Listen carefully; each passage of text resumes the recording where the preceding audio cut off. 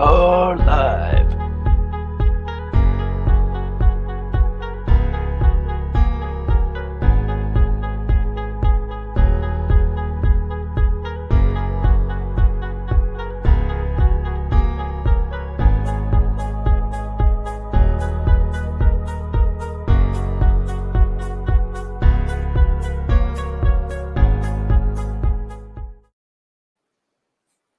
What's up, dudes?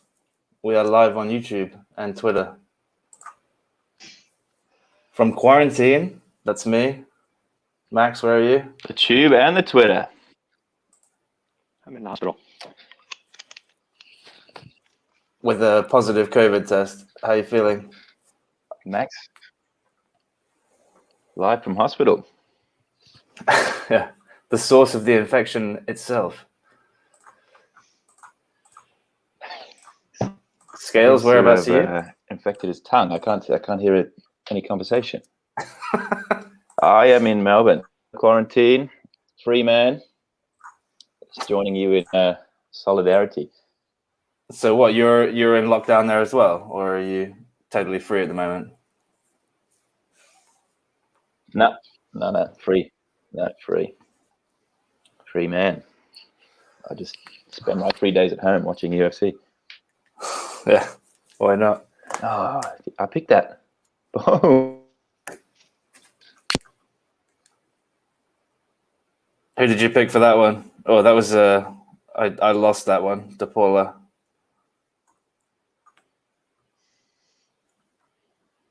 Minus 220 on that.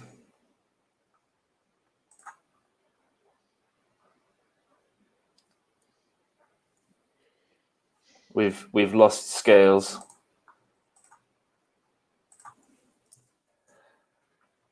Okay, thanks for the cameo, Max. Max had to leave. He has been told off by a doctor for being too noisy, too early in the morning. Fair enough. It's only 6:45 in Hong Kong.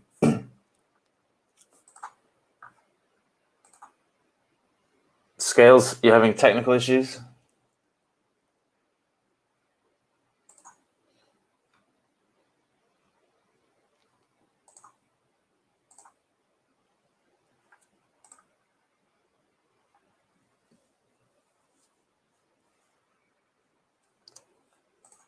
I think we've lost Scales here.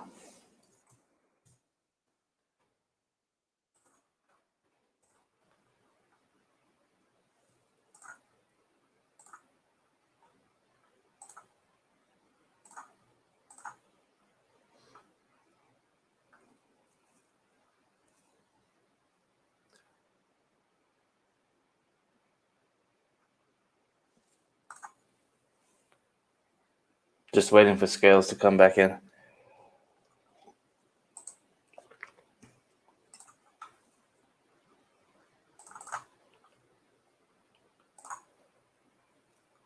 What's up? That's Joel. Good morning, Joel.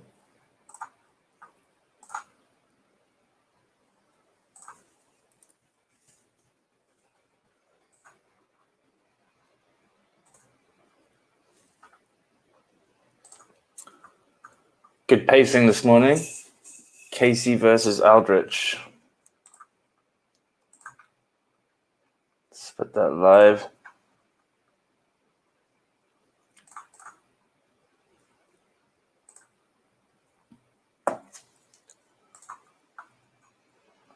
You back, Scales?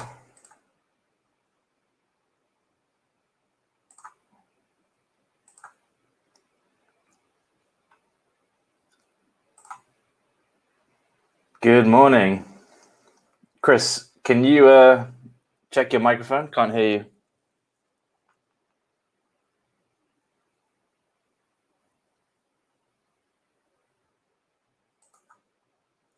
you. We need tech support here.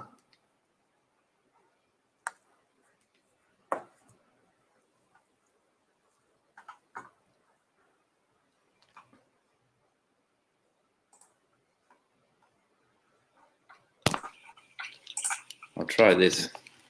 Oh, that's good. You're back. I'm back. Oh, but we got some echo. Oh dear. Hang on.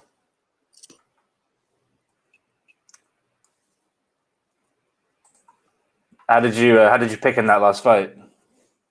Jin Yu Fry against DePaula. 2 for 2. I'm 2 for 2. Oh, which sweet. is rare for me. Who you got up next? We got Casey against JJ. Yeah. Who you picking? JJ's favorite. I picked Casey in this one. She's on a bit of a skid. Is she? No. She lost the last one to Gillian Robinson, but she's good. She trains with Dean Thomas. So no shame there. Aldrich, what's her last? They're both coming off losses, actually. So is that right? Been over a year. Yeah, it's been over a year since Aldrich had a fight. Man, look at that spotty. Look at that spotty record there. Red, green, red, green, red, green, red, green. That's kind of like the state of some of the women's division, isn't it? There you go. That's like my another pick. One. Yeah. It's I think they're just all quite evenly matched. There's not really, bar the top 2 or 3. Yeah. Nobody is this 115, 125. Good question. We'll see. It is. It's flyweight. Okay, so 125. So Casey's moving up. So flyweight is still a forming division, right? It's Valentina, and then there's everyone else. Huh. Yeah. So it's really, how many years do you reckon before it's more like the men's, like elite top 50? Yeah, that's something that we've always said from the beginning, right? It took a while. If you look at like the bantamweight division when Ronda Rousey came in, she was just dominating everyone, and then it took someone like Holly Holm, who had years of fighting experience, maybe not grappling, but years of fighting experience, titles in boxing, kickboxing, things like that. It took her to beat that.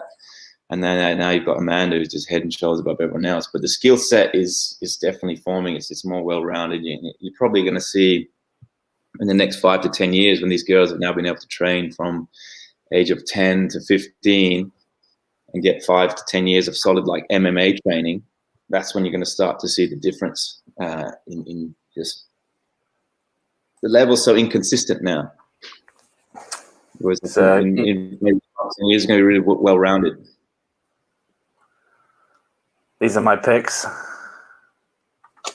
So yeah, Edwards. I mean, I'm torn with that one. I'm really excited to see him back. But 300 days is a long time out versus 600. Muhammad is fighting 600 days. Okay, so 2 years. Yeah, I think it was July 2019. It's so weird, isn't it? That he's been out so long and he's so highly ranked. Main event, but I guess there's just not been much movement outside of those top guys, right? No one's really been fighting that much. I mean, you forget he's on like a 7-fight win streak. Yeah, and his last loss is Usman. So it's hard to knock the guy, but I feel like Muhammad is a bit of a sleeper. He's someone that you don't really know. Like, he's got everything to gain, nothing to lose from this fight. Because, he took on last-minute notice. He's fighting against the guys top 3. It's risky for Edwards. But again, if he didn't take the fight, where does that put him? Yeah. No one seems to want to fight him. Like, he's angling for a fight with Masvidal, with Covington, but they don't want to fight him because he's too boring. I thought you said you were 2 for 2. Didn't I? Yeah. I picked where are you? Semi the Jedi and Fred. Yeah. Oh, okay. Is that the SMP picks? No, this is the We Love Fights one. Why am I seeing you? I'm seeing you as minus 205. Oh, sorry. Okay, this is the month. Sorry, I'm looking at the month leaderboard. Ooh, yeah, this is overall. You'll be looking way down the bottom. Way down the bottom. Yeah, okay. All right, we're in the cage. All right, so flyweight. Flyweight, Casey got the reach. No, she doesn't. Height, but not the reach.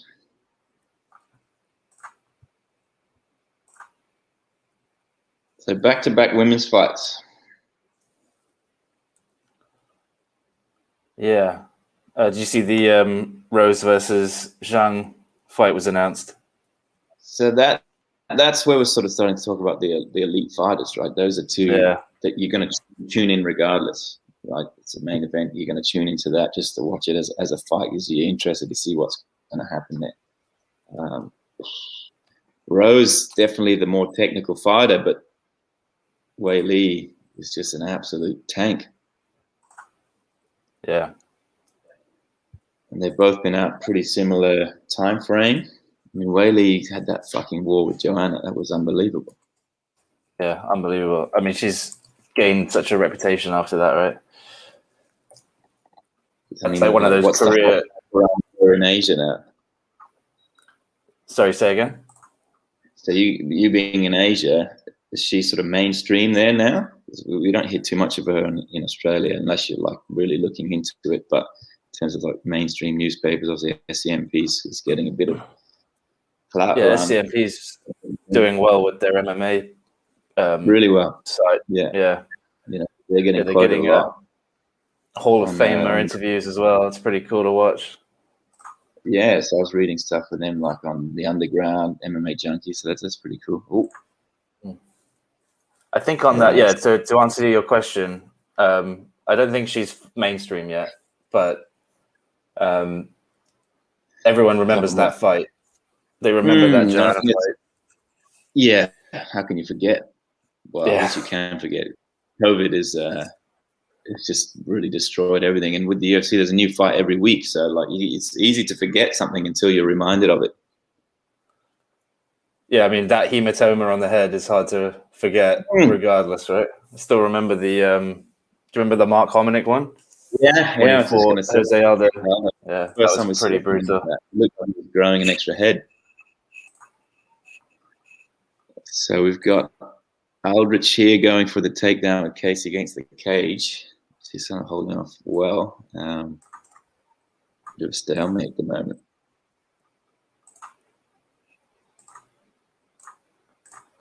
So that event we're talking about is UFC 261, and it's got Valentina versus Andrade as co-main. Oh, so we've got the 115 and the 125. And what is the date? That's in April. That's April 25th, Hong Kong time, so April 24th in America.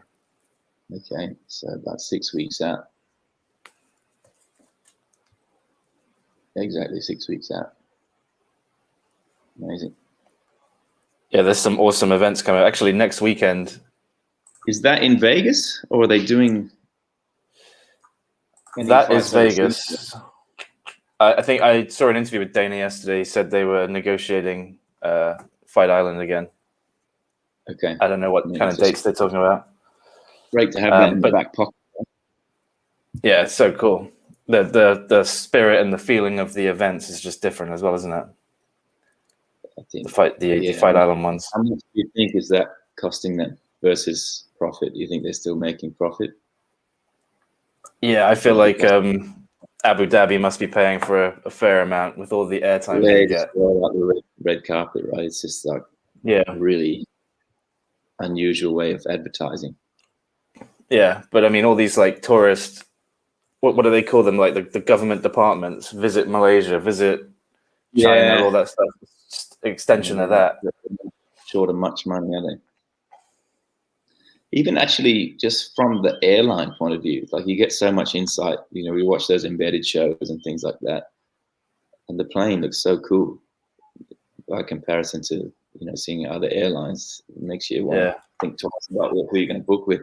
All right, we got first takedown, potential triangle, but no, I don't think she's going to get it. So I must be a little bit ahead of you. It's just gone to the first round break. Oh, you're way ahead of me. I'll speed up. All right. Yeah, I've got them. Casey landed 50 strikes. So I guess she took that round. I'm just looking at the UFC stats. I don't know how good they are. And what about takedown? Is she Irish? Or one of these like, I'm from Boston, but I'm Irish kind of Paul Felder. Or who was the worst one? Marcus Yeah, Davis. the guy that Irish Dan hand. Hardy Yes. trolled him pretty good. Yeah, so let's talk about Dan Hardy. Any insight as to what happened there? He's been fired. Yeah, I don't know. I saw the article that came out. BJPenn.com put that article out. I've seen he posted something about it. Like they put an article out. BJPenn.com did with the headline that he objected to, but then BJPenn.com edited it, and Dan Hardy seemed to appreciate that. So he just had a disagreement or an altercation with a female employee, and then I mean, I don't know who it could be. I'm guessing it would be someone like Megan O'Leary or something. Yeah, for whatever reason, they didn't like it, and then yanked his credentials, and now he's still working with BT Sport. Yeah. Speaking of news agencies killing it, BT Sport are doing a really good job as well. Unbelievable. They always get praise for what they're doing. Their promos are always quite good, and the interviews are good. A bit more good banter. Casual. Yeah, I think that's slightly different. That's what people enjoy. You know, these fighters will do the same interview how many times in a row. So it's quite fun to see a different side of them. Lets you inside their personalities a bit. But you wonder if, because Dan Hardy had that altercation with Herb Dean where he was commentating and he yelled at him from behind the commentary about stoppage. I can't remember the fight, but I just remember that scene. You wonder if they sort of are like, hey, look, this guy's a little bit of a liability. And yeah, I'm sure it didn't help. Behind the scenes, right? You're like, God, he's just going to have a strop every time. Which surprises me, because when you hear him talk and the way he presents, I really rate him quite highly. He's very articulate the way he talks. He practices a lot of philosophy and this like that. If anyone, I thought it would be like Bisping that would be the firecracker that would go off, but it seems to be Dan Hardy. Well, living up to his outlaw nickname. Yeah, well, maybe he carries on. Wasn't beyond he? the fight game. Didn't that nickname come from being banned from? I think it was the Underground or something. he was banned from the forums and came back as the outlaw. What do you have to do to get banned from forums, though? That's especially if you're a professional fighter. You think they'd welcome that? Oh, I mean, back then, I think we're talking 20 years back when he was probably just a troll from Nottingham. Just a little guy talking shit in a red mohawk. But Casey in a bit of trouble here. What do you need to do to get banned from a forum? Well, I've been banned since launching Fanatics. I've been banned from almost all forums. Really? Basically, trying to plug it. Just trying to plug it. Instant ban. Yeah. Amateur marketing skills. I told you got to just play a different angle. I don't think anyone really responded to that post except for one guy. Max. Not COVID Max, the other Max. He's also COVID Max. He's double COVID. Yeah, double Max, double COVID. So how did this COVID strain come about for all of you? How did you guys all end up in lockdown? So a bunch of guys go to a gym in Sayingpun, which is, for anyone who doesn't know Hong Kong, is kind of one of the main central districts, and it's a popular one with expats. A lot of expats live there. One of the trainers was infected, and then obviously they have all these clients coming in doing PTs and group classes, and that somehow spread across, and that happens pretty quick, right? I mean, you know pretty well because you run a gym, worst nightmare, I must tell you. Yeah, it's pretty obviously bad PR and everything, right? And then people can start saying whatever they want to say, and who knows what the facts are. But through being a close contact of someone who went to that gym who also tested positive, along with along with 20 of my colleagues, have been sent to this government facility. It's next to Disneyland, which is quite funny. So you're in the Oh, right. Can you hear the you're in the. fireworks and the songs and everything? Unfortunately, not. But Is what you Disneyland? can hear is Dom Lau announcing "Good morning, quarantiners" every morning, which is which is pretty funny. Yes, keeping the spirits up. Dom Lau's in. It's incredible how many people are in here actually. What is the capacity there? 2,600 in this camp. Wow. And you think you're pretty close to that number already? It's getting there if it isn't already. Just because they're locking down the whole thing. Robinson Road yesterday went down and went into some ambush lockdown. Ambush. Yeah, like they don't give a heads up, otherwise people will exit. So lockdown, meaning they're just locking that section down, not letting anyone out of the house, or is it they're turning it into like a testing center? I think it's something, but it's both. I think they put up police cordons. No one's allowed in. No one's allowed out. Right. You're told to stay in your apartment, and then I think there's like mandatory testing. Yeah. Yeah, it's pretty scary if you get caught up in that. Because the gyms would have only just opened not that long ago in Hong Kong. They've been locked down a few different times. I know people. A few weeks. Man, only a few weeks. Yeah, it's rough. So back into stricter lockdowns now, I would imagine. Yeah, I think off the back of this, they'll shut the gyms again, or they'll change some of the rules somehow. Hmm. All right, my fight pass Round 3. Is it starting? Half a minute in. Aldrich is looking pretty good already. So I'm seeing people thinking it's all tied up. I think my fight pass is choppy. I'm waiting till they switch it onto ESPN so I can flick over. But I would have had use a quality broadcast. Yeah, and potentially the Australian broadband is not the greatest in the world, so trying to have two things going at once. If in doubt, blame Fight Pass. It's terrible. I really don't like how they changed the format. Like the format before was a lot more user friendly. Now I find it just a little bit more of an inconvenience to use.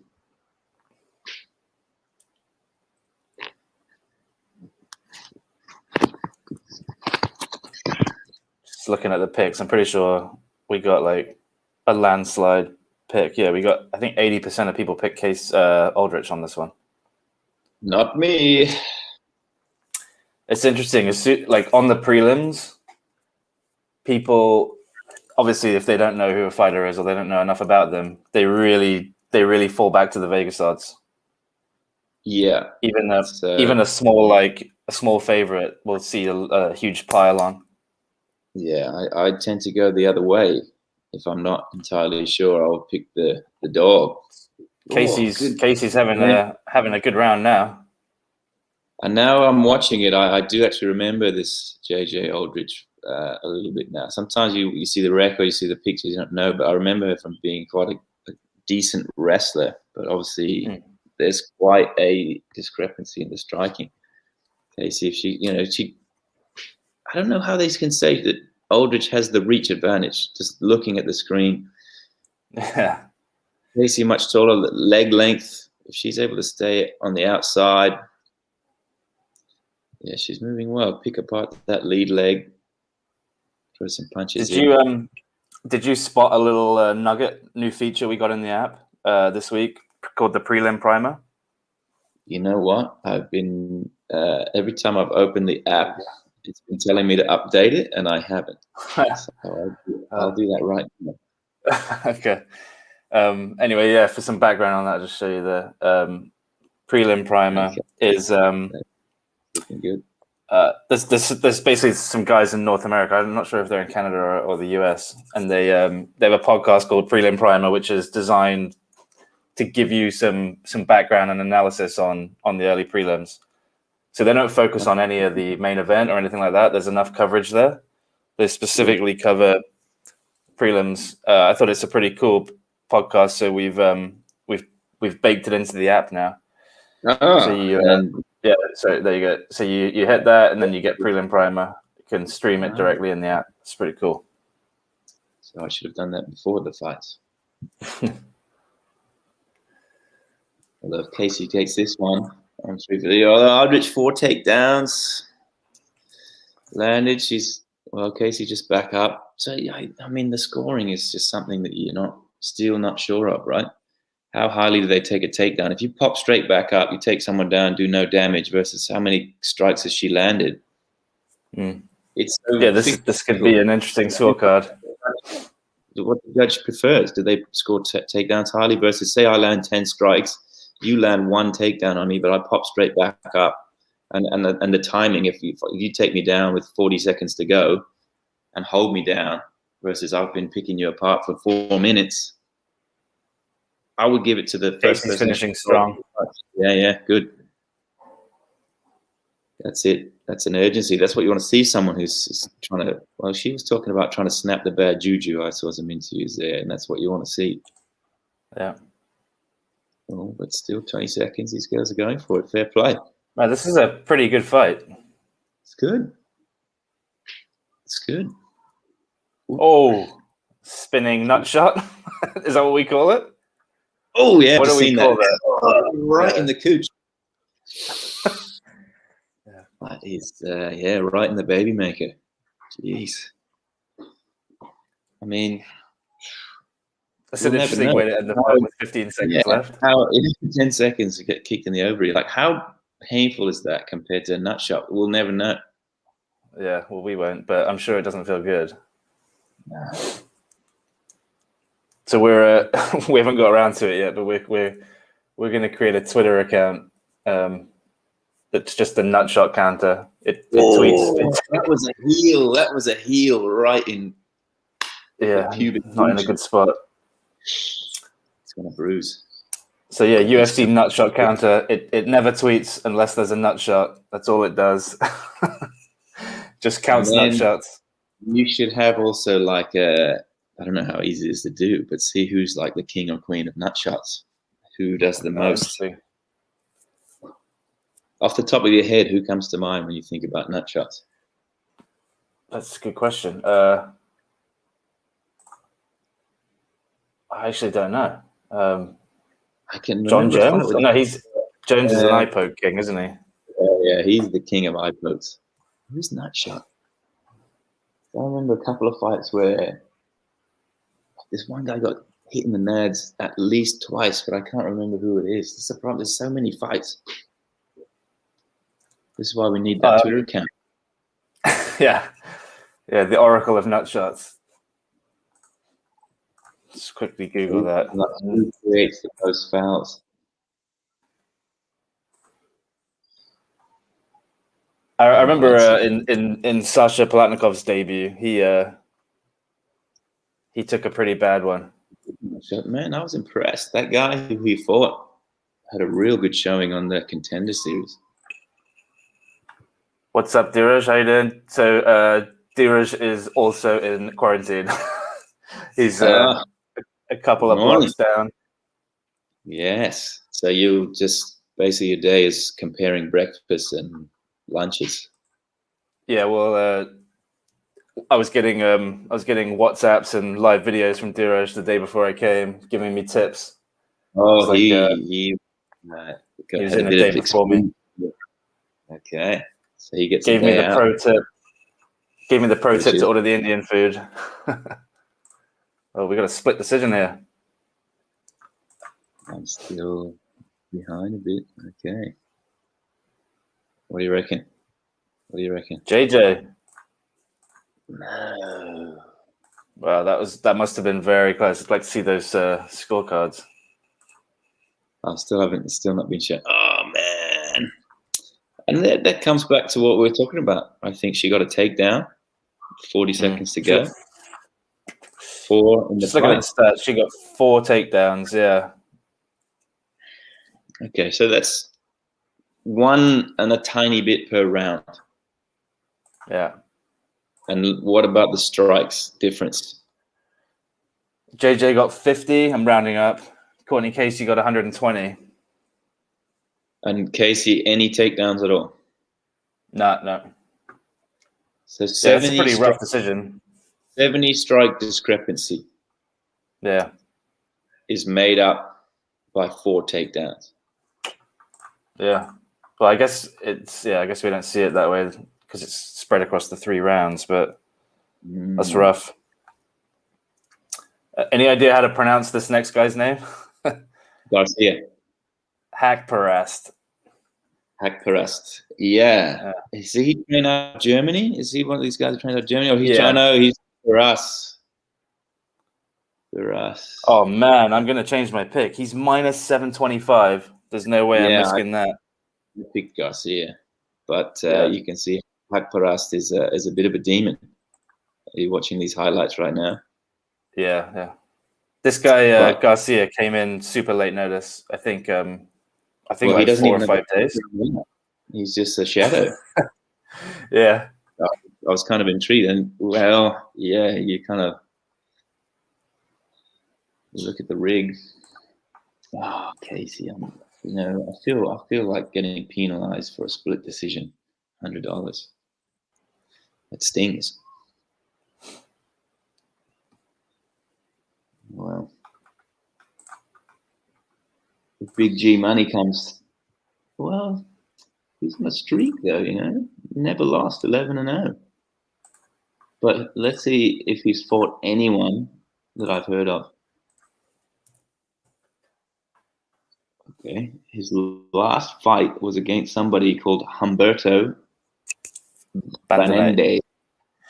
I feel like that guy's a UFC fighter. Let me check. I've heard that name before, and it's not. There's not really too many Humbertos knocking about, is it? I think he's a UFC fighter. Yeah. Yeah, he is. But he was. Okay. He went 1-3 in the UFC. Yeah. Lost to Mowgli. Austin on Garaguri. Yeah. So Haqparast lost to Drew Dober. Marcin Held. But then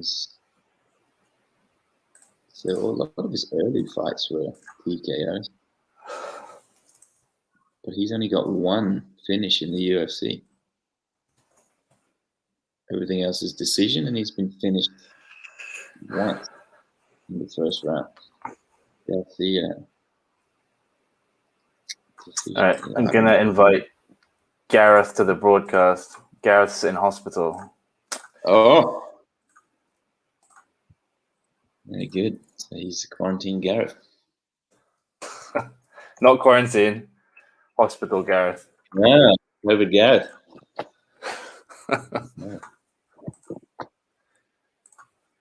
Yeah, righto.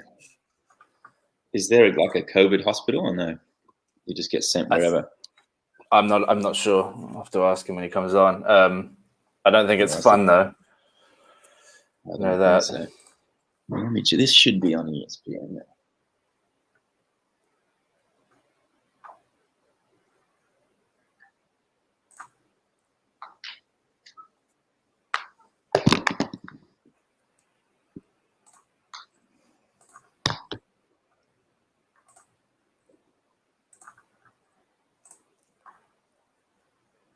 This is an interesting walkout song.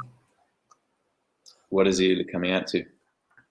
I do not know, but it's rather epic.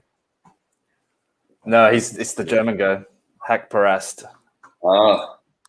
9 of his 12 wins, and all of those coming by knockout.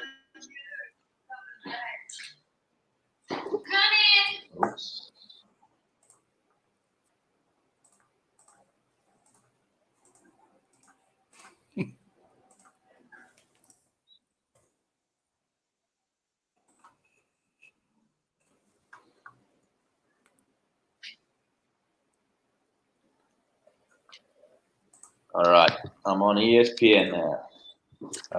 Awesome. Fight card. Here we go.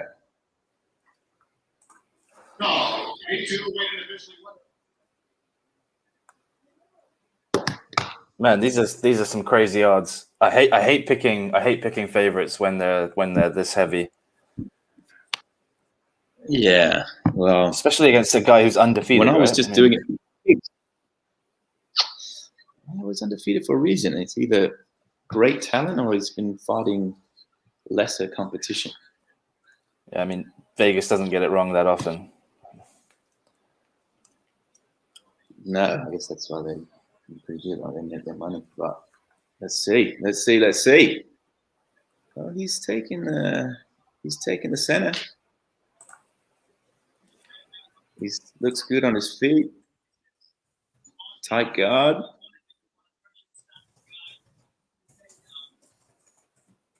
Yeah, it's good. So I guess it really depends on what his striking game or ground game is like. If he's on the short notice, you wonder about gas tank. Yeah.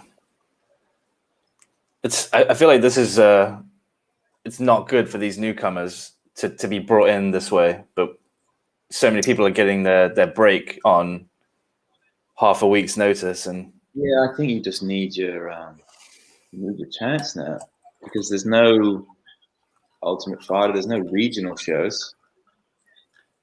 How do you get noticed? It's rough. Putting your hand up, I think. If you're Well, Sasha did it 2 weeks after having COVID. Well, he had COVID. He had COVID when I mean, just looking at the timeline backwards, it sounds like he had COVID when they offered him the fight. And then when he signed his contract, he must have been he must have just tested negative. Wow. Yeah. And then 2 weeks later, he was fighting. So he's the Hong Kong version of Kamzat. Well, but he's actually fought. Yeah. Yeah, that's a weird one because there's a lot of fighters that had COVID. Didn't Leon Edwards had COVID? Didn't he? Yeah, he initially was gonna fight. I mean, I might be wrong. I think it was December. Yeah, with Kamzat. With Hamzat. Then that fell out. Then Hamzat had it. Then it got pushed. Then it got pushed again. And then he wanted to stay on this card. He wanted to fight in January and in March. He said, "I listened to him on the Unfiltered podcast, and he said he wanted to keep me in January and then put me again in March. So he's itching to get out there." Well, that's how he makes his money. I mean, and obviously UK is the lockdown's pretty bad right now, so that doesn't make it easy. Training's hard. Travel must be difficult.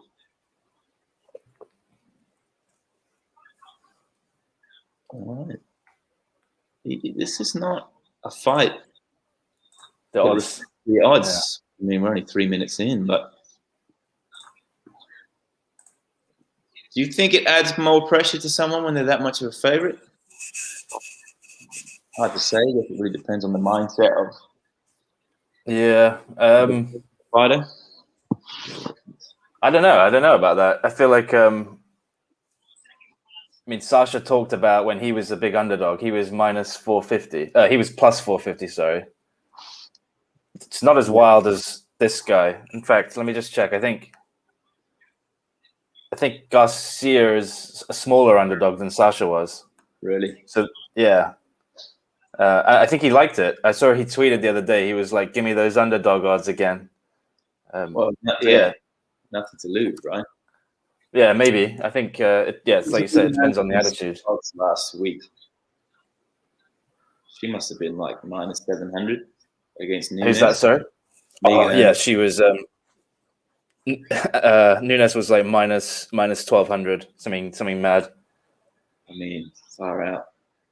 Why is there a 145 division? I don't think there is anymore. I saw Megan Anderson got cut. Well, her contract expired, and she was like, "I'm not sure." I wouldn't be surprised if she went back to Invicta. So I think even Dana said, "Look, if Amanda wants to keep defending it, we've got a division. If not, like who else is there? Like Durandame, basically fought Holly Holm to win the title, but they're both bantamweights. Mm. And then, it was made for Cyborg. We'll have her in the UFC, and then she got smoked by Nunes. Yeah, didn't take off, did it? And now you took Felicia Spencer, and she wouldn't be top 10 in even the bantamweight division. So it's no one left. Kayla Harrison, she 145 PFL. I think she is, yeah, because there's a lot of people sort of shouting for that match. 155. Come across 155. I'm not sure. Was she 155? She's a big lady. I would be surprised if they had any fighters that weight. Do they? Gabby Garcia. Oh, right. Let's have a look. I think she's 145. And because I remember talking about it, but she's probably talking about going from featherweight to bantamweight. This is some 75. Yeah, no, sure. No.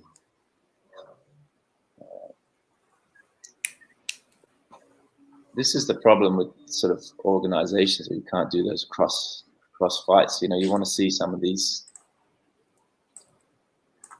top fighters fight. I'd love to see Douglas Lima fight some of these guys. Well, we're getting it with Chandler, which is it's pretty exciting, isn't it? Like when he came across. It's good, and that was a really good debut. I was surprised by Dan Hooker. Really was. What, surprised by his tactics? Oh, just with his performance, not so much the tactics. Like, he's a striker and he got knocked out. It's the threat of the takedown changes everything. Yeah, that duck and hook. Yeah, weight. Kayla Harrison, weight 155. Oh, wow. That's good knowledge. That's maybe somewhat luck. Yeah. Made her MMA debut, PFL 2, June 21, 2018, in the women's lightweight division. Not your average armchair fan. It's going to be an interesting year for PFL. I think they're people. Yeah, they got their season starting. I think it's in April. It's a pretty cool concept. It's definitely different as well. It reminds me of like the earlier style UFC events, tournament style. And even if do that as well, they have those tournaments and they put the title holders in the tournament. I think that's a good way to do it. Yeah, Strikeforce did that as well. They did that tournament that DC won. Yeah, when he was an alternate, he wasn't even in the in the bracket. Well, I guess that's part of the problem, isn't it? That it's so hard to keep the tournament to the integrity. I mean, that's the thing. It's the amount of injuries these guys are taking in training, not just fights, but training for fights, for fighting. Well, speaking of PFL, we've added it to the app as well, so we've got all this stuff now. Yeah, we got one Bellator, UFC, PFL, KSW, and special events, which basically means YouTube nonsense. Jake Paul versus Ben Askren. Jake Paul really going to beat Ben Askren? Oh, that looked like a dick punch to me just there. I am definitely tuning in, I can say that. I mean, fair play. Whether he wins or loses, the objective is to get eyeballs on the screens, right?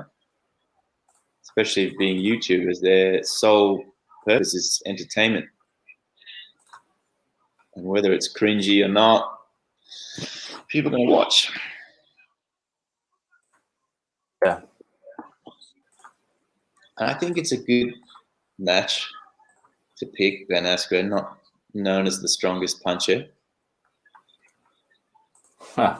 To say the least. If he took someone like a Mike Perry, who's just a psycho, who can hit hard, doesn't care about getting hit. That would be a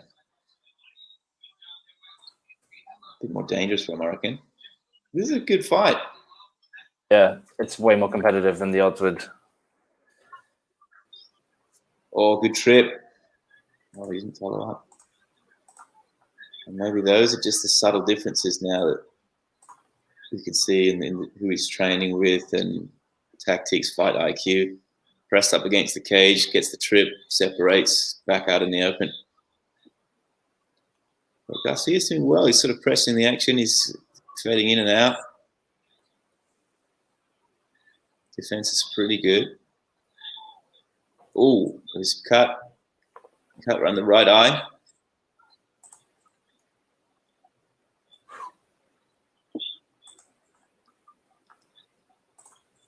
Oh, he's going for that body kick.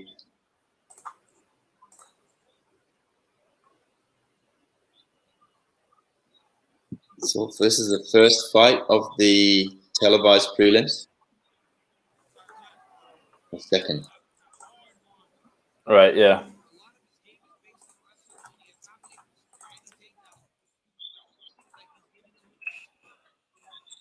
Any debutants today, or is it just Garcia?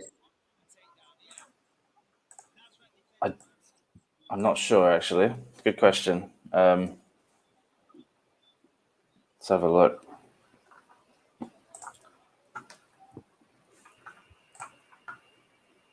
Just quickly, here are the odds for that Askren Paul fight. Okay. Jake Paul is odds-on favorite here. Wow. So talk us through what that stuff means for us non. Well, it depends on how you like your odds, but that's fractional. So anything that equates to under 1 means you're a favorite. I think in American, let's take a look.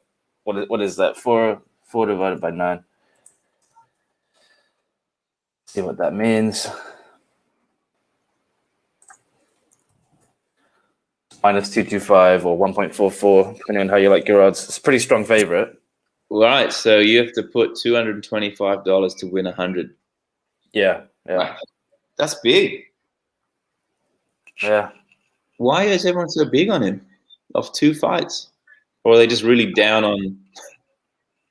I think it's both. Yeah, it's probably a combination of both. Yeah, I mean, you see,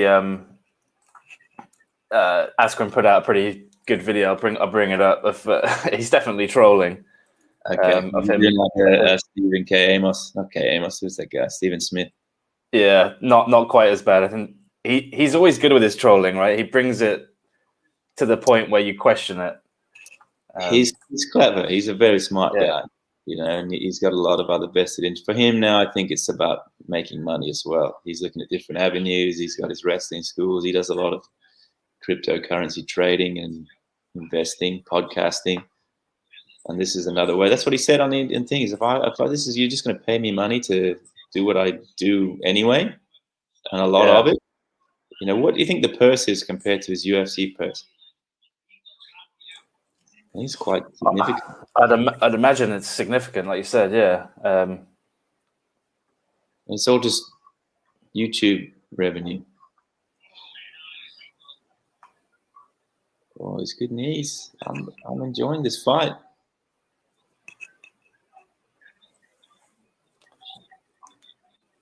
And he's pressing. Well, where are we at stats-wise with this fight?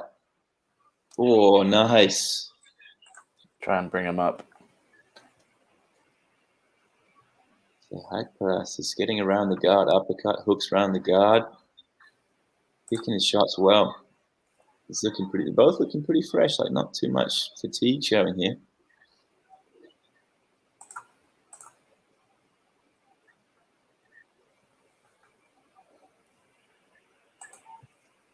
Having fight pass problems as per usual.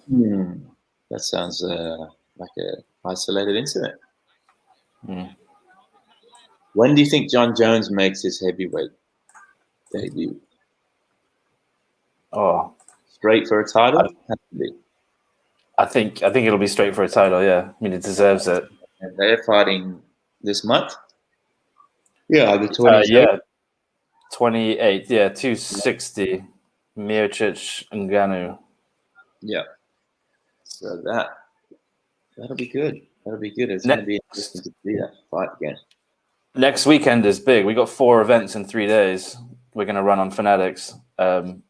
One championship on Friday, KSW Saturday, UFC Sunday, Ryzen Sunday night. I think that's how it works anyway. It's going to be a busy one. It's all happening. Okay. Good thing we got nothing else to do, eh? This is where you can really use your time to shine. So when do you get out? I got another 11, 12 nights to do. Oh my God. So you're just in your infancy here. Ben Askren. Okay. Let's put that up. Ben's sparring is on point.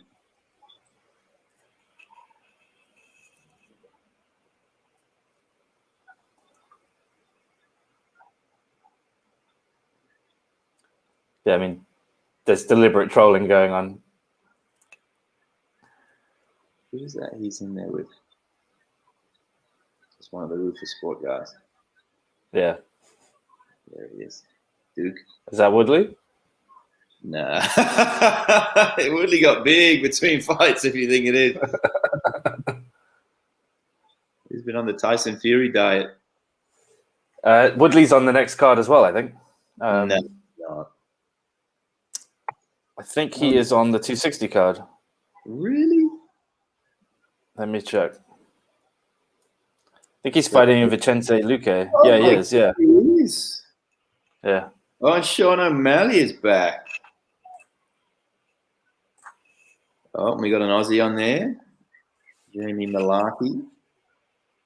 What's up, Ali? I don't know where Mikey is. I think he's still asleep. No, he's not. He's not ready for cameras yet. He's too tired. He's in makeup.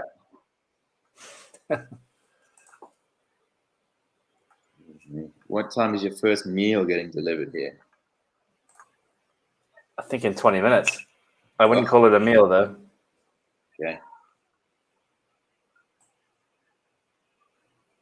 What's on the menu? What's the Indian breakfast? Let me just bring that up on screen. I'll show you what we had yesterday. That was it. It was nasty. It looks like prison, doesn't it? Yeah, it pretty much is. Like a juvenile delinquency center. Nice. So you all come out of there malnourished. Yeah. Or having dropped a few welcome pounds. A few COVID turds. All right. So you'd think Garcia's lost the decision there. Bloodied up. But making it to a decision, I feel like you should get a little something back on that. He'll definitely... I guess he'll definitely get another fight, right? That was a good showing on short notice. Oh, yeah. Yeah. He looked good. He looked tough. Didn't back down. It's definitely not the worst debut you've seen on short notice. It was pretty good.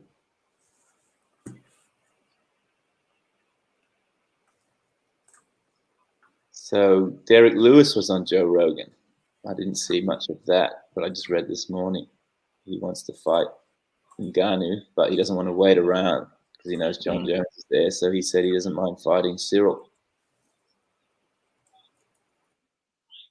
I wouldn't mind seeing that fight.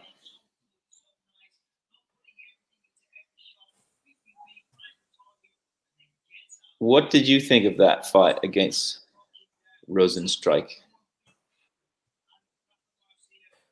Cyril Gane. Yeah, like technical display by Gane. I don't think you can blame him for it. I think that's a pretty I thought he did well. Like he looked good. He's only had what, 8 fights, something like that. Yeah, I think that was his So good. either his 8th or 9th. he went 5 rounds. I really thought he did well, and it's not on him to do something reckless. But then, yeah, you got people like Dana, and everyone was just shitting on it. I guess when you It's see a bit rough. the expectation is there's going to be an epic knockout, and if there's not, it just means a snooze fest. But normally, you see if a heavyweight fight goes 5 rounds, these guys can barely hold their hands up. He was still in and out, moving around, picking shots. I was impressed. Yeah, he looked really good. Really was.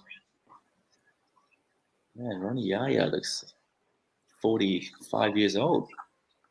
So Nasrat took that one. Yeah. But I feel like it wasn't a bad gamble picking the other dude. That's it. That's the skill of the game, right? It's Yeah. knowing when to pick and when not to. So you just switched over right before. How many picked Hazrat in that fight? Hasparak. Not many. 1, 2. Yeah, I don't know if we 70%. Yeah, so a lot of people got scared off by those odds. Yeah. Chris Davies is 3-1. No pick. That's also clever. Yeah, you can do that. A lot of people don't like that. A lot of people really dislike that we don't force you to make picks. They want a penalty. I'm still trying to come up with the right way to do that. Yeah, because if we're going truly you versus Vegas, then you could argue that not making a pick is a skill in itself. correct. Well, you're not forced to bet on every single fight, but yeah, I just try and do it all the time in the spirit of the game, but it actually makes sense. Risk reward is not worth it. Yeah.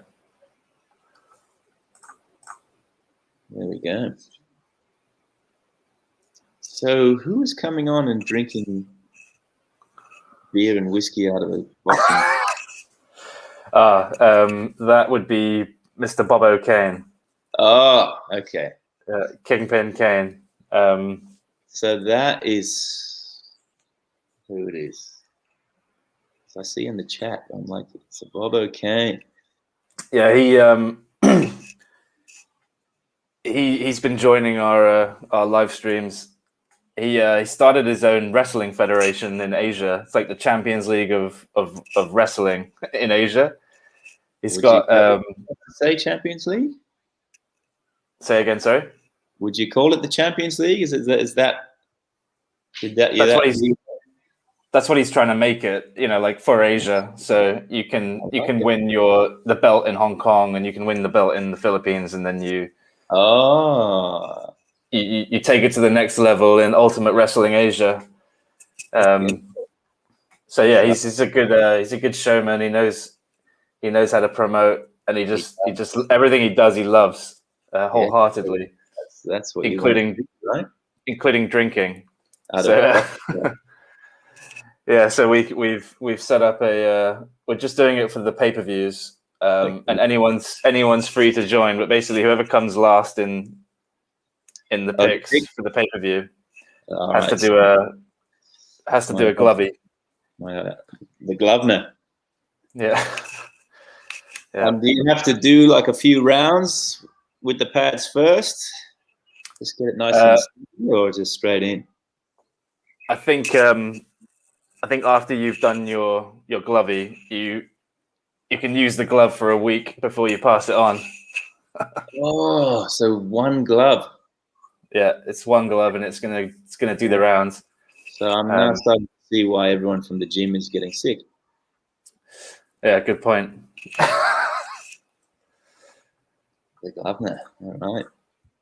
And then you give someone the golden glove at the end of the season. I guess there's no real season with UFC. That's the good thing. Yeah, that's why we're just picking the pay-per-views. Otherwise, we'd be on this every single week, and it would be out of control. So you just do a calendar year. Has to be some kind of wooden spoon. Who you got in this fight? You've got yeah. This makes me want to sing that Toure song there. Ray Rodriguez. Yeah, I did. I went with the favorite this time.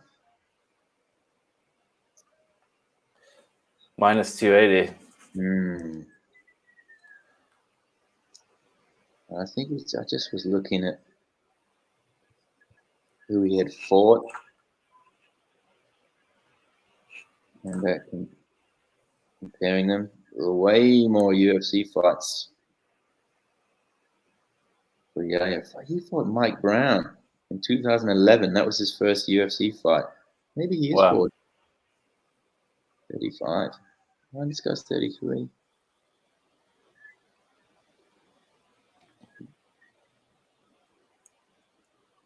All right.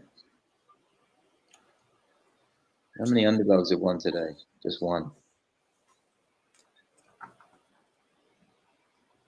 None. No underdogs have won. Frey? She was an underdog? Jinyu Frey? She lost. Jinyu Frey won. Oh, sorry, you're right. Yeah, sorry, what am I talking about? Yeah, she was an underdog. Making me panic. I thought you were going to take away one of my wins.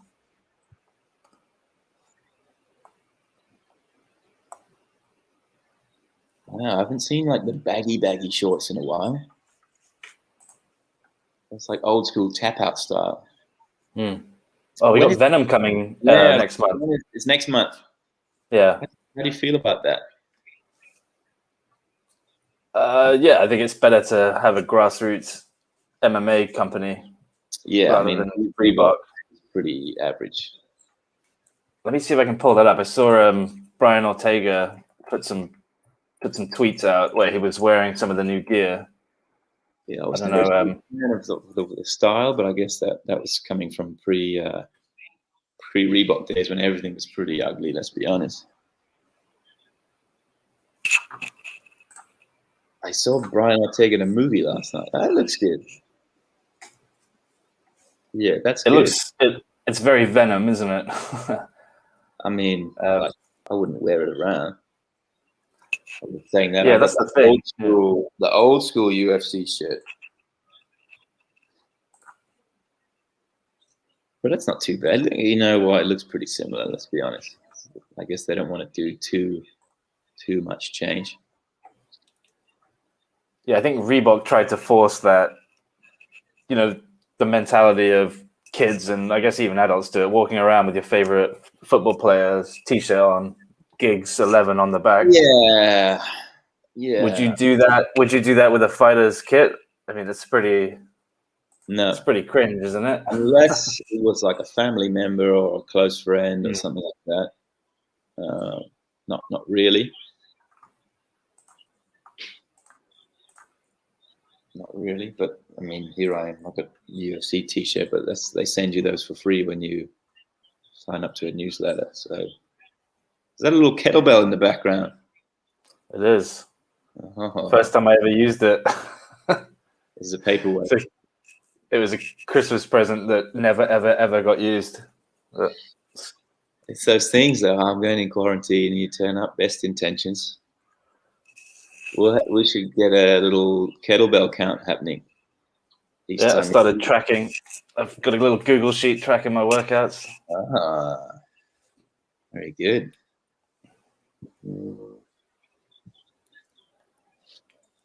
I did a whole 2,000 steps yesterday. Decent.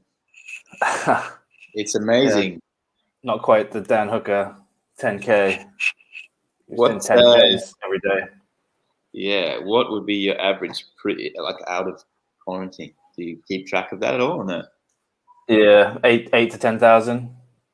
Just walking in and out of work will do that. Yeah, in Hong Kong you walk around a lot. But yeah, I noticed mine was down because we were like 6 weeks at home, like not allowed to go anywhere except the shop. So you could go outside for 1 hour. That was August, September. And I was like struggling to crack 6. And then when we came back. I never used to bother checking, but when we came back, I was doing like 15 to 18,000. So it was a huge, huge difference. Just that incidental movement. Yeah. Having a reason to go from A to B. There's nowhere to go in here. This room I'm in is So you're not 8 foot by 16 foot, something like that. So it's basically a shipping container. God. What is ventilation like? Is there aircon in there or anything like that, or no? There's windows that I can open. Like I can crack open that much. Obviously not it's, allowed it's outside at all. I can't go outside at all. No, not for 2 weeks. Fucking hell. So good that you can do something like this. It'll be interesting to see the people's headspace at the end of it. Yeah.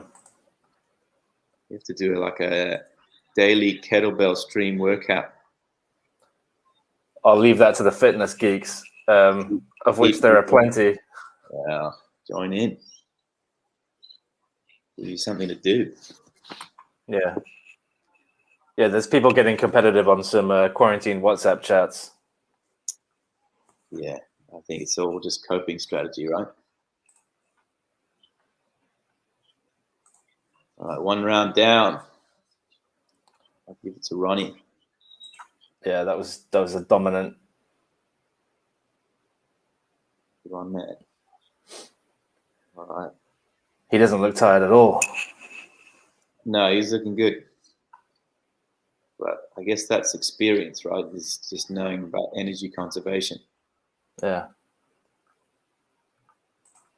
So Max joined us for like 3 minutes. Yeah, he got told off by the doctor because he's in a ward with other patients. So that's why he was silent. Yeah, maybe not the best viewing. I'll see who else I can who I can pull in from quarantine or hospital. What time are we at now? It's almost 8 o'clock Hong Kong time, so people should be starting to wake up. Yeah, Gary.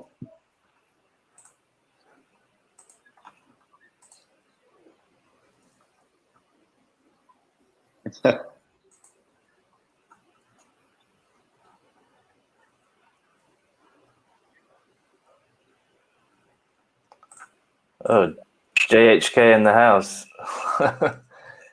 Hey, JHK.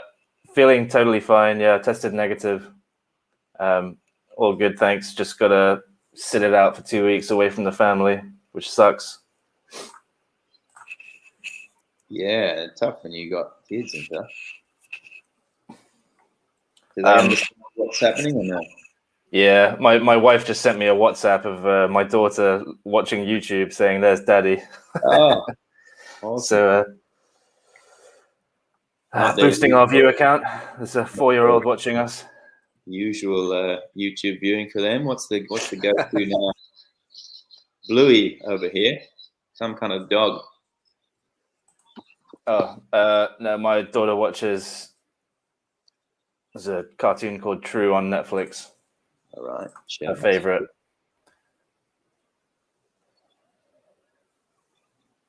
Maybe we could convert them into UFC fans today. Another take. Yeah, she watches all the fights with me. Often she makes picks. And I bet they're better than most. They're actually pretty good. Yeah, she has a good logic, which is if the girl has pink hair, she picks them. So who is it? Recently, was it Kunitskaya? I think she made a winning pick. Yeah. Was that pink hair though because of all the blood that she had in her blonde hair? No. I think it was like an old. We had an old UFC photo in there where she would when she posed, she had pink hair. Yeah, there was a bit of controversy around that decision. People thought the other lady won. I picked the other lady. Yeah, I had friends around. What fight was it for? McGregor fight. And they basically just went against every pick that I did, and all of them ended up winning money. One of them even picked Poirier submission, second round. Huh. Decent. KO. Oh, KO. Actually, yeah, it was KO. Not submission. That was another guy. You think Conor comes back? I don't know. You see, he doubled his net worth last week or the week before. Unbelievable. And do you think they'll Certainly. probably keep him on as some kind of ambassador role and pay him a wage? Would make sense. Probably, yeah. Unbelievable. How are you motivated to fight and go through training camps when you have that much money in the bank? Oh, he's gonna tap. Yeah, and you tapped? Tap. Well, am I ahead of you now? You're ahead. Oh, yeah. There we go. Academic. Yeah. Measured.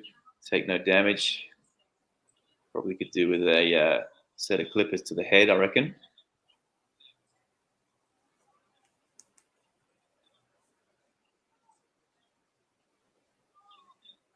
Right. How many people watching right now? Look at these viewers.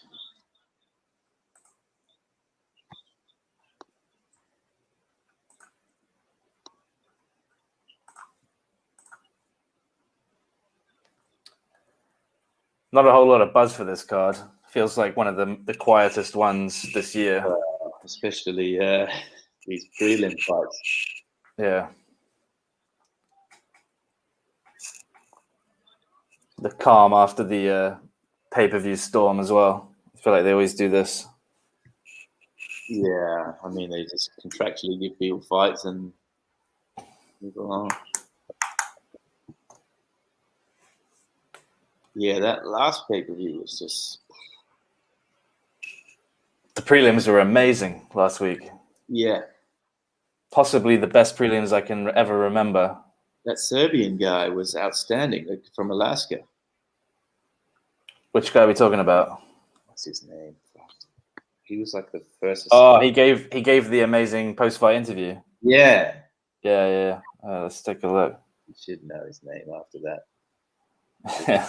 Wrote about it in the chat. Oh, was it Medic? Yeah. Yeah. Uris Medic. Uris Medic, yeah. That was he performed in the cage and on the mic. Yeah, and I mean that's just someone you're going to tune in and watch, right? Yeah. Did you see Sasha's next opponent has been announced? Impa Kasanganai. Who's that? The guy who got KO'd by Buckley with that crazy kick. Oh. Yes. Yeah. Imagine being on the receiving end of that. Yeah, he's gonna wanna do something to get in the right kind of highlight reel, right? To be on the giving rather than receiving end. Make mistakes. That's the thing. Trying to come back from such an epic loss. Yeah. That's...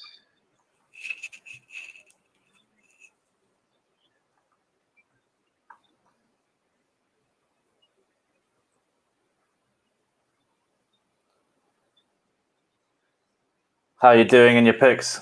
I'm almost evens, slightly negative. So sleep, Jim Jam. Yeah, definitely was. Yeah, let's have a look. Picks. -20. I'm up 165, so I'm 3-2. So I had the first two right, and then Casey just lost a split decision. So, man, I feel like she could have won that. So that, I had Garcia, like, I'm not upset about that pick. The risk reward was huge, and he fought well. And then I just had Yaya there, so 3 for 2. But I picked 2 underdogs, so only down a hunch. It's the leaderboard, like Chris Davis still up there. With that, man, there's some people who are 5-0 right now. How many users have you got on the app now? 1,000 now. Ooh, Yeah. nice. Did you see DraftKings signed exclusively with the UFC? Yeah. Interesting time to enter the fantasy MMA space, eh? Well, Must be doing something right. yeah. I mean, that just brings attention to everything, right? Ali's asking who you got in the main fight. I took. Who did I take? Let's have a look. Edwards. I picked Muhammad. I picked Bilal just off momentum. Just off Did his you pick last a method of victory? Yeah, I didn't pick the round or the decision or the method yet. Yeah, I think it's 5 rounds, isn't it? It's a 5-rounder, yeah. So I mean that decision. I don't know what the sort of true odds are on this. We just do triple or nothing, but Yeah. I mean both these guys have a lot of decisions on their record. So I've picked Edwards by decision. Yes. I watched UFC puts those free fights out. I just watched the RDA fight, and he looked so good in that fight. Good, right? That was in Singapore. Was it? Yeah. He looked so good, and that was his last yeah, fight. July 20. it was. No, that's not in Singapore. That was in Texas. He did fight in Singapore against Cerrone. Yeah, that's right. And so decision. It's against Cerrone. So I mean, what's his last 3 fights? Dos Anjos, Gunnar Nelson, Cerrone, Sabata, Barberena, Luque, Albert, Tumino. Some good names on there. Good names, but not too many elite names. Although you look at Luque, but that was in 2017. But Luque's done some pretty big things since then. So he had 2 fights in 2017, 2 in 2018, 2 in 2019. So not the most active, but let's look at Bilal and see his fights. Lima, good. So he's on a 4-fight streak, 2 decisions, submission, lost the decision. So he lost to Luque, but his last loss by stoppage was in 2016, UFC 205. So his losses are only to Alain Jabin, Vincente Luque, and Jeff Neal. I think Jeff Neal, did you say? Yeah, it's his last loss in the Cejudo Dillashaw card, 2019 January. So since then, he's had 4 fights and he's won them all.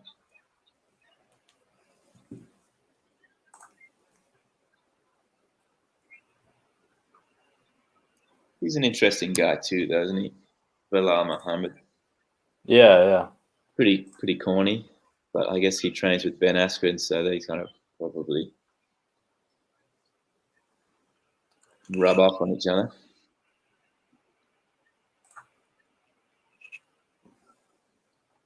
Kate, is that the guy that trains with, or sometimes trains with Floyd Mayweather? Not that I know. He trains in AKA Thailand, as far as I know. Mm-hmm. Manel. He was in Ryzen.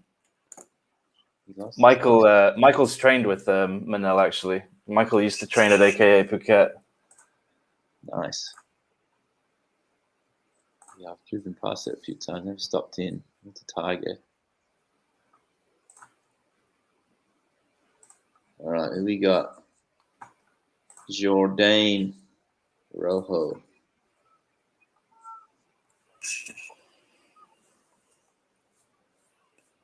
Oof. Man, he's pretty aggressive, doesn't he?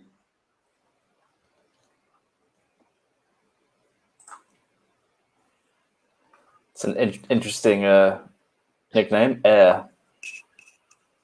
Air Jordan.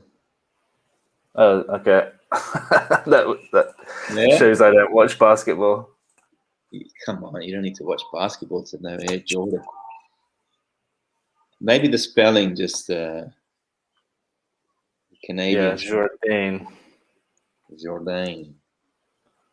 I was thinking about this the other day. GSP has been fighting in the UFC for how many years? And in and around the space and doing interviews and this and that. How the fuck is his English not any better still? Do you think he puts it on? GSP? Yeah.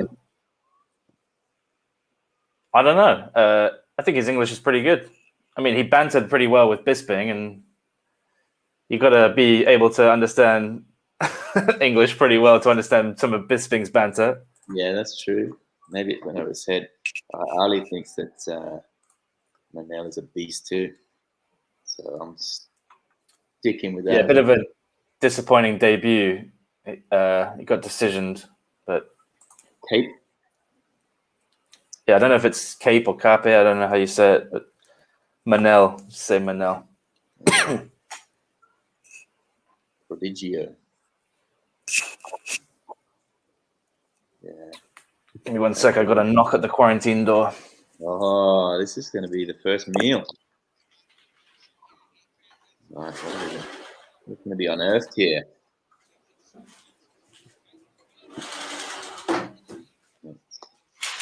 Oh, here we go. Oh, dude. Seiko. My rations. Is that all you get for the day? They come by and drop a bit more off later. And then I got to put my my waste in this and ziplock it up, chuck it outside. Wait. What? You have to shit That's into a plastic packet. No, I don't have to shit in it. There's a toilet. Oh. Just anything like food, paper, whatever has to go in here. Fucking hell. There's like proper biohazard signs on it. Yeah, right. So just rubbish in there. Yeah. Man, when you said waste, they're really taking it seriously. You are in a shipping container, no plumbing, nothing. No jokes. No, there is plumbing, thank God. Imagine that. It's actually pretty impressive how they've built this. This is like purpose-built facility for this. Yeah, they've done that in Darwin here in Australia. Oh God, I'm glad I'm here and not Darwin. But you get like your own sort of cabin, so you can go and stand out on like a veranda thing, and it's actually like they've had no troubles there. And the food doesn't look too horrendous if I'm comparing what the pictures you have sent versus what they have sent to me. It's not as frightening. I think I remember this guy, Air Jordan. But I think they're trying to do that here as well, out further past Melbourne in one of the airports. They're trying to build like a purpose-built quarantine thing because all of our breakouts have been stuff-ups with the hotel quarantine, being in and around the city. The first one, the guards were just, you could bribe the guards and they were letting people out, going to McDonald's, and then there was rumors that the guards were sleeping with the patients, the quarantine sort of guests. So it's a bit of a controversial issue here. Yeah, no one's enjoying it, are they? All right, let me see who I'm picking. I'm going to switch my pick real quick. Oh, too late. Too late. Who'd you get? I got Rojo. Okay, yeah, I had Jordan. When I used to go to The regional weight discrepancy. It's pretty big. It sounds like the last weigh-in for Rojo was bantamweight, but this is a featherweight fight. Okay. Yeah, we used to have a thing when we go to our regional fight events, or when we used to do like amateur, even like the few professional fights we did at. We'd always, if we didn't know anything about it, we would just pick whoever had less tattoos. Nice. Generally, it was a good strike rate. So going by that random theory, which sounds something like maybe your daughter would come up with, Jordan.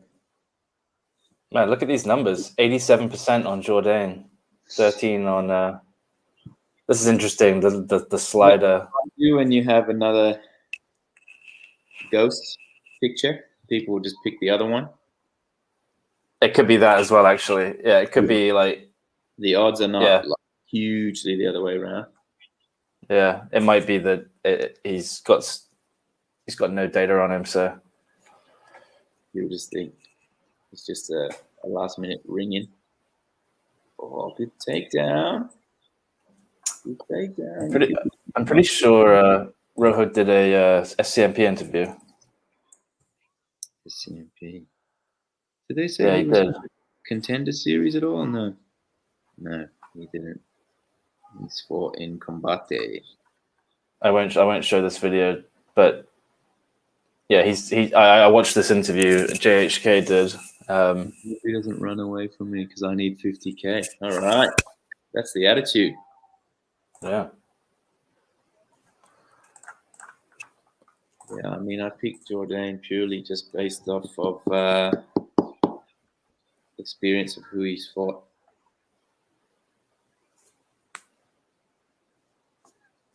Although his UFC record is not really the best. He's won one draw and 2 losses. So I didn't think that through so well.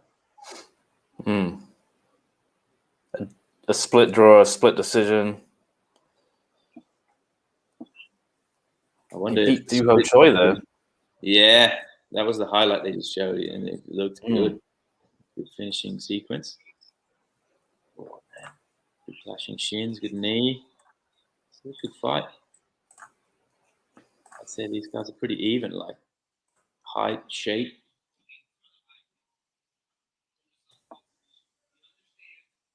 Okay, it's southpaw versus orthodox. Generally, you see some things there. All right, that's a good move. Kicking that lead arm. Going for the liver.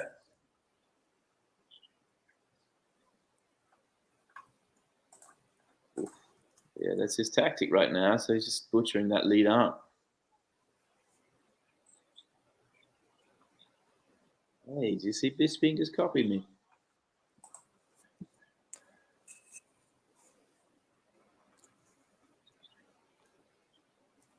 Oh, good. You think we'll be graced with the presence of Jiten today? Yeah, I think so. Depends what he's doing. I know he's obviously knows a lot of people, and I think he's helping a lot of people out who are on their way in to quarantine.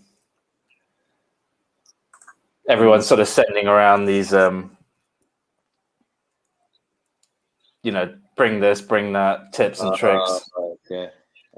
So just make one message, copy, paste. Yeah. What's something that you maybe didn't bring that you wish you may have brought in? Or are you pretty much covered for what you can do in there? So far, so good. Yeah. Yeah, there's nothing. I mean, I had a lot of people sending me helpful messages. So I filled 2 suitcases, big ones. That's probably more than you'd pack for a holiday. It's basically all the clothes in my in my entire wardrobe. Yeah. Yeah, you can't wash any of your clothes. So I guess you don't really need to wear much clothes. No. You wouldn't need to wear any boxer shorts the whole time you're there. I only brought 2 pairs anyway. So you got forwards, backwards, inside out, forwards, backwards. So that's 4 days on each. So it's 8 days of wear. Maybe you need one more pair. Turn them inside out. Does that count? Yeah. So that's it. Forwards, backwards, and then inside out, forwards, backwards. Although, does that mean then you have skitties resting on your front? maybe not the best.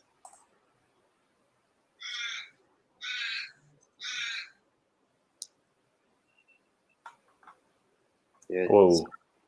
something about this card just doesn't really get you up and about. The next few fights, I'm kind of a bit more geared up for. Angela Hill, she always talks a big game, so you're kind of intrigued to see what she does. Big personality, yeah. Big. I mean, she was in that initial Ultimate Fighter house when they crowned the champion. Then Carla Esparza beat Rose in the final. She had a bit of a These are drop-off. big odds. I'm surprised these odds are so big on Hill. 325. You know, yeah. You know what? The first time round when these ladies were fighting, I picked Yoda just based off the odds, but just looking What was at the result? Well, they didn't fight because it got rescheduled. Oh, right. Okay. They have fought before, though, in the Ultimate Fighter. Did they? Actually, Yeah, down here. Yeah, she won. Oh, that was in the finale because I remember she only fought once in the Fighter, and She's been so active. Yeah, that's another thing. She will fight all the time. And then she left the UFC and won the Invicta title in like 2 fights. She had 1 fight, got the title, and then defended it twice. And then Jessica Andrade. Well, she got a decision on Andrade. You know, that's something not to be overlooked. Like, she's a tank. And then she's just basically split. She beat Yoda, lost to Nina, beat Marina, and then she lost to Casey and Randa. She had a win, then she had a loss. Unlucky. She won 3 in a row. The last 2 fights are splits. Bit of a Jorge Masvidal situation with all these splits. Yeah, she says in her head she thinks she's on a 7-fight win streak. Good attitude, I guess. Yeah, it gives you a little insight into her mental side. Her mental game is strong, which you want to see. She's pretty confident. Not as strong as Sean O'Malley's. Undefeated. Yeah. Is that strong or a bit naive? Like, because if you lose wins and splits, but I mean, yeah, in this game you have to be confident. You have to be really confident. I don't know. I used to be, excited about Sean O'Malley and when he'd fight. Now I watch him just because he's that polarizing character. But honestly, he's one of the guys now you watch him and I want him to lose. Go. 1 sec. All right. Who here is watching these fights? Oh, here we go. Luckily, nothing. Too bad. So that's the second foul of the card so far. So we had the knee to the This over. Is the slop. Oh, it was a nut shot. No, eye poke, I think. So first eye poke. So do you get the same meal at breakfast, lunch, and dinner? What's the difference? I think it's different every day. Do you want to take a peek? Yeah. See what I got? This is almost on par with the main event.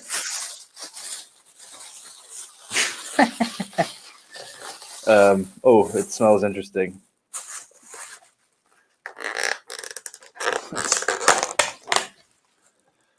It actually looks half decent today. Compared to what you had. Yeah. So is that folded egg or potato? Or That what is that stuff? It's like a naan or something. Oh, right. It's bread. Yeah. Bread and beans. Okay. I mean, it's on par with what you'd get at school camp. Yeah. What are the options that they give you there? So you obviously picked like the Indian cuisine. Yeah, which was a hack I was told to. Do you get them? Is there a mix at your days, or is there a potluck? Just bring me what you feel. No, they give you this menu. I'm trying to see where it is. Oh, here it is. They give you this menu, and then you make your picks, and you send it to this WhatsApp number. Basically, you you circle what you want, Okay. and then you send it to a WhatsApp number, and they hook you up. But I just sent a WhatsApp saying, "Can I have the Indian menu?" which isn't listed here, and they were like, "Yep, sweet." There's not even that. So had I not, then I would be eating pumpkin and sweet corn congee. Oh, actually, they have croissant and pork patties plus baked beans. Sounds okay. Yeah, I would think I would have gone with that. All right. Hang on. Interestingly, on Tuesday, they have imitation shark fin soup. What's Diraj saying here? Oh, chola bhatura, bro. Translate that for me. That's the dish that I just showed. Yeah. I think it's like chickpea, Chickpeas. spicy Yeah. chickpea. Yeah. It sounds good. If prepared by the right. Oh, that is a sequence. Yeah, I went to Old Delhi and did like a food tour with my wife, and I think we had like 6 different times of chola. Damn good. All pretty consistent or slightly different depending on who prepared it. Oh wow. Yeah, they do like varying levels of heat, so Oh yeah. we went up the scale. Top heat always. And Rojo looks pretty tired at the end of that round. Do you see him? I'm a little bit behind you, but he's on the receiving end of a flurry. Yeah. All right. You know what I'm going to do? I'm going to pause this broadcast and you tell me when it's about to start. So we're going to be on level. So taking away. Nice. Spoilers.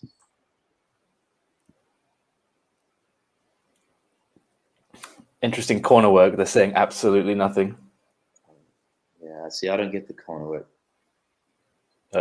Hey, did you see that Tim Elliott versus Jordan Espinoza last week? No, thing?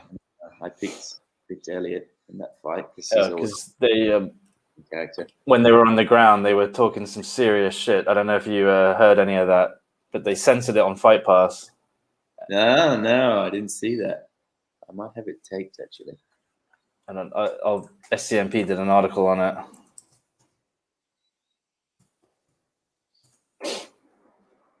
So it gives you quotes. Yeah. I'm bringing it up. My round's about to start now. Ooh, okay. Let me catch up. They just hugged.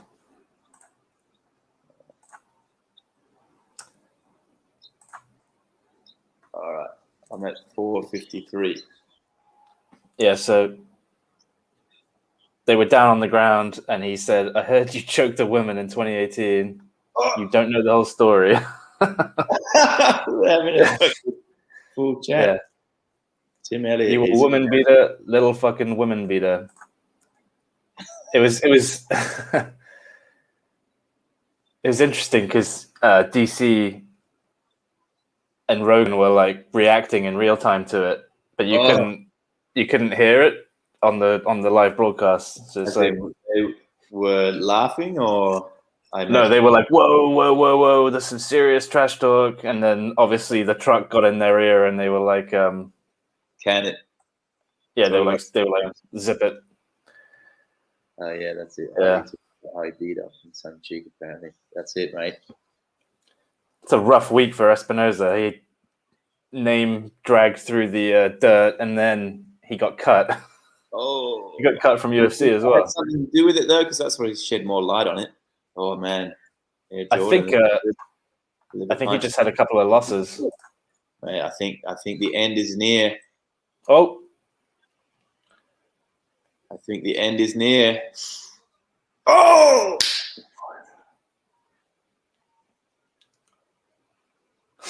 Bisping is hilarious.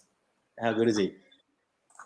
Have you got Bisping on your commentary? Or have you got some Aussies? No. We got the full OG. The Ridge. I love DC on the commentary. And when DC and Rogan are there, they're just fucking so playful. It's hilarious. Well, Rogan's getting a lot of heat. For how he called the Adesanya. Just his general sort of... Oh, there you go. Wow. That's why Diraj is saying that. Okay, we're a little behind, I think. Oh! Showtime style. Yeah, fuck, the Showtime stop almost. That was hilarious. Bisping, I like it. Oh man. An uppercut from from above. That was good. I want to watch that again. Yeah. Did you watch that Showtime kick live by any chance? No. I remember watching that. It was like 2010, and I was in Thailand for Christmas, and I was just watching it by myself at my parents' place, and I just remember seeing that and just looking around trying to find someone to celebrate with. Yeah. I've ever seen. I'm like, oh man, has no one seen this? And Stefan Bono was commentating. He jumped off the cage. Yeah, what a moment. He's joined PFL, hasn't he? Yeah, Pettis, yeah. Mm. Yeah, man, SCMP are just crushing it. They first interview he gave when he signed to PFL was to SCMP MMA. It's so cool that they're in there, because I mean, obviously growing up in Hong Kong, you'd always read like sports pages, and it would be like 3-4 pages long. It would cover some English Premier League, horse racing, and then perhaps a little bit of cricket or rugby, basketball from time to time. Oh, flying knee. Oh, good jab. He's looking good. And he does not look good. No. He's got those like swollen eyes where he looks like he's just woken up. Good finish. Let's see if he can get it. Oh, ended.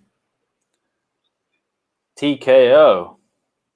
Oh shit, Cool. He does not look good at all. Yeah.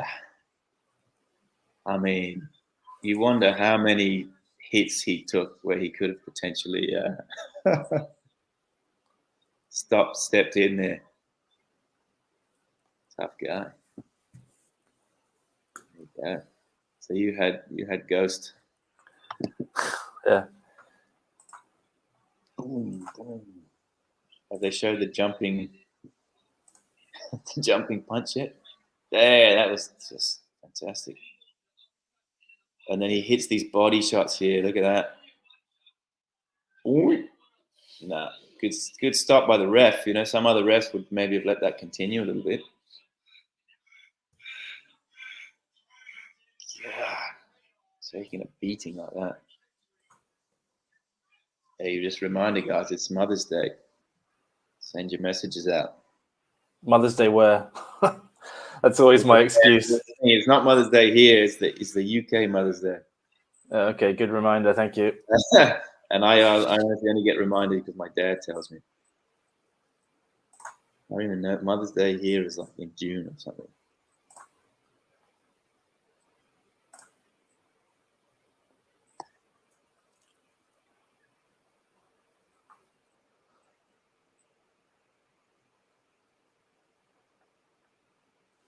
Yeah, I'm not doing well in my picks today. Yes, I tell you, 2021, I'm making a comeback. My overall record is pretty damn good, I gotta say. What are you, 41? Oh no, that's just today. Hold on. This is my $5,000 up on Vegas. Yeah, so I just used to pick purely based off who I thought would win. And then you started telling me about the odds making a bigger difference. Well, yeah, I mean, you were one of the first users to use Fanatics, right? Like part of the prototyping squad, basically. Yeah, I think we have the odds at that point. It was just wins versus losses, and we just have people that knew nothing about MMA just picking the favorites and cleaning house, right? Yeah. So this one I think you need to use your fight IQ a bit more. Yeah, totally. No, it's good. It's really good. Much better. What's my against Vegas? How much am I down? Is there a way to check Let me that? pull it up. Are you in the SCMP group, by the way? Yeah, should be. But I'm in a couple of groups. But if you're sitting at 41, you might have to just move a little higher up that board there, bud. I'll go to our other group. Yeah, I don't know. Like, do you have to pick both? Or if you pick in one, you go across the board in both? It synchronizes. So I definitely synchronizes across all of them. To the chat. Here is shit scales. Minus 6K. Wow. There we go. Superb. Ooh, look at that. So you had a really good comeback here. What was that card? Minus so you must have done a really good. Let's see where that is. I had one where it was pretty good. I think it was a while ago though. Oh, it must have been this time here. Yeah. 10 wins. That's it. You went on a 3-card streak. Nice. He's streaking.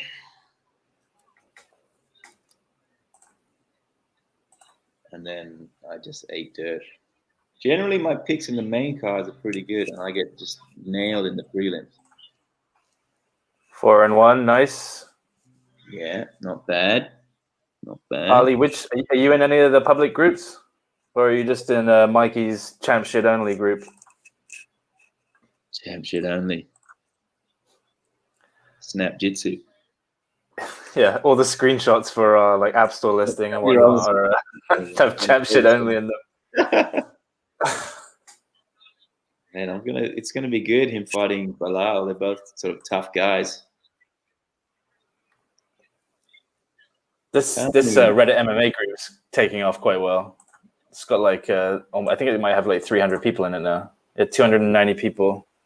So man, how do you keep up with all the chats? Yeah, don't basically. Yeah. It's pretty cool. Like see people come in and get engaged. That's good. It's really good. Here we go, the ladies. Actually, ladies. Oh yeah, here we go. All right. 4-1. Ali, who did you pick that lost? 4-1 is good.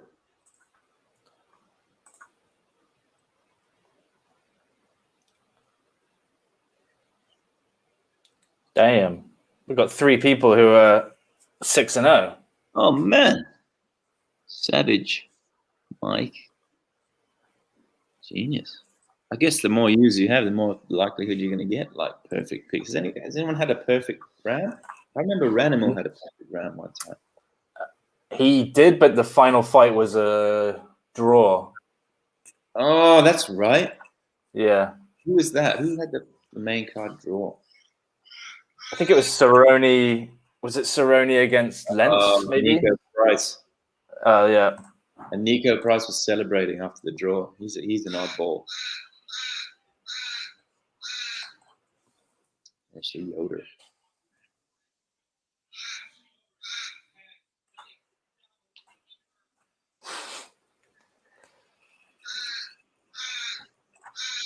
Dipola.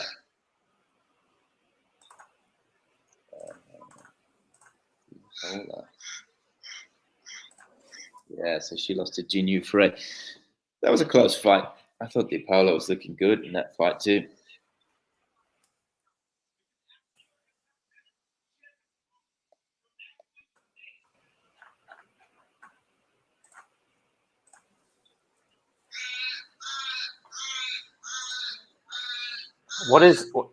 Have you adopted a duck? No. It's the fucking outside section. Paula. Ali picked the puller. Yeah, I had her as well. Daesun looks, And the odds were stacked on her as well. yeah, Daesun looks, you know, I feel like it's probably more frequent than you think. Daesun. No, I got this fucking big, huge tree in the backyard here. And I've requested they come and cut it down, but like this whole complex was built around this tree. And now there's so many fucking birds there. Like the backyard is always just covered in shit. Like you leave your washing outside for a bit, you basically got to wash it again because it's a bit shat on.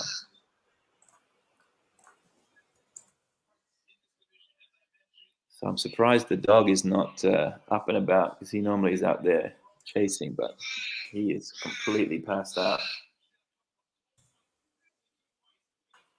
Normally he watches the fights, but he's facing the other way.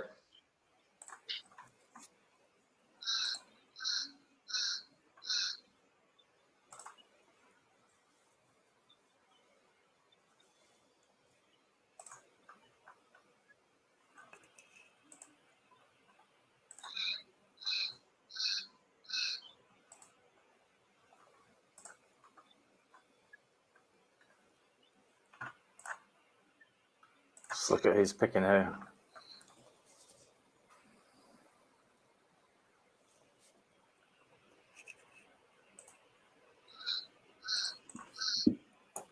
Oh shit! I'm gonna get my charger. This is gonna die in a second.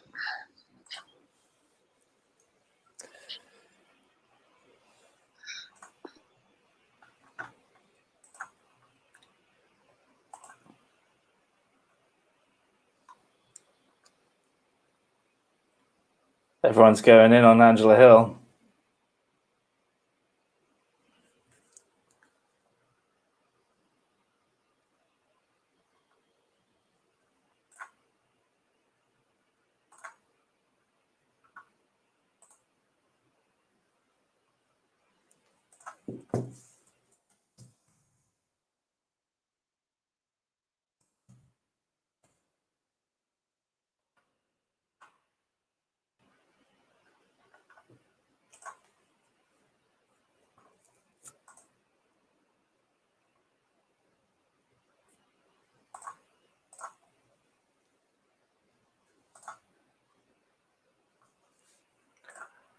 We're live.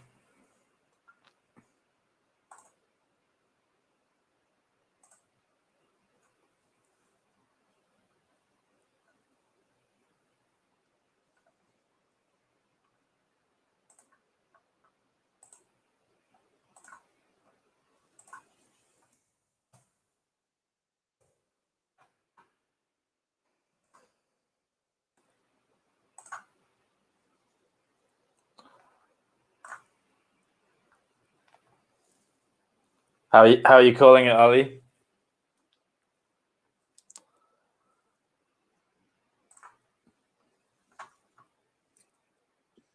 All right, here we go. So this is the main fight of the prelims, is it or no? Yeah, this must be the last. Yeah. This is the final prelim. Ali's calling a finish. Finish.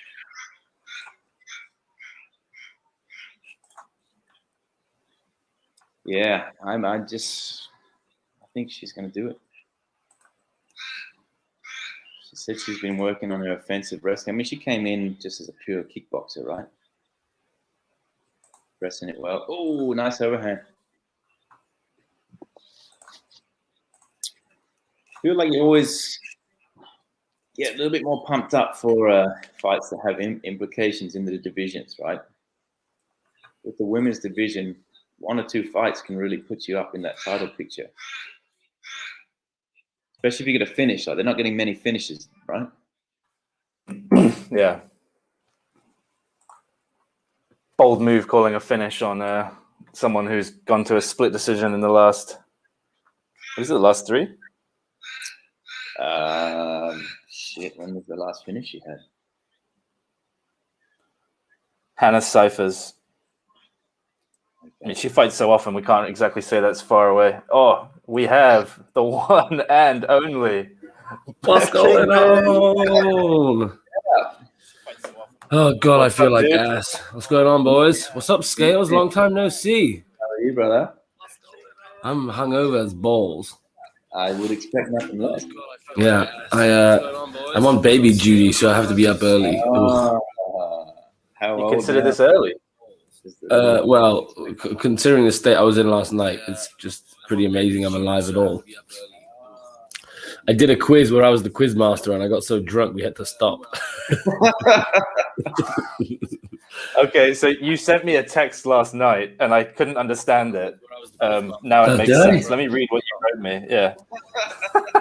Oh fuck! Okay, so you sent me a text What time was this? last night, and I couldn't understand it. Wait, someone's got some echo going on. Can you put headphones in, Bobo? Yeah, I shouldn't have any. I've got nothing else on. So Getting delayed as well. Yeah, I think it must be you. Is it me? All right, hold on 1 sec. Oh, mission. Hold on. Coffee. Here we go. Oh shit, that's hot. Where are my headphones at? Oh, I've got the baby literally right here as well. The headphones. I'm just going to mute Bobo. Yeah, let's see if that does the trick. Yeah, so his text to me last night was at 10 p.m. 10 p.m., bear in mind. I just did a quick. I got so drunk as your quizmaster that we had to stop. And then he sent me another one saying, lol, I just got up to poo, and lol.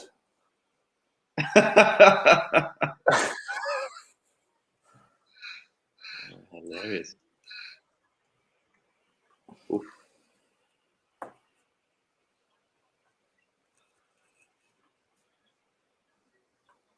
Oh, nice. Good overhand. 20 significant strikes for Hill versus 7 for Yoda. So Yoda kind of got that slappy punch. Hill's pretty like straight and direct.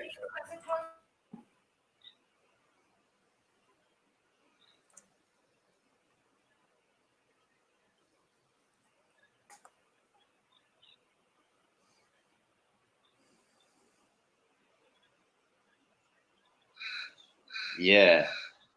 Ali, you're right, man. That overhand right is getting on the button every time. There it is again. Oh, and again.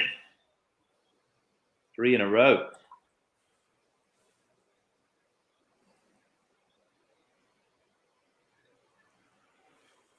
So who? Oh, good takedown.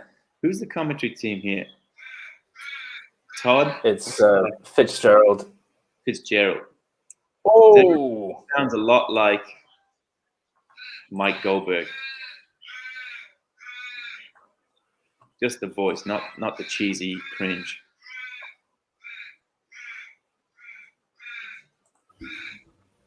How's your sound doing, Bobo? I think am I good? Let me speak, see if there's an echo. Hello. Yeah, Can sounds you okay. hear me? I think Oh, there it is. Oh, still got the echo. What the hell is going on? Okay, hold on. Let me. You're muted again. Boom. Turn up with that setup. Maybe he's too advanced. Yeah, he's actually got the best equipment. Yeah.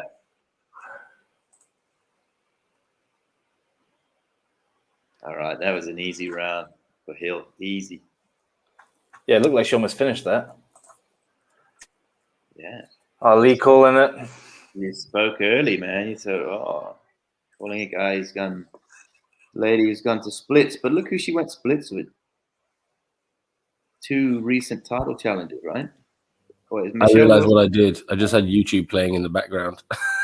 Yeah. Hey, quality.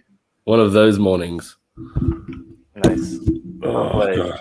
Yeah. So, Bobo, tell us, what time did this quiz start? Like 7. Man, so were you just I went to the pub at like 2. No, not even. Like 12:30, just for a casual couple of pints. And then that turned into an all-day sesh. And then I watched the rugby as well. But I forgot to make my picks for the rugby, so I got in trouble in that group as well. Oh God, had an absolute nightmare. It's kicking goals, mate. Oh, I'm so pumped for Miocic Ngannou. When is that? That's next weekend, right?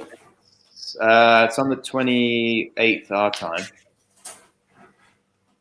So is Okay, that so the weekend or the 2 weeks. weekend after? 2 weeks. 2 weeks, yeah. Sweet.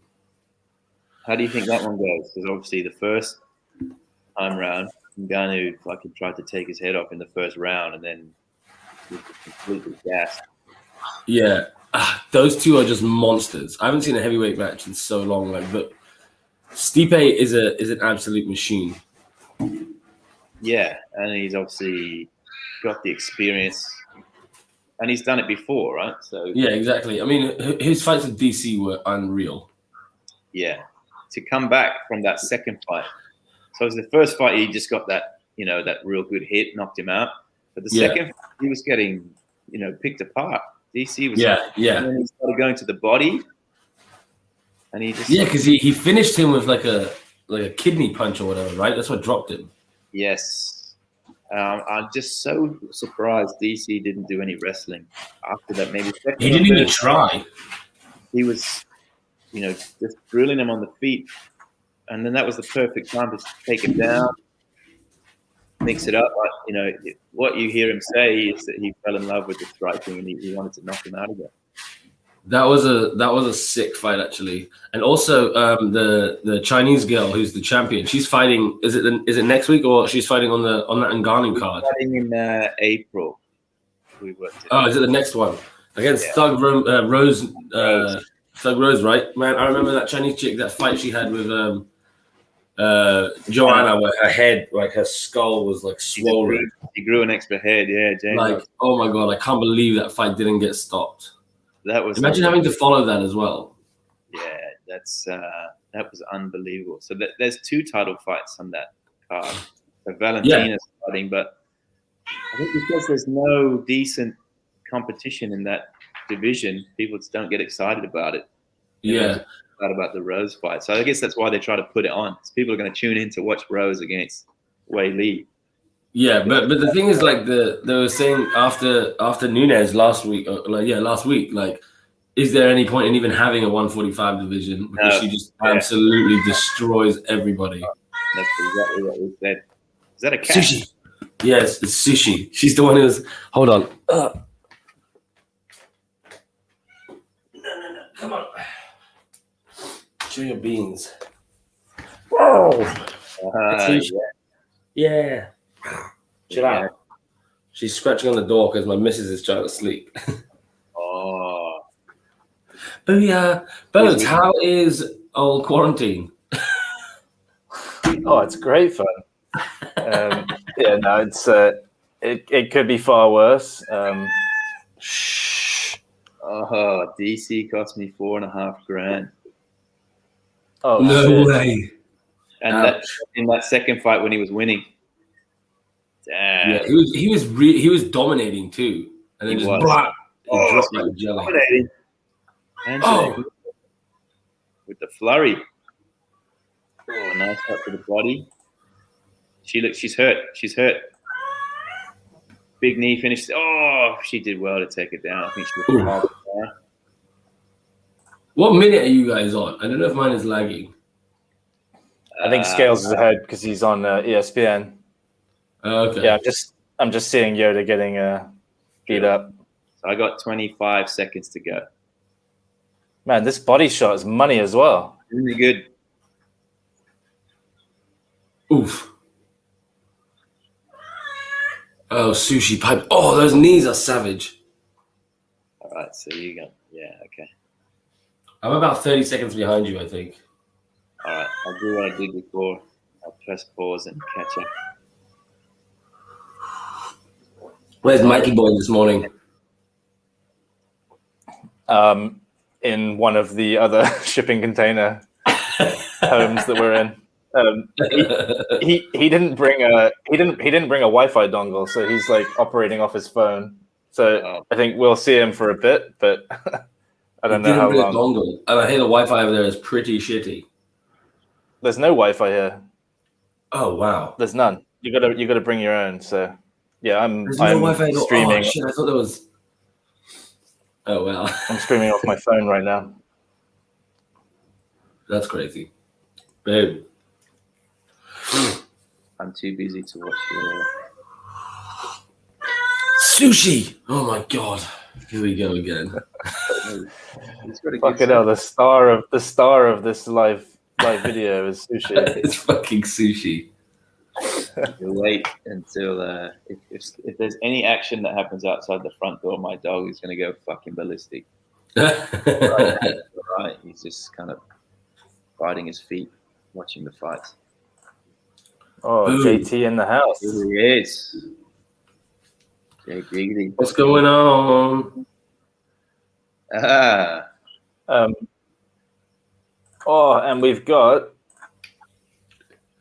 Yeah, there he is. That's how good his stream is. Oh, there we go. Boom. What's up, Mikey? Going on, guys? how you doing? Good. How's your quarantine hole? My quarantine's very nice. James, how was your breakfast today? I showed it on stream. I didn't eat it yet, but it actually is legit versus what we had yesterday, right? I would like to see you consume that live, actually. What is that in the middle of the beans? Is that beans? It's Yeah, not Susan keto. It's not keto. Oh, No, I brought so much like meat and oh, nice. eggs, so I'm gold. So have you got like a fridge and shit in there? No fridge. No fridge. You got a cold there, Mikey. I don't use tissues, man. Oh shit. Yeah, What's mate. your Going on, Ali? what's your Wi-Fi situation then today, Mikey? How long we got you for? I'm good. I bought 18 gigs this morning. Oh, nice. Sick. Well played. We're rich now. In like an hour's time, you'll be like, shit, I need to top that up. Who you got in this fight, Michael? Unfortunately, I picked Yoder. Yeah, it's not working out so well. No, not at all. Doesn't feel like a smart decision.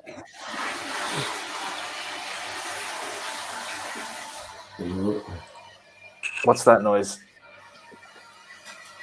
That is Not my me. toilet. Is that the scales? No, that's mine. I think it's the missus in the bathroom. What the hell? My stream. Good morning, Claire. Babe, you want to say hey? No. Stop it, sushi. Stop it,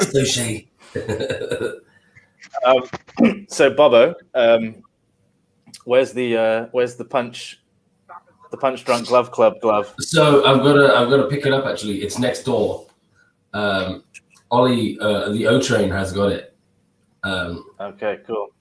So I'll go and collect that this afternoon and do my fines. You're going to do it today in the state that you're in? Yeah, we were hoping you would. We were hoping it was going to be some mid-fight entertainment. We could at 9 a.m. Rambler. I'm not sure of that. Yes, Ali. Yeah, I agree. Ali should have finished. She should have finished this fight. Man.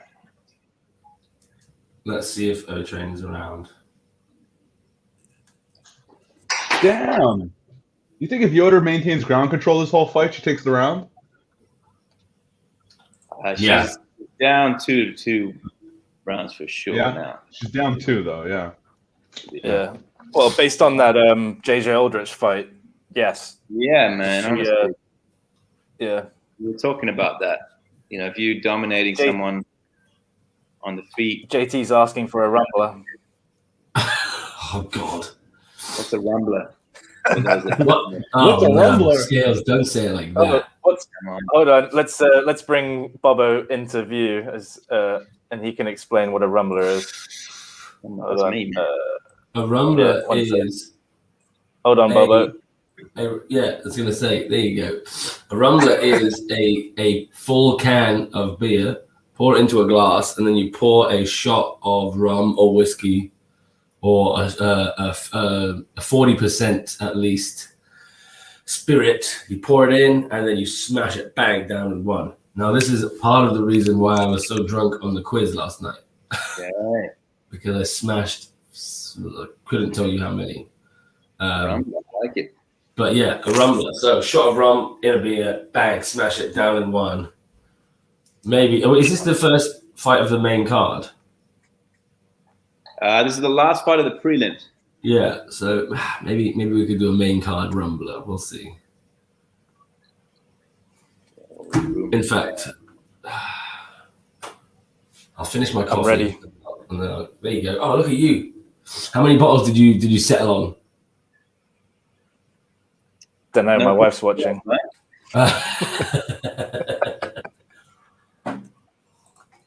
Smart answer.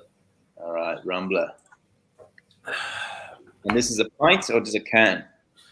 Usually a can. I use a Guilo IPA. They oh god damn it, Jiten, hold on. Oh, he's gonna do it. Yeah, he's gonna do one. So Bobo managed to get himself sponsored by Guilo for these, by the way.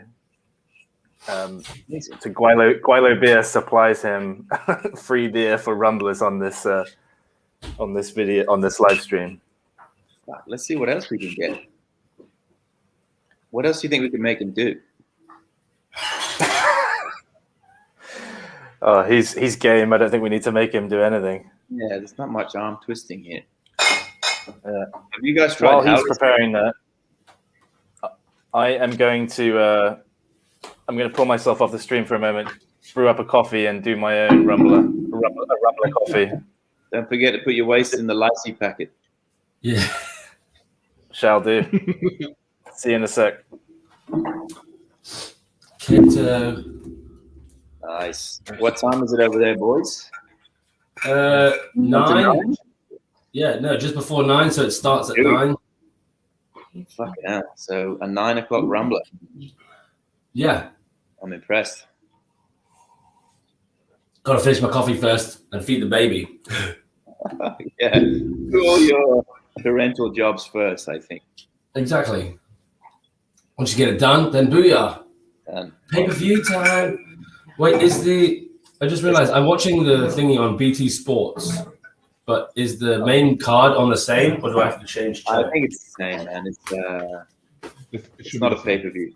Oh, that's what I'm thinking. So it should. Oh, I've just put it on Sky Sports Racing. Oops. There we go. Stay on BT Sport 1. Booyah. Let me make sure I've got my picks in. Yeah, how did you go in? I didn't have the prelim picks actually, which is a bit annoying. There were so many fights as well on the prelims. I didn't realize there's like 15 fights or something in total, right?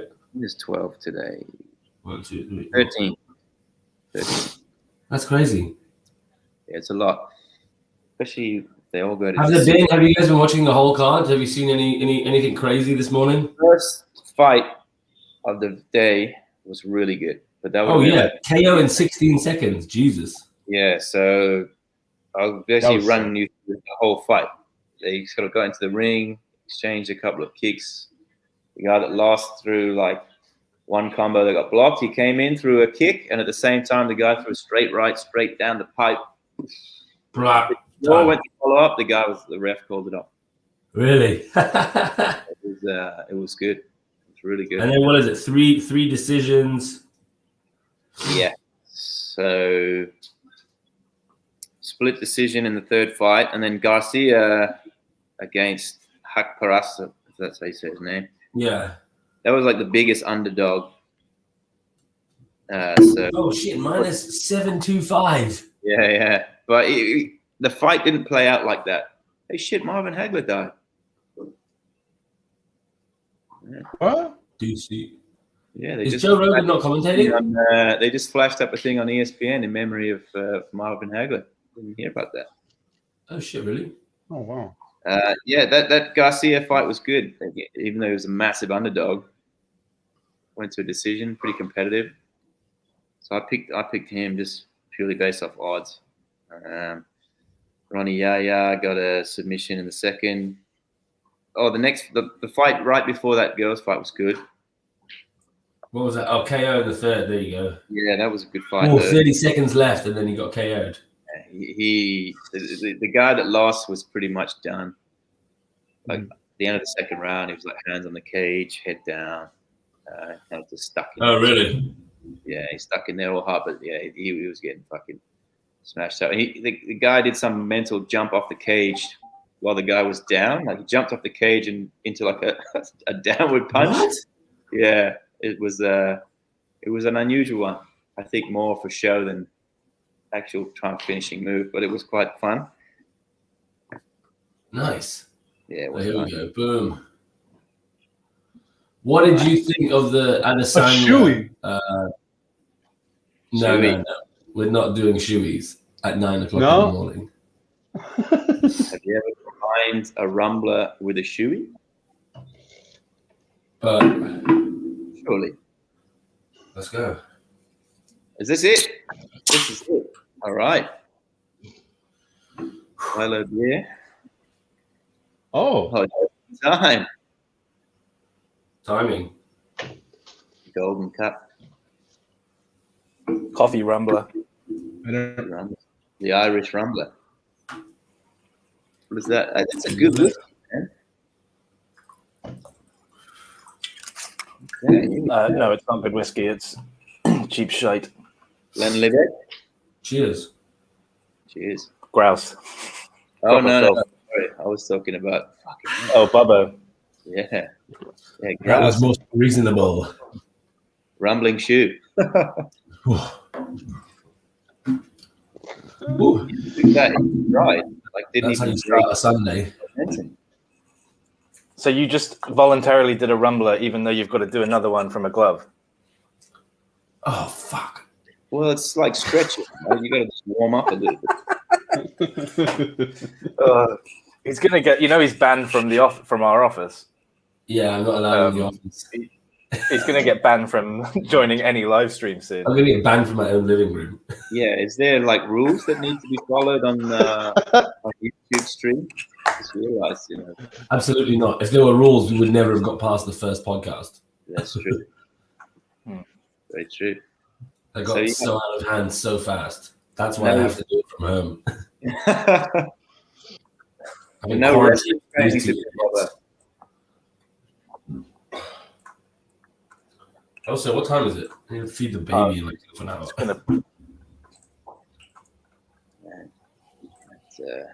I'll have another special guest.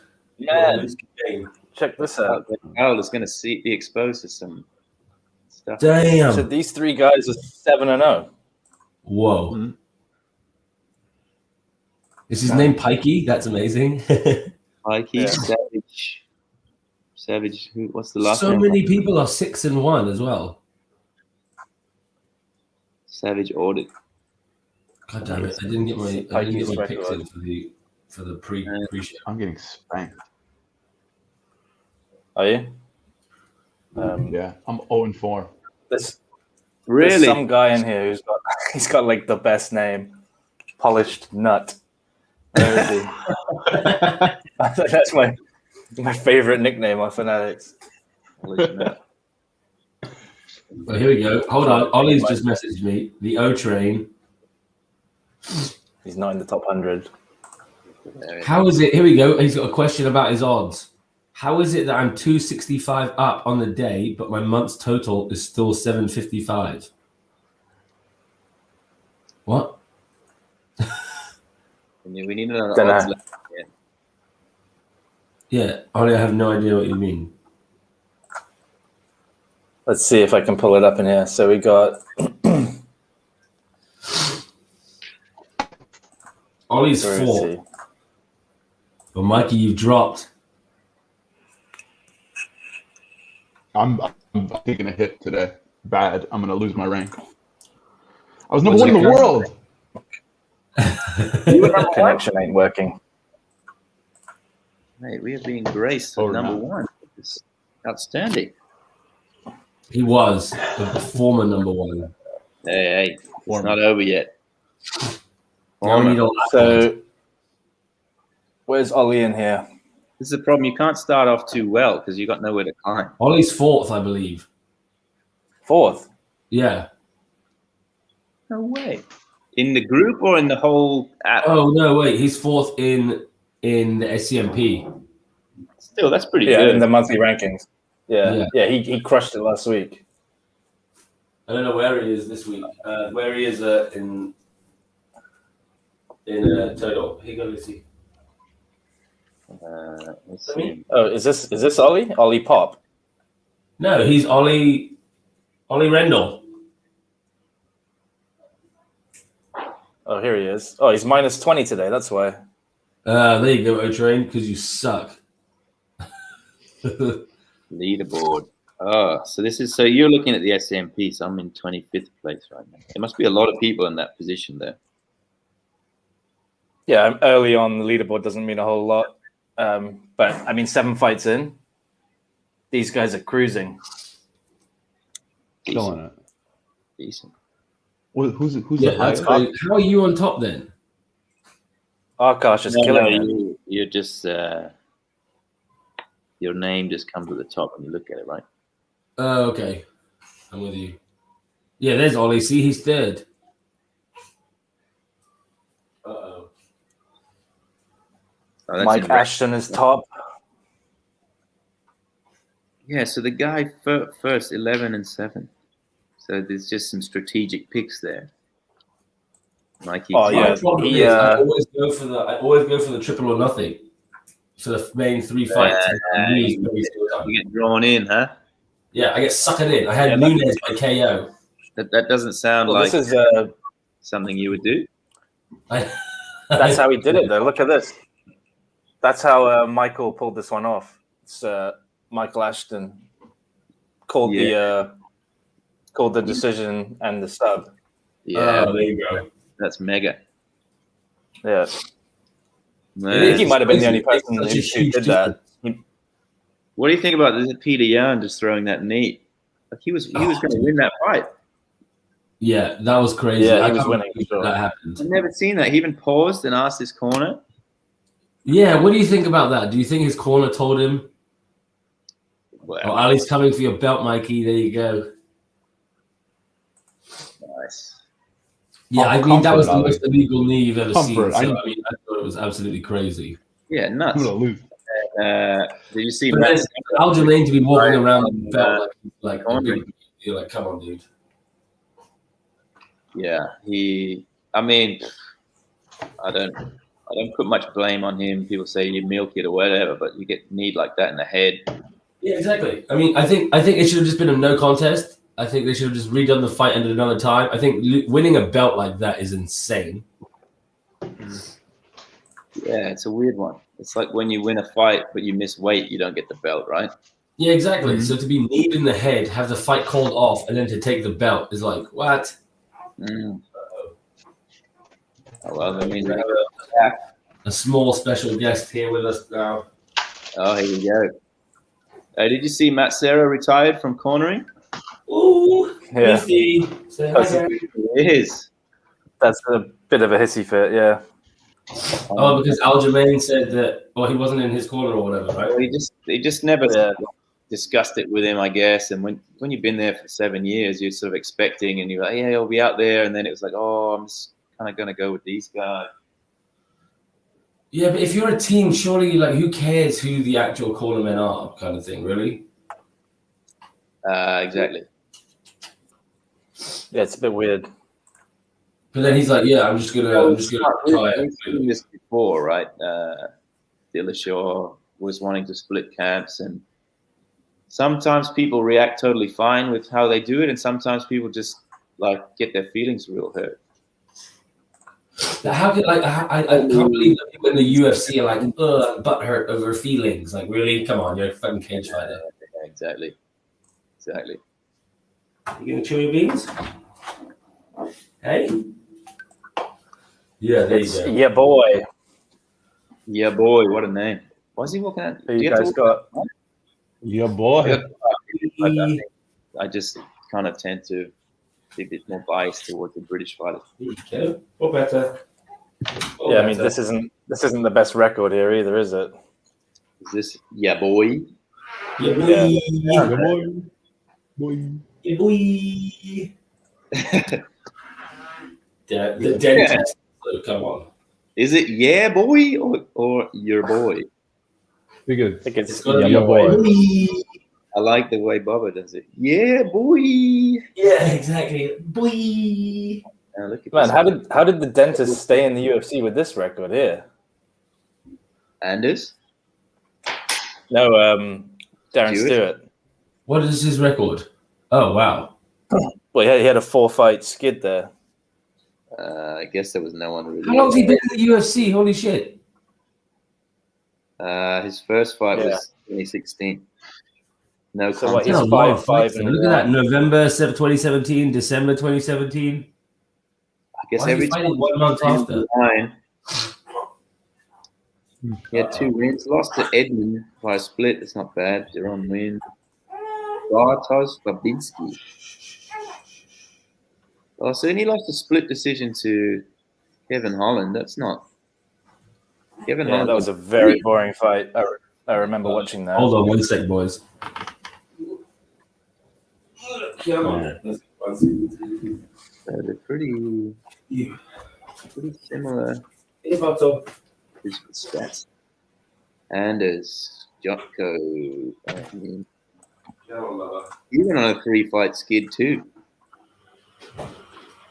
He lost to Elias Theodoro, Oh, which I had the most awkward style. Scales, do you remember we watched him live?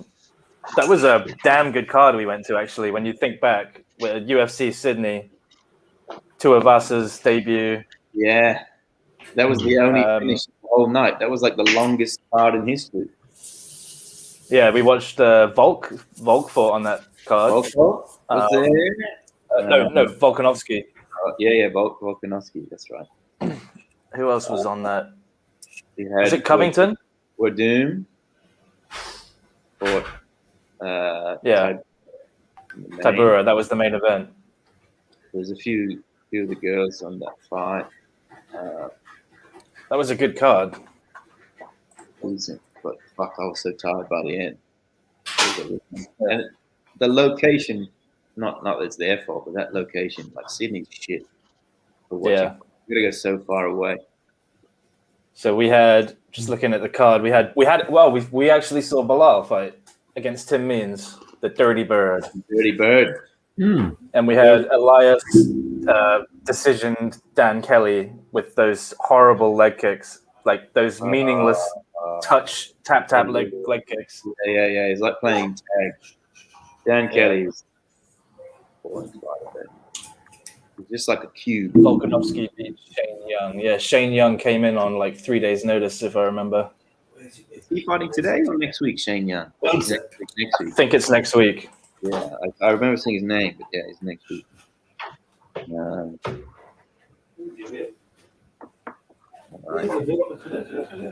Just I picked a few dogs in this one. A.D. Grant, I picked. I think I'm going to make that decision.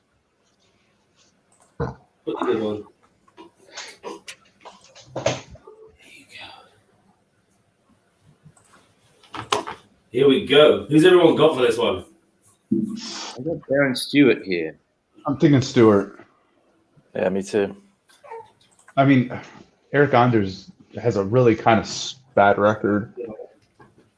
He's been pretty inconsistent lately. Like there was time he had some hype to him, and then after he's fought Thiago Santos in Brazil, when he was like so tired he had to go to hospital. Not really. Yeah, that was crazy. He's not really been the same since then, has he? Mm. Imagine being Yeah, so he was on a- exhausted that you literally just have to go to the hospital. That's crazy. That's messed up. Yeah, he was on a. No, Dean doesn't look like he wants to be there. There we go. There we go. Ba-ba-ba-boom. All right, let's see. Fighting out of Birmingham, Alabama. No. Yeah, 10 seconds in. All right, let me just pause because I'm ahead of you.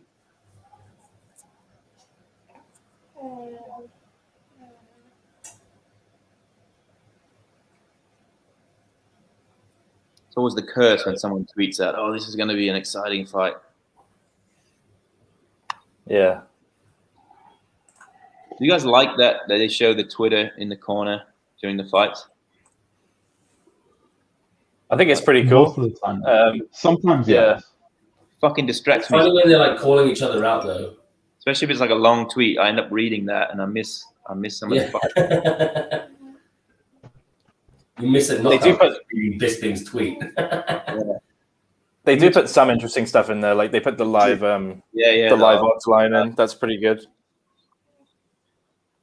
Okay, there you Oh. All right. Ooh.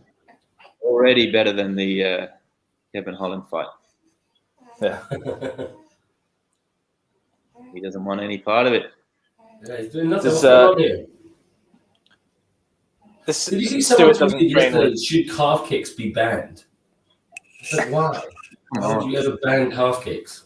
Then they soon So now what- they'll start saying, "Oh, maybe don't punch in the head." Yeah, well, exactly. It's crazy. Well, it was one of the. I mean, David, what's going on, Mills? Yeah, he doesn't like the Twitter. I think it was Rogan saying wasn't it Rogan on the live broadcast said that they need to consider banning live calf kicks. I think that's where it came from. I think that push kick to the knee joint. Yeah, that dude.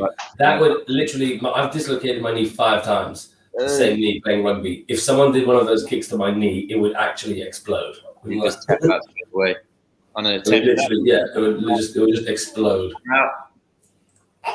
All right, there you go, Luce. What weight are these guys? 185. Middleweight. Does Darren Stewart train with Leon Edwards? I don't know. Good question. I guess no one in England can train with anyone right now. Yeah, UK is so fucked. It's bad. Oh, Anders' nose is busted up. Where are you guys at? I'm at. It's coming up 2 minutes to go now. Oh shit! Oh, what? I'm on 3 minutes. Oi! He's all right. Definitely hurt.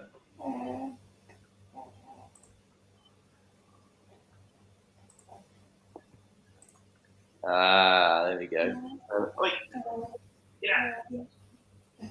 There you go, Luce. There you go. Oh no, mine's froze. Come on, catch up. I think I might still be slightly ahead of you guys. Try not to react to this.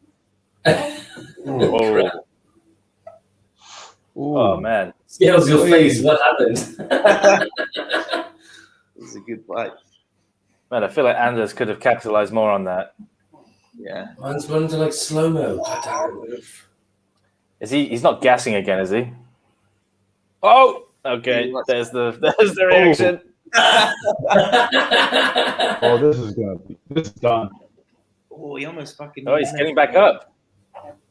No way. No way. No. Oh, this could be like a Czech Congo. Oh, he's still throwing. Oh, dude, that Czech Congo. I watched that again last night. Oh, the knee. Oh shit! Come on, Herb. How is he still standing? Oh snap! Anders is. Man, how is he surviving? Oh, it's down. Oh, that's a knee. Illegal knee. Oh shit! I'm gonna. Contagious. Oh, my word.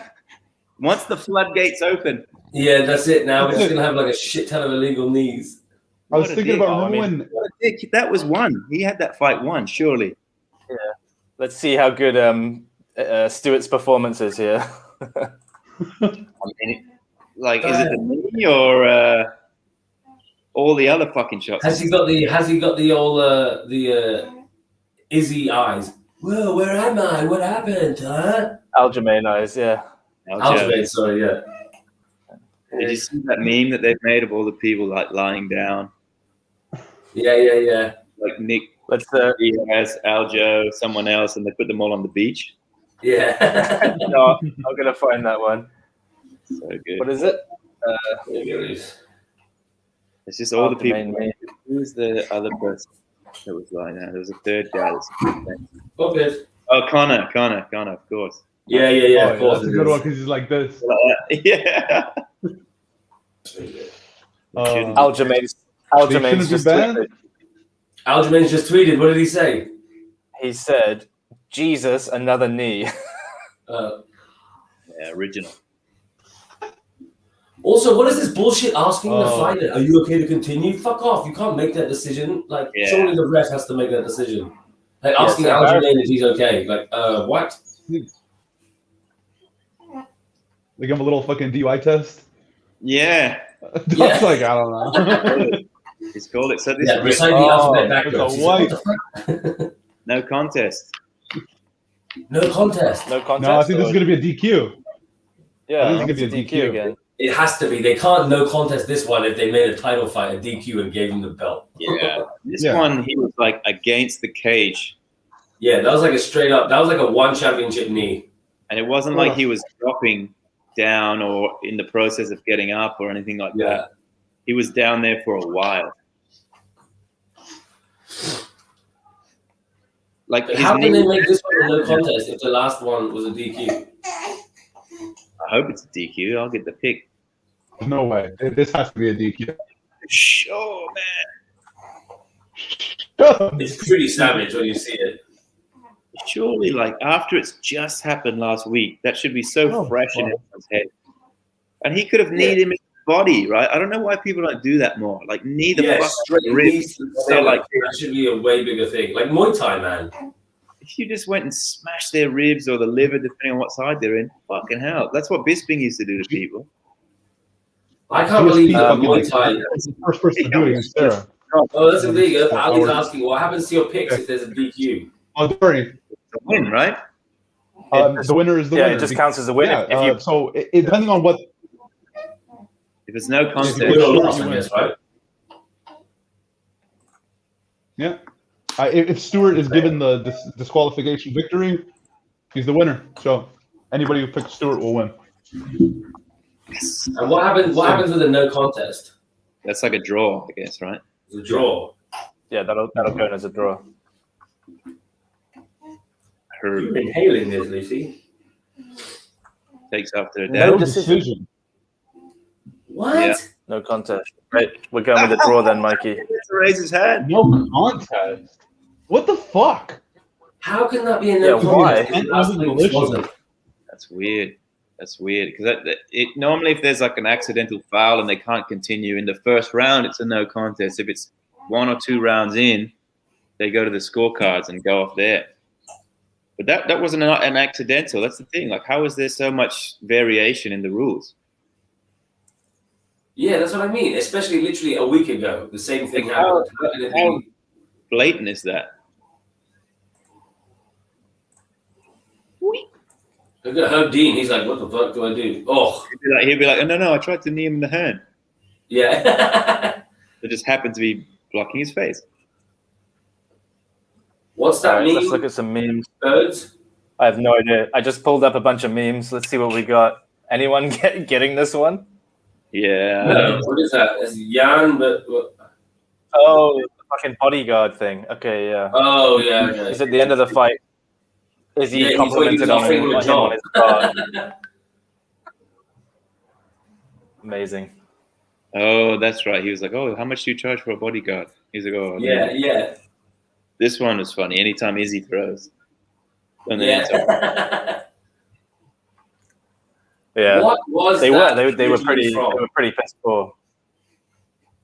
What was that meme originally from? When Joe and them they all freaked out. I don't Good know. question. I don't know. Hey, I got a negative test. Yeah. I just got my test there you result. go. Negative 10. Yeah. How often do you have to Yeah, do me a test? too. I don't know. I Really? think Nice. it's really There weird, you right? go. So you just got to Because stay there for 2 weeks anyway. they don't give you test results for our spit test yesterday, do they? Did you just get that, James? That's what this is. Yeah, that's what this That's is. what it I is, think yeah. they just did a blast. All right. How was your anal swab, Bodes? Sorry. How did you get anal swabbed as well, Mikey? I chose to give them an anal swab. You chose to give Bodes an anal swab. Nice. No hands. There you go. So DC saying with the There you go. So that's what- I've also been doing that. So did Herb not say he's down there? Yeah, he didn't. Man, I wouldn't have thought you'd have to though, right? Fuck. Surely, if a guy's on his knee, you know he's down. That's the point. But usually they do, right? He's down. Because he sort of flirted with Literally. that knee. You could see he was going for it. Surely you can like preempt that. Well, you would think so. Oh, that one. I saw that one. Dana sending Megan to slaughter. I mean, that's pretty accurate. Like, It's pretty accurate. What a weird It was. entrance she had, eh? That's so strange. Yeah. Oh, man, look at this. Ngannou is an absolute monster. Kansas City. And Ngannou is something else, isn't he? That uppercut he did on Overeem is just one of the fucking scariest I things. can't believe Overeem and Dos Santos got cut. Oh, I can. Although Overeem- Dos Santos must be pretty old now. And he hasn't won in ages. And he's been knocked out how many times? Oh, Too many. heavyweight knockouts are so savage. Boom. Has Vitor Belfort fought anyone since he's been released from the UFC? He's in one now. One, right? He signed for one, but he hasn't had a fight. He SCMP did an interview with him the other day, and he called out Chris Jericho. What? Yeah, Are you serious? he's like, oh, yeah, he was gonna fight Alan, and then something fell through there. Yeah, that's right. Alan was supposed to fight Vitor. Yeah, that's right. Alan fought someone else and lost in the first round, didn't he? Yeah. Rug. Yeah. Some of the heavyweight And we- fights in one are insane. It's either a 2-minute monster highlight reel or it's like 15 minutes of nothing. Like, ugh. How was Belfort looking when he did that interview? Because as soon as he left the UFC, he got straight back on the testosterone. Oh, yeah. Yeah. I don't know if he had his shirt off or anything. He's just fucking like Joe Rogan. He's like, that guy's body just loves testosterone. He's just like thrown extra shoulder on top of his shoulders. Fucking hell. What a monster. Like that, him and Overeem, the big. You remember Overeem when he was about to fight Brock Lesnar, when he fought Brock Lesnar? The size Dude, of yeah. And he was like another level of juiced. Horse meat over him. Yeah. Like, yeah, that was crazy. Because didn't he finish Brock with like a liver kick or something? Yes. Yeah. That was insane. He kicked him right in the diverticulitis. Yeah, yeah, Jesus. Come on, Luke, nearly finished. He was meant to have a title fight and he obviously got popped. Like if he fought for the title then, Oh, wait. he against Kane, it would have been against Kane or Junior, one of those guys. Who else? Dude, that next card is stacked. Yeah. Yeah. Those two title fights, and also I cannot wait for the Rose Nunez fight. That's gonna be crazy. Very good, man. Really Like, that's gonna be some next level stuff. Well, there you go. That's a milk coma if ever I've seen one. nice. Was that What do we know football? about these next I haven't guys? seen any football. So who's next? Next is Pape. Manel and Nikolai. I don't know much about Nikolai, but I know Manel. Oh, this is your buddy. Yeah. He's coming off. I think he just had his first fight in the UFC, like not even like through. Yeah, against Pantoja. Is that his name? Pantoja.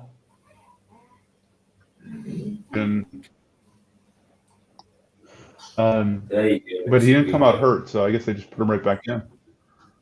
Yeah. Are you able to cut a promo for him for us? Yeah. He needs a hype Hold man. on, my computer's dying. There we go. Manel is a fucking. So Manel is the. Hold on, let me turn down these volumes so I can actually speak. All right. So Manel's the former Rising bantamweight champion. He won that title, avenging his, I think, like one of his only 2 losses to Kai Asakara on the New Year's Eve show at Saitama Super Arena in 2019, I think, like New Year's Eve 2019 or New Year's Eve 2020. Sick blowout, knocked the dude out, big fat belt. Like Manel can wrestle. He's a brown belt in jiu-jitsu, and he's super dynamic with his striking. I've sparred him a few times. He moves really quickly. He throws a lot of flashy shit if he wants to, but he's also got really good hands. He can wheel kick a motherfucker. He can hook kick you. Like do anything. Against Nikolai, I think he's going to be losing a little bit in height, but Manel's really good with taller people. He's really good at getting in on the inside and hurting them. Oh no, they're the same height. He's a fucking beast. I'm just hoping he has a fucking great showing in this one and shows actually what he can do. He can play around sometimes. A lot of the times he can have a little too much fun in there and show off. He knows he's really good, and that kind of that he'll sit on that a little bit too much. I think that's what happened in his last fight. He's gonna start showboating and get knocked out. Yeah, well, he's never been knocked out, but he was showboating a little bit in his last fight, even though he was behind on the scorecards, mostly because he was losing but not in danger. And so, Right. Do you think he would just try to go for like a spectacular knockout rather than just try to piece together a solid performance? Yo, you want to get that 50 G's, baby? Cartwheel that's what he's going to go for here. Oh, there you go. He's only lost one in his last like, what, 10? Really powerful. Look at those dates, though. Who's he fighting? December 9th, December 2nd, November. Yeah, so this guy's important a while. Yeah, this guy been cut from the UFC before, and he's back in. Who is it? Oh, wow. He fought his way back in. You better finish it. Our boy. Thailand. Yeah, Ali.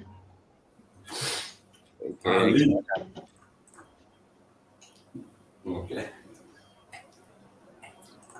There you go. Who's that? Nicolau. Okay. Any idea for you guys that train there if the gyms are up and running in Thailand? Dude, they opened the gyms in Hong Kong for like 3 days, and now like 300 people got COVID. Yeah, tell me about it, Bubba. Yeah. That's why these 2 idiots are in quarantine. Also, I don't know why. Ironically, was it birds? Yeah, I was gonna say. I was trying to take the thunder from that one. But, I was doing my keto workout, and I got COVID. Yeah. You're automatically weaker when you're on keto. Well, I tested negative, so. Booyah! But you still have to be there for 2 weeks, right? Yeah. Although I actually get sleep here. I don't have a 1-year-old screaming in my bed at night. Yeah, exactly. Did you see that Kellett school thing? So the whole class is like. It looks a little bit like Yair Rodriguez when he was walking in. Oh, there you go. There you go. What better? The Yair to him. When's Yair fighting? I don't know. I really wanted to see that. Was it? What's the Russian guy? What's the It Russian must be guy's so name? weird doing a walkout with no fans. Like, how do you get that pumped? What is that guy's name? He fought Zabit. Zabit. Yeah, that's right. He fought Kato in Russia and refused There to it do is. Good back. Yeah. he hasn't fought since he beat Jeremy Stevens in 2019. Yeah, it was Zabit. This is Good girl. yeah. Good girl. No one's Zabit last fought. Yeah. Okay, done now? There you go. Good go.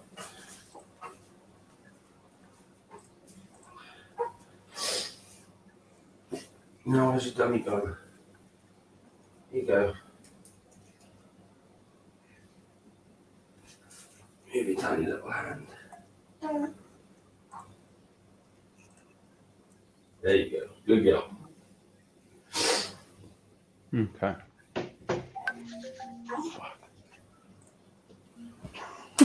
Boom. Parenting. Nailed it. For about 5 minutes until she craps everywhere. No. Shush. I just told him that. Bobo, Yo. you're on nappy duty today? Oh, all day. All day. All day. Imagine that's exactly what you need when you're hungover. Yeah. Oh, yeah. It's just... My alarm went off at 8 and I was just like, oh, fucking UFC. And then I just looked over and my wife's looking at me. I was like, I know, I'll get the baby as well. Good trader. Yeah. He's Portuguese. Here we go. Here's Manel. Manel is born in Portugal, or I think he was born in Angola and raised in Portugal. So he speaks fluent Portuguese. So he hangs out with all like the fucking Brazilians and all the jiu-jitsu people. Awesome. Yeah, he's legit. I've rolled with him a bunch of times. He's been very nice to me and not tried to kill me. Yeah, that's good. Oh, what? It's the guy you were training with in Thailand. Where do you think he's trained for this fight? He's been training at probably AKA in San Jose. Okay, makes sense. Maybe in Vegas, but he's probably been in San Jose the whole time at AKA. The real, like the OG AKA. Yeah. Oh, gee. Yeah, I guess it's the only 2 tournament. I guess that's all you need, right? Fighting out of Phuket, Thailand. Nice. Why's he got? O-Train's kicking off hardcore. Yeah. About what? He's minus 20 for the day. He's like, this is bullshit. Do we The lose? second red dot should be green. I picked the winner. Oh, that's good. So when it's no contest, you don't get penalized. Yeah. So he Yeah, said it's in right. our group it's right, but in the SCMP group, his picks are different. Oh, okay. We have had that happen before. I'll see if I can Oh, fix that up. he's hedging his We'll have to look picks. in. That's clever. Yeah. It's supposed to synchronize, but sometimes it Didn't shits let on. itself. Good. Yeah, he looks a lot bigger than this guy. Manel's thick. Manel used to fight 10 pounds heavier. Wow. Are you guys fight started, or am I quite ahead still? Fight Yeah. started. I'm 10 seconds in. Yeah. Oh, no, I'm not. Sorry, 30 I'm 30 seconds in, seconds in. 35. Or- I'm 30 seconds in, Yeah. I'm the same as you, Mikey. Then. He's got some sick tattoos. Yeah, they're done well. Aren't they? Clear. A little like- bit of dick kick in there. Yeah. Knee balls. When you Do we know anything about the Road to One heavyweight tournament that's going on at the minute? Is it happening right now? Apparently, yeah. It's in Arizona. Glendale, Arizona. Why are One they going F- up against? There's a UFC? 16-man heavyweight tournament, and the winner gets a contract with one. Oh, so not for the title. Is Brandon Vera still the champion at heavyweight there, or did he lose that? Oh, yeah. He's cleaning it up. But he was also light heavyweight. Like heavyweight, yeah. He moved up, won the belt, and I was just chilling. Nice. He lost. Also, I he think lost the to one belts are sexy. I was looking at them yesterday. I don't know if I'm a fan of the new UFC belts. I think I prefer the old ones. The old school one. You don't like the Power Ranger belt? Yeah. Or even like the super old school. You remember when they had like the super fight belts that like Dan Severn and Ken Shamrock used to walk around with? Like, that shit was badass. When you would have a tournament champion and then you had the super fight champion and then you had like the ultra like mega fight and it was like Dan Severn, Ken Shamrock, 25 minutes fight to the death. Oh, oi! Oh no, mine just froze. That's a good takedown. He fought hard. Yeah, right across the cage and spun him. Bum, bum, bum, bum, bum, bum. Oh my god, the baby's asleep already. I am a genius. Oh, you got the touch. There we go. Gets pulled back. It's up to the cage. My shit's a key shoot. Fuck, my stream just froze. There we go. There we go. I'm back. My stream is. I need to just get it on my laptop as well. Hey, Lucy, what are you doing? Relax. You're just gonna do a massive poo in a minute, aren't you? I might join you. Should we poo together? Oh, this isn't looking good for Manel. Deep guillotine. Oh, he's out. Oh, he's gone. He's gone.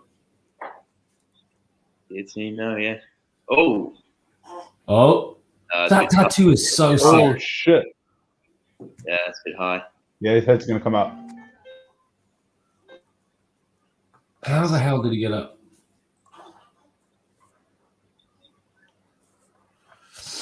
That's good. Come on, man. Come on. Oh. Gotta be busy. Oh, there it is. You almost want to just put together, start accumulating. Taken down again. Damn, that's a good leg kick. Oh man, the flying knee was the play there.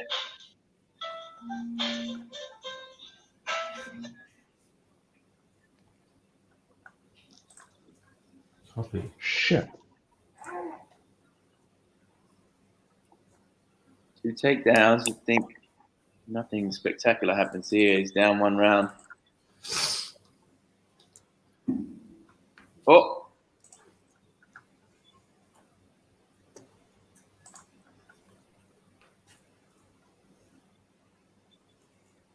All DraftKings. When do we get our logo on the UFC Octagon? Yeah. When we can raise $350 million. Is it? Jesus Christ. So next year. Mike Jesus. Yes, it is, Jatan. Yeah. It's your boy. Yeah, boy. Boy. I think he's having a lot of trouble when he's standing up. Nikolai's got really, really good takedowns and good top control, and you can tell Manel is hesitant about it. Yes. And because he ends up here every time, twice in a row. Yeah, he's definitely lost that round. Yeah, 1 down. Oh, yeah. He didn't get anything done in the first. No.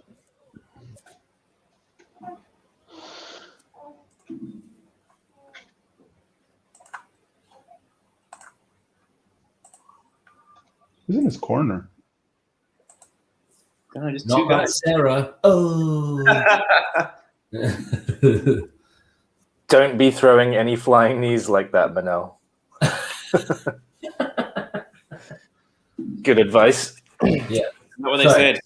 I don't get the corner work. I only get the adverts because I'm on the ESPN. Oh, You shit. just said don't throw any flying knees.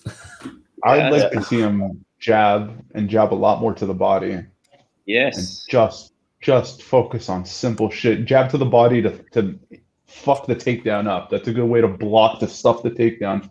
To have your fit hands already. Especially if someone's coming for your takedown, like jab, in half kick or something. It needs to be all low risk distance. Like, all your shots need to be low risk if someone's constantly looking to take you down in everything you do. None of your power shit's gonna work because they're gonna crash that and take you down every time. All I need to do is see Manel jab. I haven't seen him jab all fight. Just throw a flying kick. No, it's all feint and flashy stuff. Are you guys ahead of me? I'm at 442 or 440. I'm at 430. He just landed a good check hook, I Let me think. refresh. I'm at 430. I'll pause for 5 seconds. Oh, stuffed it. He's doing better this round. He's getting super aggressive. Did you catch that uppercut yet or no? Oh, there we go. Wow. Keep it calm. Keep it calm. Who have you guys got for this fight? Yeah, there it is. Manel. Manel's got fucking nasty power. Oh! Oh, Mine's snap. frozen. Fuck. Oh no! I just Here hit we go. I just hit 4 Fight minutes. pass for the win. So nothing. Oh. So that was a slip. Oh, Slip. is that a slip? Oh, Oh, is Hav in there? I didn't realize Javier Mendez was in there. Oh, he is. So yeah, you're right. He's definitely training in the head. Yeah. he's got the Boom. striking. Oh, that's a nice Oh. hook. Oh, Touch him, and now just touch him. Just touch him. Just touch him. It'll start to accumulate. Yes, body to the shot. body. He ate one. Yes. Yep. And Manel can fight. That stances, like he doesn't give a fuck. If he Change. keeps that southpaw jab just going, touch him with that right hand. So he can be switching it out. That's a good skill to have. Good morning. Hello. Hello. I'm on the ropes. He just got that takedown now. Oh. Nice. There we go. There we go. Looks like he's got Nikolai fucking. Backpedaling a bit. And it's hard to take him down when you're backpedaling. Oh, that's it. Fake knee into the hook. Beautiful.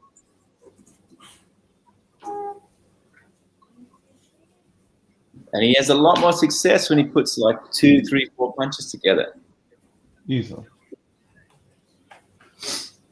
Oh, he got straight up. Walking at him. Straight up, Okay. yeah. But, Hello. See? Good stand up. What's up, Hospital Max? The ultimate Oh, casual shit. enters.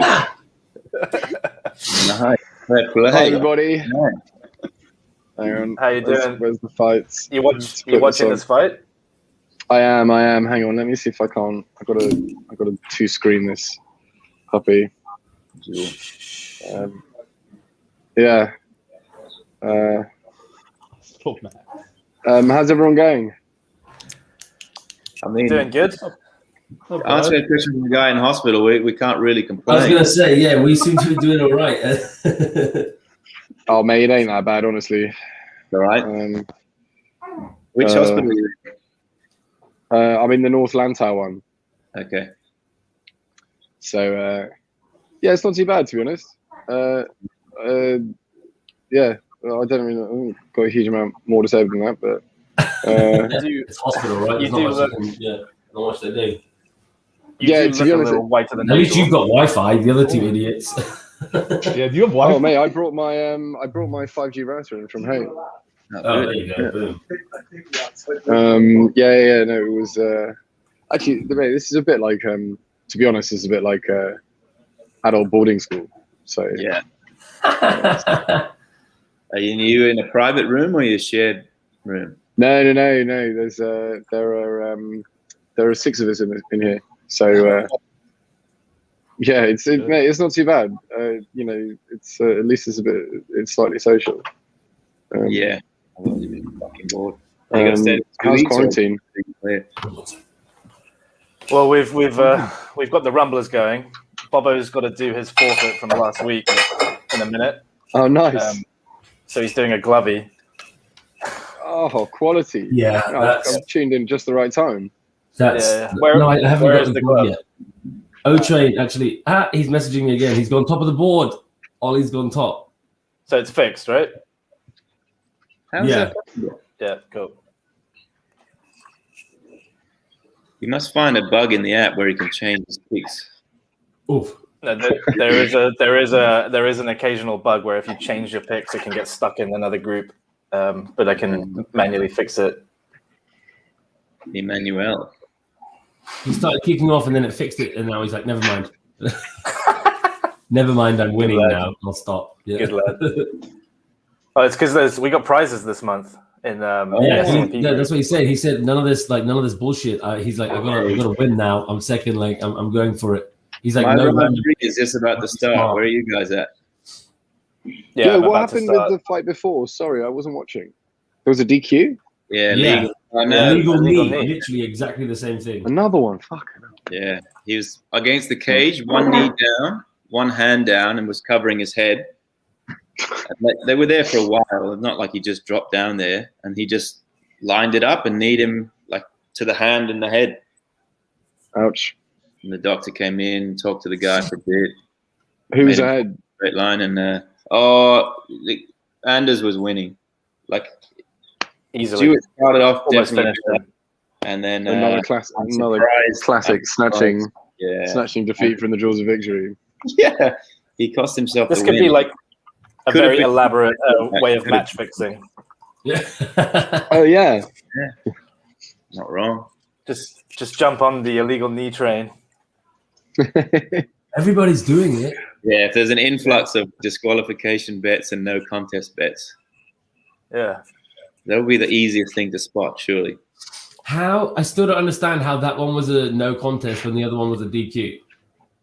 Apparently, there was the- no warning yeah. from the referee, but I don't buy that. That's pretty weak Yeah. Yeah.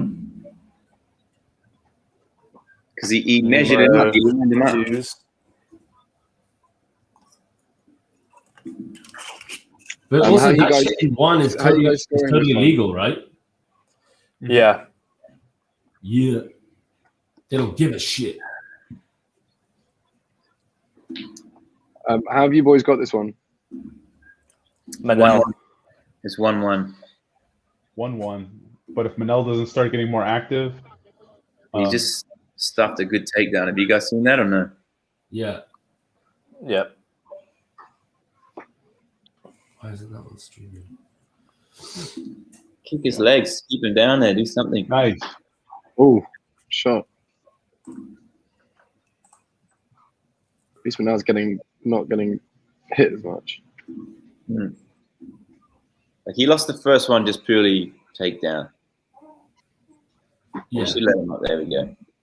Fuck, look at his mat burns on his Come on, come down, come down. But don't go to the guard. Fucking kick him in the head.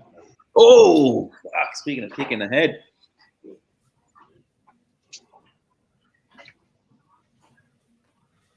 Come on now. Come on.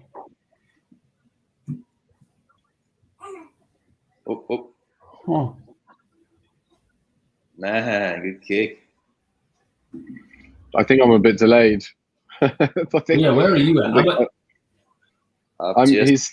he's on his back. Mine's Just just 2 jumping. minutes to go. Yeah, I think so. So I think I'm ahead. Yeah, see, I've got 2:30 to go. Okay, 30 seconds difference. I'll I pause. got 209 and my shit just froze. I got 240.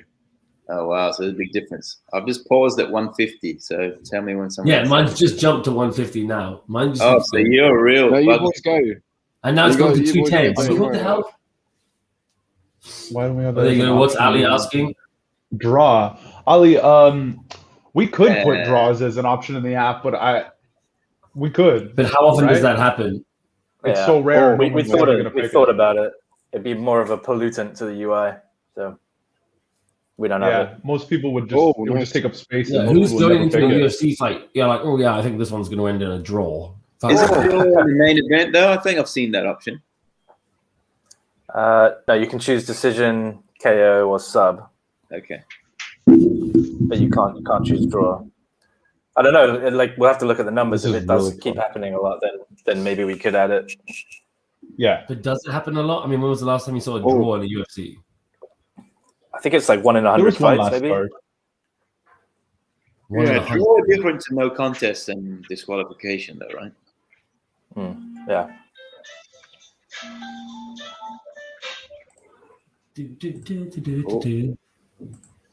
There we go. Stuffing a couple of takedowns. Good work. Come on, when you break, you got to throw a strike. Boom. Oh. All right. Oh, yes. Let's see if I can. Oh, strong finish. Beautiful, man. Come on! Hey! Little spinner. Pretty nice. All right, my round is finished. My shit's Yeah, same. So he Decent landed fight. two decent knees there at the end, I think.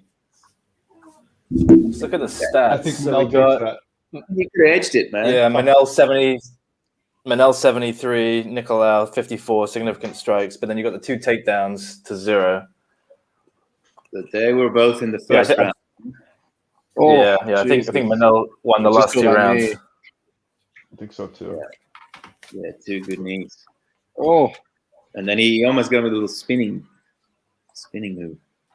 where is this? How many fights left? 3? 5, I think. I think there's 6 on the main card today. Is this this is the first fight on the main Well, card? Darren Stewart was the first one, and then that was the second one. So 4 fights left. Oh, sorry, you're right. Yeah. This is earlier than normal, isn't it? Yeah, 6 o'clock. That was a difficult wake up this morning. Damn. Yeah. Did you get up for the first normally start at 2 p.m. my Yeah. time. But this one started at 2 12. p.m. on a Sunday? That is magical. Oh, Scales, we got Davy Grant next. This guy's a bit of an OG. Yeah. I actually picked him. I don't know Yeah, why. me too. I I thought he looked really because good he was a in his dog, last and fight. then last time he had a good fight last time. Yeah, he was really good in that From fight. the Ultimate Fighter. He was on Ronda Rousey's team. Really? Yeah. The Ultimate Man. When was that? That must have been what, like nearly Long 10 time, years yeah. ago. Long time. I used to watch every single season. Dude, I remember my favorite one was Rashad Evans versus Rampage, just for the Rampage. coaches. Like that when they had Kimbo Slice. Yeah. And then Rampage Rampage shaved lost his like head 6 like fights in a Kimbo. row. Rampage lost like 6 fights in a row and like kicked in a fucking door. Like just Yeah. He ripped the door down. Yeah, he ripped the door down and I was like, He what the did hell that is going against on? Forrest Griffin. He was a shit Decision. coach. The lowest win percentage. No way. With the Split. split. Split to who? Oh, shit. Nicolau. Nicolau. Oh, That's a man. rubber. Nicolau won.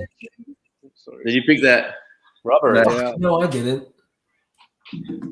Fuck. Mate, the rank amateur Nah, that's clever. representing. God damn it. I really. Nice. Man. I mean, it's tough. I That guess, was close. That was close. That sucks because Manel's going to get cut now, surely. Was that? It's like four losses, right? Well, he's only had 2. 2. I think it's both really close decisions as well. He looks, Well, I guess the first one wasn't that close. Fucking hell. Yeah. Yeah. I don't know, man. Oh, That sucks. the glove just burst. Oh, he's not shaking his hand. He absolutely dominated. No, he's thrown a fit. I thought he would have got the second 2 rounds. Mate, I'm going to go for a bit of a bolter with Davy Grant, but only because he's a Brit. Yeah, that's the way to pick. Davey boy. Risk reward. Who's he fighting? What a name. Davey Mexican Grant. guy. Jonathan Martinez. Martinez. I think the odds have moved. Oh, he beat Thomas Almeida. That's and Frankie Yeah, Sands. that's when I looked at that. I But thought, come on, maybe. guys, he lost to Andre Sukumtat. How can anyone pick this guy? Yeah. That's the guy who. Guy who should That's have the beat guy who has the O'Malley. worst fight IQ. Dangerous No, Davy Grant. Broke it. And then went Everyone's to got a mate called Dangerous Dave. Is that his fight name? Yeah, you got to pick. Dangerous Davy Grant. Done. Hey, boys. Odes, link me. We have a special guest waiting for us. Oh, sweet. Who's that? We'll see in a sec. 1 second.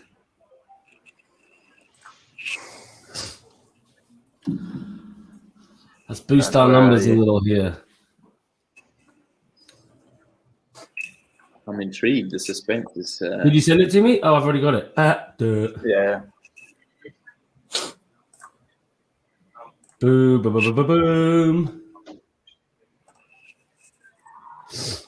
And then just check the backyard or whatever it's called. Backyard gang. That's backstage.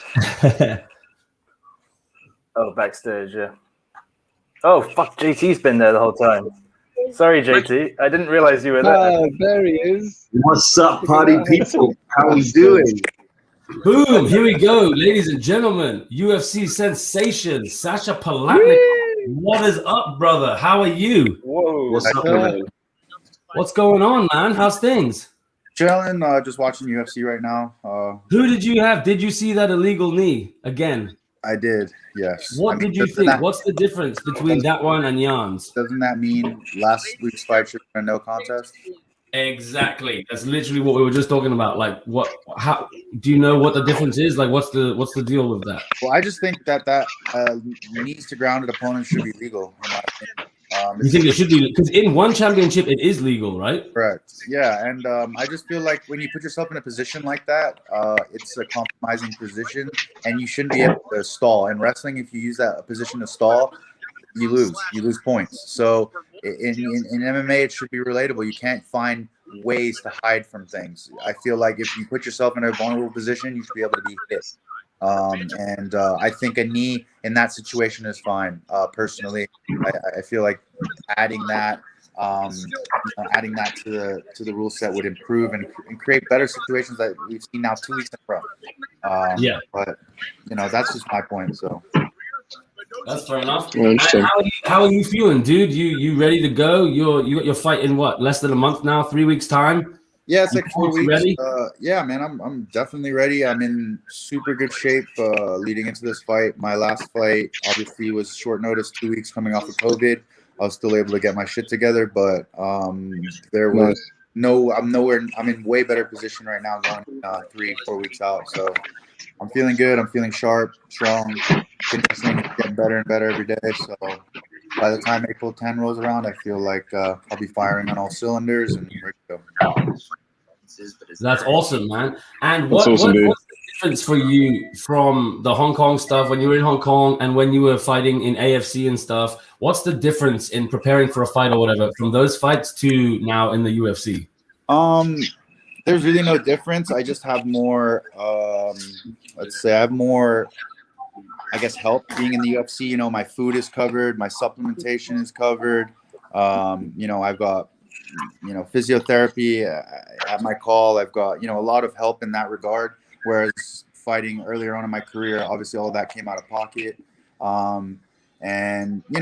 Fighting in an organization like the UFC, it's the best of the best. You get treated as you would expect to be treated. And to be honest with you, I've been very fortunate in my career. I've fought in some great promotions and been treated very well. I can only name maybe 1 or 2 fights where kind of a weird situation or it wasn't ideal. But overall, the comparisons are of smaller promotions. They want to get to the level of the UFC. But, of course, to get to that level, you have to have the money. So you see that difference, walking around the PI, seeing the people there. Everybody's so nice, happy, friendly. It's just a good vibe being involved with the UFC. And like I said, you got people looking out for you, and it just makes your life a little bit easier. That's awesome, man. And so you're based in Vegas now, right? Full time. Yeah. I moved here end of 2019, just after they canceled the event in Hong Kong due to the protesting. I just wanted to be closer to the UFC, and hopefully, an opportunity would present itself. Then COVID came, and wasn't really sure how things were going to turn out. But fortunately for me, I had a shot to fight in UAE Warriors in Dubai, and that pretty much propelled me to get my eventual debut in the UFC and sign with my management company, and here we are. That's awesome, man. And so you, when you moved over, you didn't have a contract with the UFC. You went there to try and get a contract. Correct. I actually moved to Vegas with a torn meniscus and a sprained groin. I required surgery, so I came here injured. I was all about getting back into shape, getting healthy again, because I took my last fight in Dubai on 5 days' notice off the couch with a torn meniscus. So, you knocked that dude out, didn't you? No, I lost. The one before. Okay, that's right. Sorry. Yeah, I lost. It was a questionable stoppage, but again, in hindsight, I shouldn't have taken the fight. It was a good opportunity. 5 days notice. I wasn't in camp. I wasn't anywhere near fight ready, but it was a good lesson, and I would love to run that one back in the UFC. He's also coming off a loss, so maybe we'll cross paths again, and I'll do what I was supposed to do back then. So, it's just one of those things. UFC is now setting me up with fights, making sure everybody that I fight is a good opportunity for me and someone that can propel my name and my, I guess, brand forward. But at the same time, I'm just excited to be able to, perform and have people from Hong Kong be able to watch someone from Hong Kong in the UFC and just, put us on the map because. Yeah. It is crazy. Like, I remember your first fight. I mean, we get up obviously 6 a.m. here to watch it. And you talking to Joe Rogan for the first time was one of the funniest things I've seen. Your face is mashed up and he's like asking you all these like in-depth things. And you're like, hey, bro, I saw you on Fear Factor. Like, I love you, man. Like, that was awesome. How is it now? Do you speak to all these guys? Are you like in and amongst all these like the big like stars and everything? Obviously now I know you're a UFC fighter yourself, but do you ever have these moments where you're like, holy shit, there's so-and-so or whatever? I mean, I see fighters all the time, like being, going in and out of the PI, especially because of COVID and them fighting at the Apex. So I've seen, I mean, when Kamzat arrived in the US, I think the next day I saw him. I've seen every, I guess, person you could see that's been fighting in Vegas for the past, whatever it's been, year. Right. You get guys that come into the gym. The fighters, fighters have never been like a thing to me. It's just like I always just see them as a potential opponent or just whatever. But I've like run into Forrest Griffin, who runs the PI, and like as a kid I watched him, so like that's a little bit like nostalgic in its own sense. And I saw Francis Ngannou, like that's a humongous human being, and saw Stipe.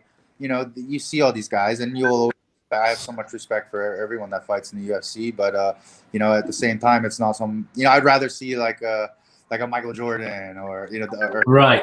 Aldo. Those guys, those are the guys that I watched as a kid and in other sports, and someone like George St. Pierre even. Those are athletes that I grew up watching. So now that I'm at this stage, it's kind of like I don't really get fanboyish for anybody, but I'm just ready to hopefully get those fanboys on my side. Yeah, exactly. I'm one of your fanboys now. There we go. So, I'm your biggest fanboy. I show everybody my my boxing fight where you're my corner man. Hey. And I see you like picking up my shit, like smirking as I'm like screaming to the crowd and stuff. People are like, who's that? I'm like, yeah, that's right. I got a UFC fighter carrying my bags now. There you go, bro. I'm still waiting for that check though. Yeah, yeah, exactly. Hey, it totally worked. We'll pay you in rumblers. Yeah. Yeah. Sasha, how you doing, mate? I'm JT. I'm talking to you from quarantine here in Hong Kong. I have a few questions for you, man. So we don't know a lot about your connection with Hong Kong and where you trained here, who you trained with. Could you talk to us about the genesis of your career here in Hong Kong? Where did you train? Who did you train with? So I was born and raised in Hong Kong. It was OG. Born and raised. That's home. I don't know anywhere else like I do Hong Kong. And I was a crazy kid, and my parents, they just couldn't really deal with all my energy, wanted to get me out of the house, so they put me in karate at a really young age. I was actually at a Goju-Kai karate studio that was based in Causeway Bay, and we go there 3 times a week, and I used to cry every single day because I didn't want to go, and it was really tough. Like, they were 60, 70 students in a class ranging from the age of 5 all the way up to like 70. Very strict kata form, and then they would do some form of sparring at the end. And I would just get beat up every day by older kids, and my parents didn't really care because I was just out of the house. So for about 2-3 years, I really just hated karate. And then as I got older and started to get a bit stronger and more confident, I started to enjoy it. And then from there, my family actually are very close with Alon Naglani, the Panther. He was originally brought to Hong Kong, and my dad actually was involved in helping him get his visa to be in Hong Kong. So we've always had a very close relationship, always been able to train at Impact, like, lifetime membership. And so I met Alon when I was 10, and I started training Muay Thai and strength and conditioning. He started to teach me, like, how to be an athlete and stuff like that. He taught me a lot. And, I never was at that time like, oh, I want to compete or I want to be a fighter or anything like that. I was playing rugby at the time with Bobo, and we were more into the rugby scene and football and stuff like that. And I just did it because I enjoyed it, and it was a summer thing that I could do in the off season. But I just always competed. I always liked it. So I was doing Muay Thai, competing in like inter-club. And then I got into the amateur boxing scene in Hong Kong, and that didn't take very long before I won my first title in Hong Kong. And then I never got any love from the Hong Kong Boxing Association, I guess because they didn't want any non-Chinese blood people representing Hong Kong in boxing, even though they had absolutely no one. And I smoked everybody. So I was like, why can't I just go and try out, but they wouldn't help me. So that's when I kind of was like, I went and played rugby professionally and was just kind of, I kept MMA and martial arts in my back mind. And then I moved to Canada to start university. And that's when I saw GSP win his first UFC title. And I was like, damn, like MMA is pretty big, and the UFC and all that. So that's when I really was like, man, I should try this. The ground was a whole new aspect to me, but striking I've been doing since I was 5, and it's something that I feel very comfortable doing, and I've been doing it a long time. And so I was like, man, I could do that. So went 6-0 as an amateur. And in Hong Kong, I was obviously going back and forth. So I trained when Epic opened. Epic MMA was big at the time when it opened in Hong Kong, and the likes of Alberto Mina, Vasily Kolossa, Tom's, like a bunch of very high level, martial artists were at this gym. So I was learning at the young age of like 20, 21, 22 from these guys. And at that time, MMA was still coming up. So I felt like I had a really good foundation at that time at Epic. And then I competed in Asia as an amateur and in the US. And I'd always been a huge fan of the Black Zillions, and I followed their gym and a lot of their fighters' careers through my teen years, and it was like a dream for me to go there and test myself. So I saved a bunch of money and packed my bags and just moved to Florida and showed up at the Black Zillions and was like, hey, like I want to see if I can hang with you guys, like if I'm good enough. This was my kind of test to see if I wanted to be a professional, if I could be a professional in combat sports. And I went there. It was a very tough training environment, but I held my own. I kept coming back every single day, and I started to get the better of other guys. And I was training with the current welterweight champ, and a bunch of guys that are now making a big showing in the UFC and in the world of combat sports. And I was there, 2015, 2016, 2017. So I got a solid foundation working out with the Black Zillions, and then coming back to Hong Kong, I was training in Thailand at Tiger Muay Thai, and then Hybrid opened in Hong Kong, offering me a job. So I obviously took that and thought it was a good opportunity to base myself in Hong Kong, have some support system, and then also compete. And it was at the beginning it was good, and then things started to change a little bit, and I just thought to myself it was too difficult. If I wanted to go to and accomplish the goals I wanted to accomplish, I had to invest myself 100% into my training, into the fight life. And so I saved money working with Hybrid, and that's when I decided like I have to go to Vegas and chase it. Like if this is the time, if there's any time, it's this time right now, and I can't turn my back. I'm not getting younger, so I have to make sure that I've gotten myself to where I am now, and I know I can challenge in the UFC. I just need one shot. So that's basically what made me move to Vegas, and here we are. So thank you for that. That's really interesting. Let's talk a little bit about your boxing in Hong Kong. You mentioned before that you didn't get the support from the the boxing confederation or the boxing federations in Hong Kong at amateur boxing. Do you feel that you would have had an opportunity to represent Hong Kong at amateur level, but didn't because you have Chinese? Did you have interactions with them, and what were the interactions? Yeah, I was very eager, and I wasn't asking them for financial support, anything like that. My family were backing me to go and compete. It was something that I really wanted to do, but they they weren't very communicative in response, and we needed their stamp of approval to represent. Anyway, they literally had to just stamp some paperwork and just say it was okay, and basically I could go and compete. They didn't have to spend any money on me. I just wanted to go and compete. And obviously for me to represent US would be impossible. For me to represent Russia would be impossible. The only country I could represent is where I was living and where I was competing, because I had an amateur boxing book from Hong Kong. So I was a teenager. Where was I possibly going to go and represent another country? So they really cut me off. And I told them I'd represented Hong Kong in rugby. And at the same time, they just weren't interested. And at the same time, my dad was talking to them, telling them that they had absolutely nobody to bring to competition for about, I think, 3 years straight. That's why Rexo went pro.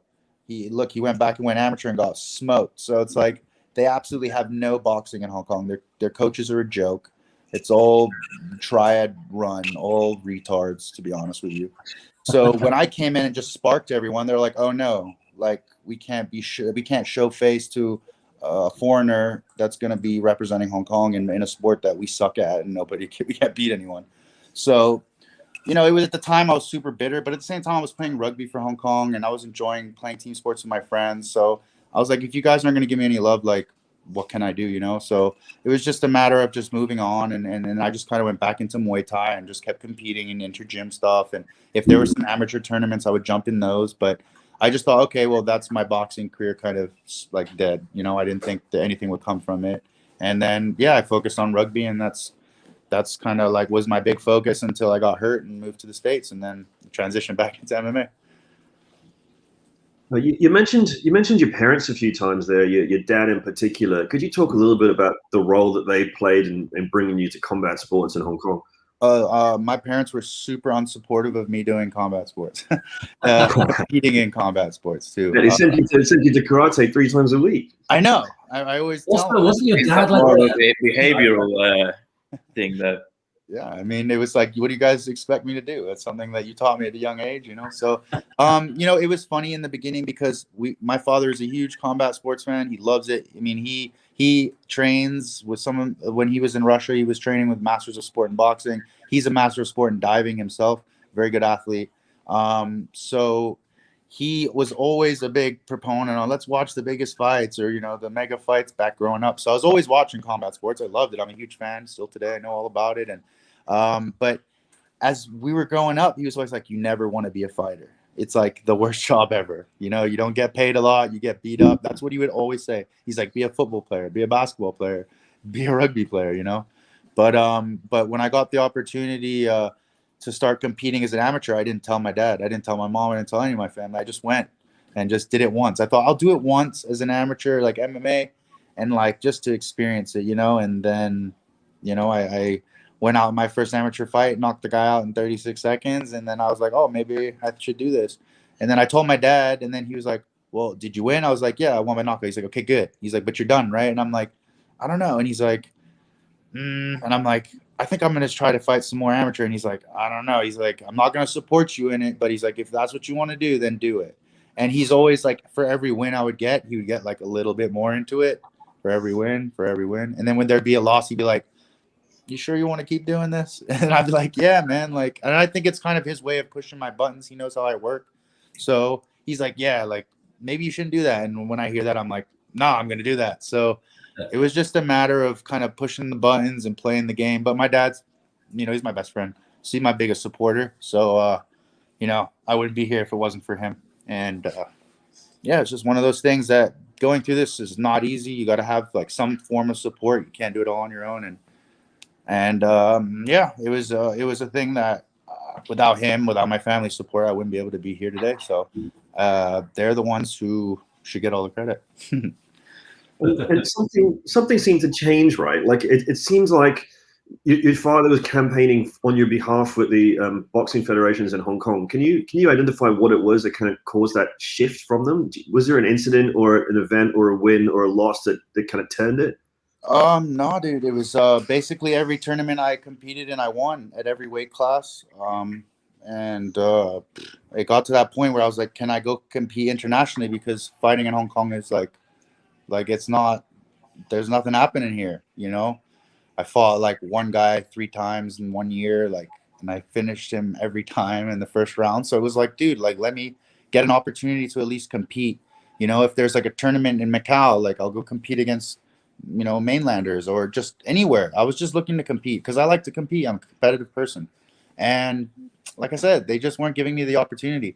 Like at the time I was playing rugby and I was at school. So if there was an opportunity for me to go and like, in the summer, because a lot of the big tournaments were over the summer and you'd have to have like proper boxing governance to give you permission to compete. You can't just show up and register. It's not like, all can just come, right? So we just needed a Hong Kong official to say he is representing Hong Kong. They didn't have to take a $1 out of their pocket. We would have paid flights. We would have paid everything. I just wanted to compete, and they just wouldn't let me, or they just for some reason didn't want me to. And like we weren't like, oh, making noise about it, but at the same time, we were just like, we don't understand it. And like I've heard, like I've had individual friends who have been in other sports who've kind of gone through the politics sometimes, and Hong Kong is such a unique place with people born in Hong Kong from all over the world. So I've definitely been on the political side of sport in Hong Kong, and it's been awful. I've had it in rugby, I've had it in football, basketball. Like it's endless, and for the stupidest stuff too. I'm sure Bobo can relate some of the stuff that he's seen that just doesn't make sense. But it was just one of those things that I just was kind of like, if you're not going to give me the opportunity, I'm not going to give you guys anything. So I never competed again in those tournaments. I never showed my face again. If I ever did see them, I would just ignore them. And now I hope they see where I am, because I genuinely feel like I could have done something in boxing. I really do. It's one of my strengths. And at that time, I wasn't even that good, like compared to what I am now. I didn't even have a coach. My dad coached me. I had a lot who was a Muay Thai guy. So we never really had proper boxing until I moved to Florida, and I was working down with some of the best Cuban boxers in Miami. So that's when I really was like, man, I really had potential in boxing, but we'll never know. And what about school? Like you said, you started boxing amateur level at school. Like, did you show up at school with black eyes and get sort of funny looks from other kids and teachers? Did you have kids that was teachers that were supporting you? I'll be honest with you, there's probably like one or two times ever I had a black eye as a teenager, and it was probably from rugby. But when I boxed and when I competed in martial arts in Hong Kong, I really didn't get touched a lot. And I don't mean that like I'm being cocky or anything. Or I've been in a lot of street fights. I've fought in a lot of places, and not necessarily the legal way, but I've always come out. I'm just very confident standing and striking people. It's just something I feel really good at. I have 2015 vision. I have better than 2020 vision. So I really feel like that's a positive for my fight game, because I can see things really well. I know where I can get hit, where I can't get hit. And it just, don't get me wrong, I get hit all the time. But if you hit me and it's 30%, but I hit you and it's 90%, and it keeps happening over and over again, you're going to go down. And that's just something that's always kind of worked for me. And I know how I can get out of not getting put away. I can get hit, but I know how to make sure that I don't get put away, and I think I've got a chin on me too. So it's just, going through school, rugby was more dangerous. I lost my front teeth playing rugby. I've had more injuries in rugby than I have in my whole combat sport career. Just from people hitting you without seeing it. And when you fight, you see everything in front of you, unless you get tired or you get hurt. But in all these other team sports, I would get hurt because people would like hit me from the side, or like someone would come and like slide tackle me from behind, and then all of a sudden, you're hurt. So for combat sports, I've been very lucky in terms of that, and I hope to keep it that way, because I want to have a long career in this sport. And I'm turning 32 on Monday, so I gotta keep. Damn, you're knocking on. I know, man. This shit caught it's like up. An old man in combat sports. Right? Mate, I'm in my prime, baby. I'm hitting my prime. I've still got another 3 more years. You see. So, wishing you a very happy birthday, mate, and a big birthday win for you in a couple of weeks. If we got some more time, let's talk a bit about your rugby career here in Hong Kong. You mentioned rugby a few times. Who did you play for, and how did you balance training between the rugby training you were doing and the boxing training you were doing as well? What was that all like? So my first ever team I played for was Stanley Fort. I was also 5 years old. I was at Bradbury School. And at that school, a lot of the kids and their parents were, Stanley Fort. So that's how I kind of migrated over there. But we lived in Happy Valley. So not long after, we transitioned to the football club the next year after. And I was a football club player all the way until I was 19.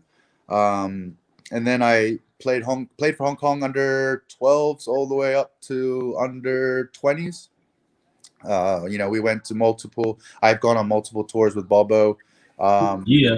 We've traveled around Asia competing, and that was actually some of the best times of my life, was traveling on rugby tour with these guys, because it was such a good time, and we were Taiwan good. was one of the greatest, I think. That was a special one.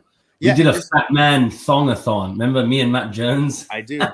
Silence. A man thong-a-thon. A Fat Man Thong-a-thon. So there was me and one of the props, Matt Jones, who's actually lost like 200 pounds now. He could not be a prop now. But we basically went out and bought thongs, and then we had to do, what did we have to do? We had to do like Rochambeau. We had to do. Oh yeah, we had to do a silent dance, interpretive dance off. So we had headphones, but none of the boys could hear the music we were dancing to. And then we had like Sasha and Brad Raper and Nuddle, I think, as the judges, and then all the boys watching. So we had to do. We were on stage, and we would do a full dance in just a thong, and then the boys would have to choose who the winner was. And then we did Rochambeau, and then we had to do the tunnel in our thong. Like, oh god, that was a crazy tour. How inventive were we at that age? Jesus, we were good, huh? So Sasha, when you said you're traveling Asia competing, that's what you mean, the thong. I mean, dude, like getting to travel, you stay in beautiful hotels, you get to see a new city, you get to play against whoever they are and beat the shit out of them, and they used to treat us like kings wherever we went as well. Like we were like the Taiwanese like rugby union would meet us at the airport, and we would get like a full blown like welcome. They would take us out for dinner and stuff. Like we got treated really well. It was awesome. And being from the Hong Kong FA, I mean, I remember going and competing in Brunei, and we show up there and the conditions are, let's just say, third world. And the Hong Kong Reunion is just like, this is unacceptable. So they just go and get a 5-star hotel and put us in there. So every other team in the tournament fucking hates us because like we're just like balling out. And just fancy rich white kids from Hong Kong, like, yeah, we're gonna go stay in this hotel. And then we fucked everybody up, you know, as well on top of that. So they're just like, what the fuck? Yeah, and we'd whoop their ass too. Yeah, but it was good, man. Like that whole experience playing rugby, the professionalism that we learned at such a young age was, I think, so good, at least for me, going forward, because I've been in a high level athlete from a young age, at least up until this point, and the information and knowledge that I've gained throughout that, I think is just instrumental, bro, because some of the fighters I meet today, they don't even have any idea what is going on with their diet, with their nutrition. They have to be told what to do, but being able to kind of, make my path the safest way possible, and being able to read and educate myself throughout this whole process as a professional has been huge. And I will give credit to Hong Kong Rugby Union for teaching us that at an early age. 13, 14 years old, we were acting like professional athletes, and when you are ingrained in that at a young age, something that will stick with you. Well, I don't know if you know much about what's going on in Hong Kong this week in particular, but there was an outbreak of COVID cases at a strongman gym in Sai Pun called Ursus, and there's a whole bunch of like athletes caught up in that, myself included, not being an athlete but being caught up in that. So myself, James, and Mikey from Fanatics, the awesome MMA app that you got to check out. We're Bay out near Disneyland, and we're here for 14 days in this like little shitbox of a place. Yeah, so you're bringing us a good lift today, just hearing some of the successes of what I would consider to be one of our Hong Kong people. So big love to you, man. I'm not sure if you've seen the other things that are happening, but there's 39 Hong Kong Football Club rugby players that are heading in here right now into quarantine. Oh, no way, really? I can only gather that there's been one or two. That the health department is really, I guess, quite aggressive in their quest to like quash this particular outbreak. So 39 football club players are headed over here right now, and 25 Sandy Bay players. Mate, there's football club. It's all about Sandy Bay, but then Sandy Bay's buggered as well. Shit. Yeah, they're on their way here, man. Are you, Sasha, are you in touch with many of your old rugby mates? Are you in touch with many of your old mates from Hong Kong in general? Are you in touch with the old sort of trainers and Alan and Vusi and those guys? Yeah, I mean, definitely talk to, the guys back home, kids that I grew up with, people that Bobo and I grew up with. We check in. I check in here and there, but I have like a small group of guys that I, went to school with that I'm close with. We check in here and there. Alan, we speak like before fights sometimes, and I have a couple trainers that I talk to. But yeah, man, like obviously with the time difference and just training and my schedule, it's a little bit harder to be as communicative to everybody. But I try to chime in, wish happy birthdays, just let people know that I'm all good. But I just want to come home. I just don't want to sit in a fucking hotel for 3 weeks, So yeah. If that wasn't the case, I would have come home straight after the fight. That's what I was hoping to do. But come back, spend a bit of time, see everybody, because it'd been a year. But once that quarantine lifts, then I'm definitely gonna come back. We'll get to see everybody and hang out. I would like to run a seminar. I'd like to do some stuff like that. I'd like to give back. I wanna run some stuff, some free shit, clinics, whatever. Just get the young kids up and comers. You know, that'd be something cool that I would like to do in Hong Kong. So once that quarantine's lifted, I'll be back. Hopefully, can get something going. I'll come and spar with you, bro. You can knock me out for a bit of content. Here we go, boys. Yeah. Oh, well, we covered this, mate. He carries you back. I don't need to give you any added CTE, dog. You're good. Yeah. You don't need that. You got a baby, dog. You got to look after that. Yeah, I know. Literally, I can't believe I'm actually managed that this conversation compared to a year ago would be very different. I'm only one rumbler down, for God's sake. I mean, come on, it's 10:30 on a Sunday. There we go. I was hoping Bobo might challenge you to a rumbler today. I'll leave that up to Bobo. No, I think, what's the deal now, Sasha, with your fights? Like, I mean, we've had a few nights out together. What's the deal with your boozing and stuff? Like, when do you? I don't drink alcohol at all, really. I mean, I've never been a big drinker, even when we were young. Like, I'll be honest, I just don't like the taste. I'd rather have like a chocolate milk or a soda. Like, that's just me personally. Chocolate milk, that's the most Hong Kong kid thing I've ever heard. Like a chocolate milk and a mammy noodle. Fucking lemon tea, dog, all day. Vita lemon tea, you know. Yeah. But, hell yeah. But I'm a big weed smoker. I've been smoking for 12 years. You know, but I'm very controlled with that.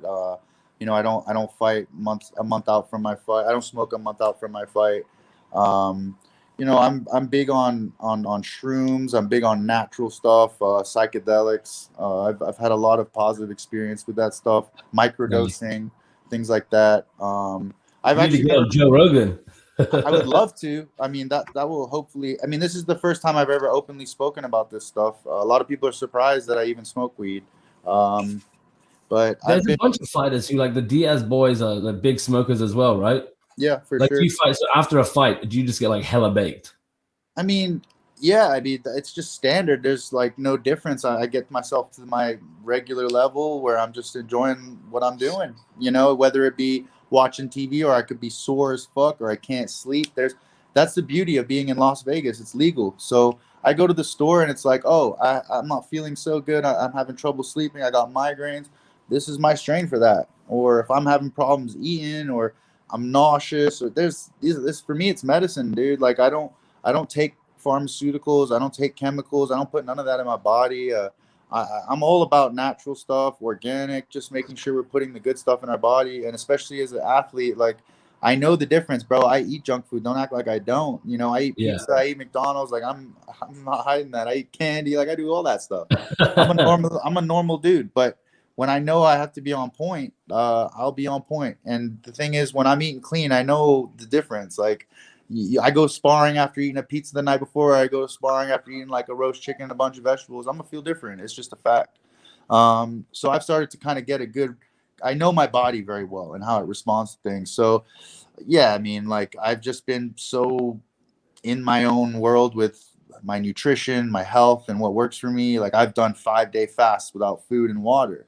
I've done I've done lots of things like that most people would not really think of doing or think is capable of doing, but they're very beneficial with just a little bit of research, you know. And I've had injuries heal just on stuff like that. So, you know, there's a lot of stuff that people don't know about that they can find out a lot about. Psychedelics, you're going to see, is going to be the future in the sport for CTE, for brain health. That there's a lot of studies out now that are showing that, you know, psilocybin and magic mushrooms have a very positive effect in healing brain tissue and reconnecting neurons in the brain. So these are all things that the UFC, NFL are now currently studying, and they're soon going to be releasing supplements that, you know, that were considered illegal, right? So this is all stuff that's like evolving in the future of combat sport. You're going to see more CBD, which we are seeing a lot of, and a lot of these products that are infused. And I'm telling you, the science is there, the results are there.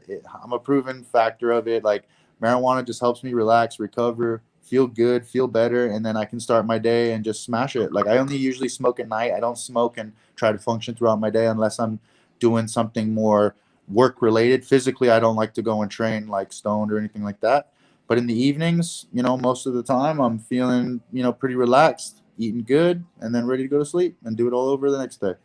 you know. And I'm not saying like if I was a doctor or a surgeon, I'd be smoking. It's just for my sport, for my field, it really helps for me to just relax, take my mind away from it, because I'm every day getting punched and kicked by human beings, and it's a weird job. It's a weird job when you think about it, but it's what I enjoy doing. So if I can find the things that are going to help me survive in that job field for as long as possible, I'll continue to do it. Yeah, there you go. Oh, look, we just got a question in from old Unacceptable Chadri. Who is your dream opponent? Like, you could pick one guy in the UFC. Who would you fight? Whoever has the belt. Oh yeah. Oh, just straight fucking. You want that gold no matter what.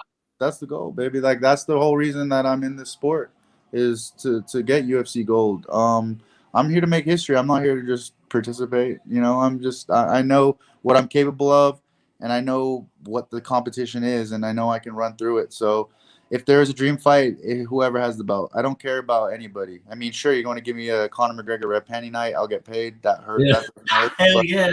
But it's not a dream fight. I don't have like a dream opponent in my mind or anything of that nature. I just want to fight, and I just want to fight the best, and I just want to win the belt. That's it. You just mentioned obviously the belt. You were actually the AFC middleweight champion, right? Yep. What was the deal with that when you signed for the UFC? Were they like pissed off that? I mean, obviously you just have to give the belt back, I guess, and they vacate it, or like what's the deal with that? Yeah, no, basically, no, they were very, no, they loved that. They were very appreciative of. Were they just happy that one of their guys? What's up, peeps? What's up, Hospital Max? Yeah, yeah. Hey, dude, Sasha, mate. Listen, so I've been listening, but yeah, I thought I'd tag in. Mate, I'm super interested. I mean, not only in mushrooms, but but also in the fasting element. So I've been experimenting quite a lot with extended fasts and been in and out of ketosis as well. I'd be super interested to hear a bit more about like your experiences with fasting for, I mean, injury recovery or like any other benefits you're getting out of it. Like, you know, I've just been following a lot of the literature and things around it, but it's you've got so much more that it can impact when you're doing it. I'm just sort of doing it for sort of more long-term incremental health benefits, which is the main benefit of it. You know, fasting, we as humans eat too much. That's a fact. It's a money business. Yeah. So they're going to promote the hell breakfast, lunch, and dinner. But the reality is you should just eat when you're hungry. And it's all relative to your activity level. As an athlete, I don't advise fasting because you need to get energy to be able to do what we do. But when you're stagnant, when you're working in an office or you're not so physically active, in reality, fasting can be something that you can do, and it can actually help you in so many ways. A lot of people complain about energy. You know, the foods that we eat, you know, processed foods are always going to, you know, fog the brain and just make your body have to work more than it has to. But when you start fasting, and I'm sure you've experienced it, you felt a clean energy where your brain is just functioning at a level the whole consistency of the day, where you don't have like a crash where you're like, oh, I'm feeling tired or lethargic or lazy. I would get into some fasting states where, you know, I would feel incredible. I would go and train. I would go and spar, and I was following a diet. It's called the Warrior Diet. You can Google it. And basically you just eat, it's like intermittent fasting, but you eat as much as you want from like a 4-hour window. So usually it would be like like 7 to 11 or like 6 to 10. And I would eat like 3 meals in that time frame. But outside of that, I wouldn't eat anything. And I was getting really good benefits from it. I was getting super lean. I wasn't having to do a whole lot of like exercise to get like a lot of benefits from you know, the fat loss and the burn. And I was like vascular. I was very lean, and my energy was just very consistent. Like I could sit on a computer for 8 hours and just not fade away or get distracted. I could really lock in, and I found that was, you know, something that was really really beneficial with fasting. And I've had injuries heal.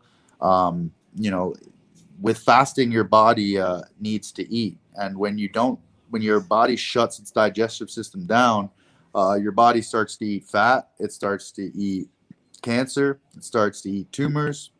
It starts to eat inflammation. all the factors that lead to death and problems down the road in your body are actually becoming food by your own body, which is kind of a crazy concept. Yeah, I was very taken with this idea that digestion is like a discrete metabolic process, and that, you know, we've gotten into this habit of just eating consistently throughout the day, but that actually there's a lot of other stuff that shuts down in your body in order to process the fuel that you put in it, and that your body actually does this kind of big, like, let's focus on you know, taking all this food and digesting it and metabolizing it, you know, and sending it to the liver and so on and so forth. And the fact that we keep restarting the process throughout the day, like, inhibits all these other processes like autophagy and mitophagy and all this stuff that I think autophagy is the process of replacing dead or damaged cells, and mitophagy is for the mitochondria. So that's what sort of, you know, when that, you know, the sort of the logical thing really clicked for me. But so I stopped eating breakfast a little while ago because, you know, you just get up and you think you had to eat, you may be a little bit hungry, but after not very long time, I don't get hungry in the mornings now. And also, like, I don't have to like fight for like an hour after I've eaten to sort of get myself going. You know, in the morning, I find like I function super well until lunchtime, and even then, like, after lunch, I do get a bit of a dip. Have you ever sort of worked with ketosis? I'm familiar with it. You know, ketosis is something that a lot of CrossFit guys like to do. I find they're very, very, it's a very common practice with them, but paleo, ketosis, all that stuff, you know, I read about it, I thought about it, but I've personally never done it. I've had people tell me that it's very difficult to really achieve like pure ketosis and stuff like that, and all this stuff. It's not that bad. You have to be a little bit disciplined, but you're a disciplined dude anyway, right? Like, it's actually not that bad. And the funny thing is, like, I mean, don't take my word for it, because, you know, I'm not an athlete like Jiten is. But the one thing, so one of the boys who used to live out here, a guy called Pete Robinson, and another 3 guys. Yeah, we used to play rugby with you. Oh yeah, Pete. You know Pete. Yep. You know, he smashed the Atlantic rowing record. You know, he rowed the Atlantic with 3 other guys. Mate, he absolutely dominated. They called themselves the 4 oarsmen, but they claim that the same key Pete that boxed.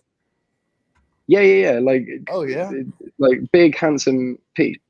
They claim that the reason they smashed, I think it was James Cracknell's record, who's like, you know, 3-time Olympic gold medalist, right? The 4 of them smashed the Atlantic rowing record, and they claim it, one of the major reasons because they were in ketosis all the way.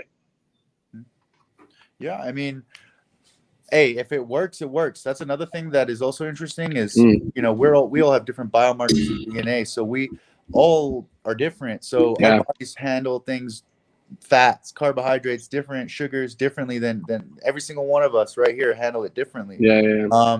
And the beauty of it is you can go and get your DNA, you know, checked out, and it'll kind of tell you how your body handles certain things. It's, I don't know, like maybe $1,000 Hong Kong. And it's interesting information, because I took that information with me to the PI, and like, I'm telling you, the PI it's a science lab out there. So they hooked me up. I bet it is. Yeah, they told me exactly everything that you would want to really know. But, you know, was there anything surprising there for you? I mean, I found out that my resting metabolic rate, I burn like 4,100 calories if I was just to lay in bed and do absolutely nothing. What? Yeah. So like, I have you're one of those natural shredders. What a dick. Yeah. Yeah. Right. But I mean, you know why I think it was? If you guys don't know this, but Bobo does. When I was playing college football, I was like 200. I was like 120 kilos. Yeah, I was a big fella, and obviously, holy shit, I was eating like 8,000 calories a day, 8,000 calories a day, like just craziness. And I think because of that, being so big, and then eventually making my way back down to this weight, my I guess you could say natural weight, fighting weight. All of a sudden, my metabolism was just insane, and like people were like, "There's no way you could make 170." And like I don't really cut weight. Like I'm eating meals fight week. I'm like drinking. I'm happy. Like I don't struggle to make 170. That's why people were like, maybe you can make 155. I was like, nah, I don't want to struggle. You know, I want to feel good when I fight. Interesting. But you know, it's just what do you walk around at, Sasha? like 195. I'm like right now I'm like 191. And I've just started to kind of slightly cut weight this week, like start to like alter my diet. I was just eating whatever eat whatever. Like I eat clean, but like I can eat a pizza, I can eat a burger, you know what I mean? Like I can do all of that if I really wanted to. You know, it's just one of those things. It's just been a blessing for me in my career where I can just burn fat and just sweat it out like crazy and then just make the weight and feel good while doing it.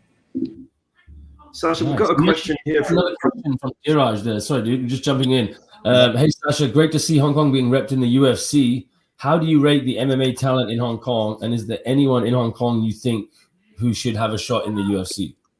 Yeah, definitely. There's a couple people. Ramona Pascal, she's another women's MMA fighter based out of Hong Kong. She's here in Vegas, actually. She just arrived, let's say maybe a couple weeks ago. She's training out of Syndicate and Extreme, so she's come by. She's definitely one who I think will be in the UFC probably next, representing out of Hong Kong. And my old, I guess you can say, teammate and workmate, Andy Tang. He's currently in Shanghai at the UFC Performance Institute.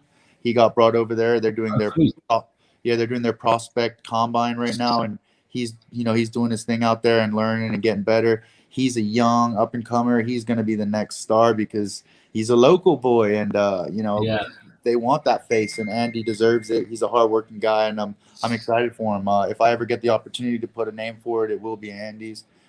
He's a hardworking kid, and he deserves it. So he'll be the next guy. I think Andy Tang, the next face of Hong Kong MMA. I would safely say, and I hope there's more. I hope there's more kids coming up. People are motivated and training in Hong Kong. I know it's hard now with COVID and all the lockdowns, but you can always find a way to train and keep working. So stay motivated, youngsters, and hopefully I'll come back and guide you, and then we'll see where we say Sasha. But yeah. So speaking of Hong Kong MMA, like we all saw your first fight. You had as Bob mentioned, like a big audience here for people up early and with real pride. We saw you walk out, and we saw how they have on the screen. There's like a name with a flag, and they're like fighting out of country and stuff like that. And we saw a China flag on there, and you'd have seen that. And can you talk us through a little bit what your experience was seeing a China flag on there? How did you react? And what was the mouthpiece of the Hong Kong flag? Was that a statement of some kind? Yeah, I mean, so when I signed with UFC, my manager was like, okay, who do you want to represent? And I'm like, well, Hong Kong. And he's like, okay. So they put that forward, and the UFC came back and they said, based on, so from what I understand, they have like a conduct of policy that is in regards to flags, and it's not necessarily the IOC's like print model. It's kind of changed, I guess. But basically they were saying that Hong Kong is not a country, and it is a city of China. So based on that, they would say I'd have to wear or China kit, because they make every kit based on your country. Right. So I told them, I said, I'm not Chinese. I've never lived in the mainland China. I don't speak the language. I don't associate myself at all to mainland China. I was born and raised in Hong Kong. I've represented Hong Kong internationally. I have friends who've represented Hong Kong in the Olympics. We have been allowed to fly our flag. We have been allowed to wear our uniform. Why can I not wear it here? And it's political. Investors from mainland China are very heavily invested in the company. And I have to make a statement. I have to become a name, and I will demand that when that happens. And then we'll see what happens from there. But right now, I stay under the radar. I don't want to make too much noise about it. I'll go out, do what I do. You had your gum shield. If you know, you know. Yeah. I mean, that's the only way. I mean, I have to represent. What is this? You know what I mean? Like, I have to. Yeah. I thought that was. who am I? I have to have identity. I have to be born from somewhere. They can't hide the fact. Like it'd be lying otherwise. So Yeah. it doesn't make sense for them to hide me, hide where I'm from. It doesn't. And who's gonna get offended? It's not gonna offend anyone. Like I don't get it. It's where I'm from, dog. Like Exactly. It's almost more offensive to not let you do it. Like that's what I'm saying. And so like it pissed me off. Like when I first heard about it, and I was like, that's fucking bullshit because that was a big goal of mine. It was always to fly. I have a Hong Kong flag that I want to walk out to on my shoulders. But yeah, they prevented me and they said, no, you can't do that. So when the UFC, I'm not going to make a fit. I just came in. Nobody knows me. I don't want to complain and then get cut for that, you know? So yeah. Just be a yes man and just make my way up. Once I'm able to, you know, knock off a couple more of these guys, I'm going to start, you know, asking for things. We're going to renegotiate our contract. And after I finish out this contract, and that's when that's going to come up. And if they feel like I'm a worthy individual for this company or they see some promise in me, then maybe it's something that I can negotiate and make happen. But unfortunately, right now, the world we live in is so crazy and everyone's offended and everyone gets hurt over everything. So at the end of the day, I'm doing what I enjoy to do. And the people who know and the people that need to know will know and we'll find out eventually. And it's kind of cool in a way because they're trying to make it like low key, but at the same time, everyone's just like, that's just dumb. But at the same time, it's like, okay, we can support it, you know? And like, bro, after my fight, I would Google my name, like, you know, and just see the Reddit and like the comments and just want to read about it. And people were like, oh, what's the chances he comes out with a Hong Kong flag and they freaking abduct him, like the mainland abduct him and take him back, you know, like they're just you know, they're hilarious. They're just like us. They read the news just like us. They're familiar with what's going on. You know, free Hong Kong, all that stuff is lit on there. So, you know, if I can be a representative of that, whatever, like I will be, but I just want to represent where I'm from. That's it. So hopefully I think part of the challenge here, it was in the immediate aftermath of the Daryl Morey Houston Rockets fiasco, right? I don't know if you followed that story, but there was huge commercial fallout, and the NBA they wouldn't broadcast NBA games on CCTV in China and things like that, so it cost them a lot. Was there any fallout as a result of you wearing the flag in your mouthpiece? No, I mean, you did see how they quickly panned away from me when I showed it. Yeah.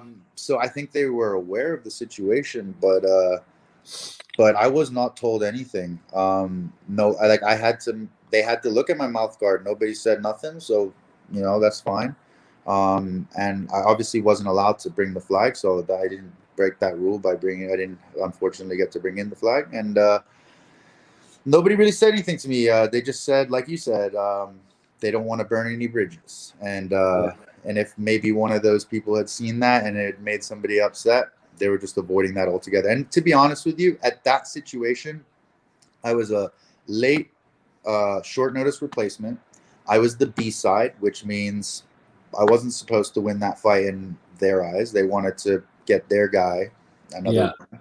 So that's how the whole situation is. And then who the fuck is this guy from Hong Kong? We don't give a fuck. He's just there. So and then you fucked him up.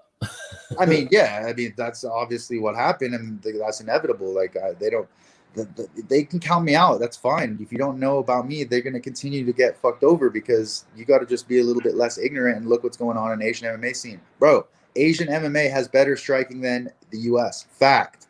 So motherfuckers are gonna get fucked up when we come out, and we're starting to come out. You see it.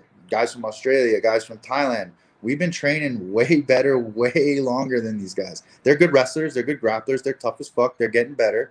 But, bro, let's be honest. Like, that Lewis Kosh guy could not hang with me. Like, and he should have been out in the first round.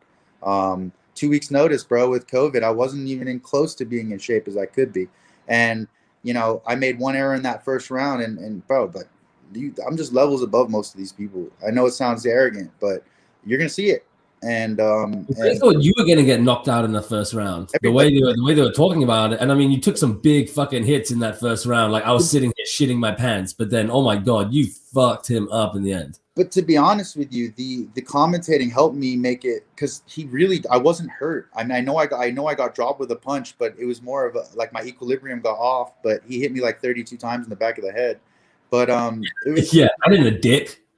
yeah, twice. But it was just one of those things where I was like, as soon as the fight started, I'd already seen like what was in front of me, and I knew how to solve it. And then I made that one stupid error when I went to go for that forward roll, and then that's what led to that calamity where it looked as if like I was on the verge of being finished. Like if the ref had stopped that fight, I would have been like, what the fuck? But the way that the judges and the commentators were talking about it was like, man, I was about to go, but I was just remember thinking, I got to get up, get away. I remember thinking I'm losing right now. I'm like, I got to get up and just back off and just keep using that jab. And bro, like, I mean, the dude had been in the UFC since September.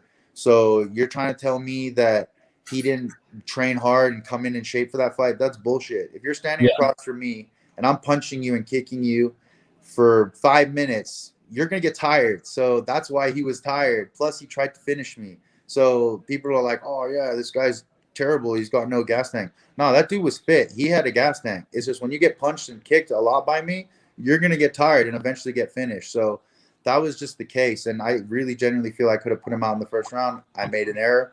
But I'm happy with how the fight went because it turned out being fight of the night of the event. People loved it. It was great. And 50 G's, baby. So, that was the perfect situation that could have happened. But I'm just excited because I just know where the level of people are and I know where I'm going to go. So I'm just excited. I'm excited for the journey. And, this has been a very long project. So now that I'm like at the beginning of starting the journey, it's exciting for me. It's something I've calculated in my head, thought about, processed over and over again. So to finally do it, it's pretty awesome. So I'm excited for April 10. The guy you're fighting, right? He is basically famous for getting that crazy fucking KO. He's the guy who got like the KO of the year, but the guy who actually got knocked out by it last year. Yeah, that crazy back spinning heel kick shit. Yeah. He is obviously going to be. He doesn't want to be known for that, right? I mean, your last finish was a fucking highlight finish. I mean, when I sent you that GIF, remember you just like King Konging that motherfucker? Like that was crazy. Do you think that the way he got knocked out is going to affect how he performs, or do you think he's just going to be training the exact same, or do you think that being the guy that got that KO is going to do something with his mentally? Do you think he'll prepare differently because of what happened, or do you think it's still everything is just go? Well, with Impa Kasanganai, let's just say he got knocked out. It was pretty savage, but he relocated camps. He moved his camp down to Florida at Sanford. I know the guys down there. So obviously he wanted a change of scenery, and on top of that, he's coming down a weight class to fight me. He's a 185er. He's never made 170 in his whole career as an amateur and as a pro. So for me, that smells like I'm not comfortable at 185. I feel like I have an advantage at 170. He's a really lean guy. He's super muscular. So I'm very interested to see how the cut goes for him, his weight cut. I know he hired a nutritionist, so he's obviously nervous about the challenge of making 170. The thing is with him, he's an athlete. He's an ex-football player, college football player, average. We probably played at a similar level, actually, in college. I also played at an average level. And then he transitioned into MMA after football because he's had some friends that started training. And long after that, he started fighting as an amateur and then went pro, and he's now 8-1. I don't see a fighter. I see a tough athlete. I see lots of holes in his striking. I see... that'd be awesome, actually. Bully beat down. But no, it's something that I see. I have my technique, my level, I think, is above his. But it's a fight. It doesn't matter. He's got serious power. He's very composed the way he fights. He's very calm. He's got good defense through the middle. But this is why I love this sport. It's a puzzle. I got to solve it. And hopefully when I solve it, it'll end with 50K in my bank account. So So it's just one of those things that I see a lot of things that I can be successful with in this fight, and but there's a lot of things I have to be very careful with. It's going to be a war. It's going to be a tough fight. The dude's tough. He's fights to decisions. That means he's got cardio. He's got plenty of 3 rounds, in him. I fought 5 rounds, so I think if one of us doesn't get finished, then it'll probably go to a decision. But I plan on going out there and just styling on him. I feel like that's what I'm going to be able to do. My footwork, my movement, my head movement. I just feel like I don't feel like I'm going to get hit. Don't get me wrong.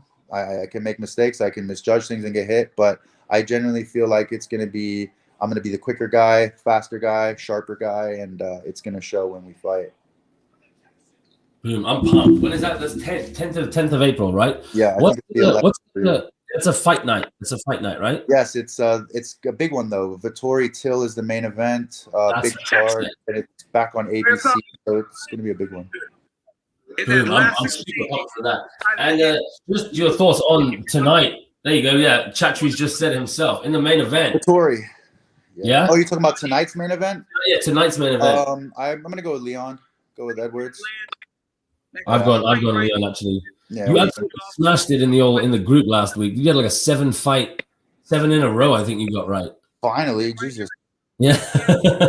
I've been a bit crap the start of the year, but I've been a little better last week, and this week I've done okay. There's a couple upsets here that kind of messed me over just now. I had Serkinov. He just got smoked. So yeah, that was crazy actually. Yeah, that was like 22 seconds or something. Yeah. So.